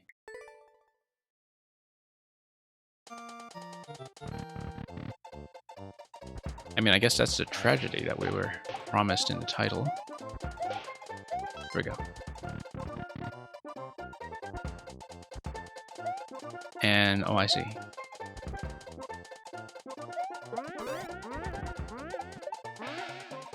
And then once again, yeah, just getting stuck. Yeah, too many setups here, I think, that were not really checked for how the player can block themselves. Unless that's the point.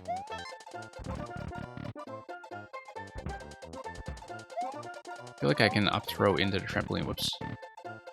And up throw into the trampoline would do a trick here. Here we go. You should finish your level where Mario performs human trafficking? Yeah, that would be a good idea. You know, for international sanctions make it illegal for Mario to do that or something.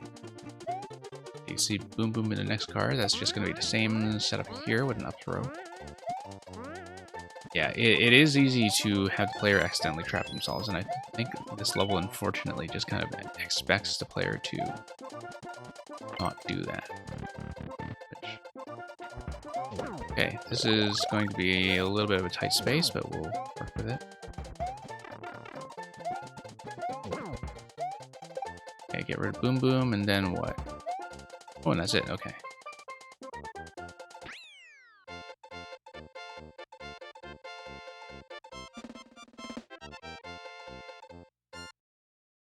Yeah, okay, a few too many places where the player can just get trapped, I think. Like, I don't mind the aesthetic idea behind that, but I think some of it just doesn't really work.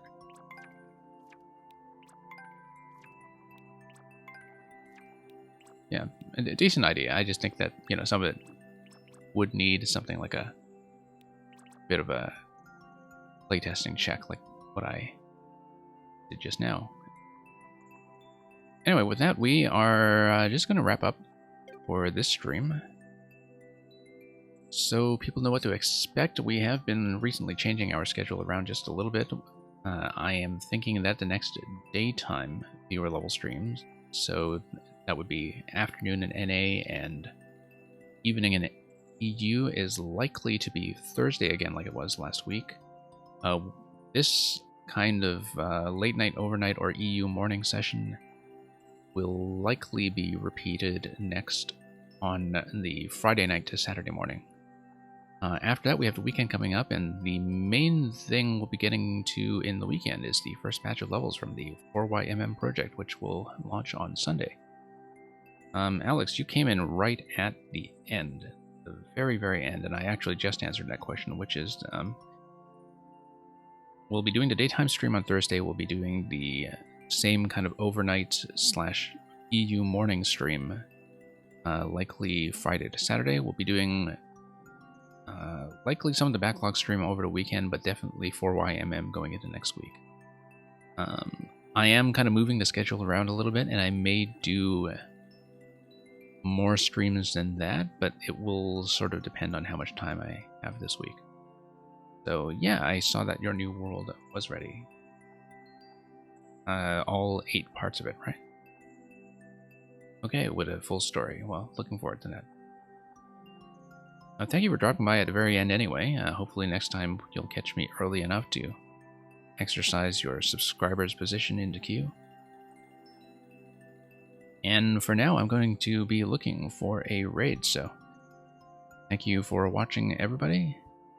Thank you for all the levels tonight. Glad to get a good mix of some very interesting concept levels, as well as some things that were much earlier in stages of playtesting. In the meantime, I'm going to scan around to see where to send you off to next. Usually I'll pick somebody who's doing Mario Maker and hopefully viewer levels, but I'll just take a minute and check. So for the time being, have a good day, have a good night, morning, etc. And we'll see you next time.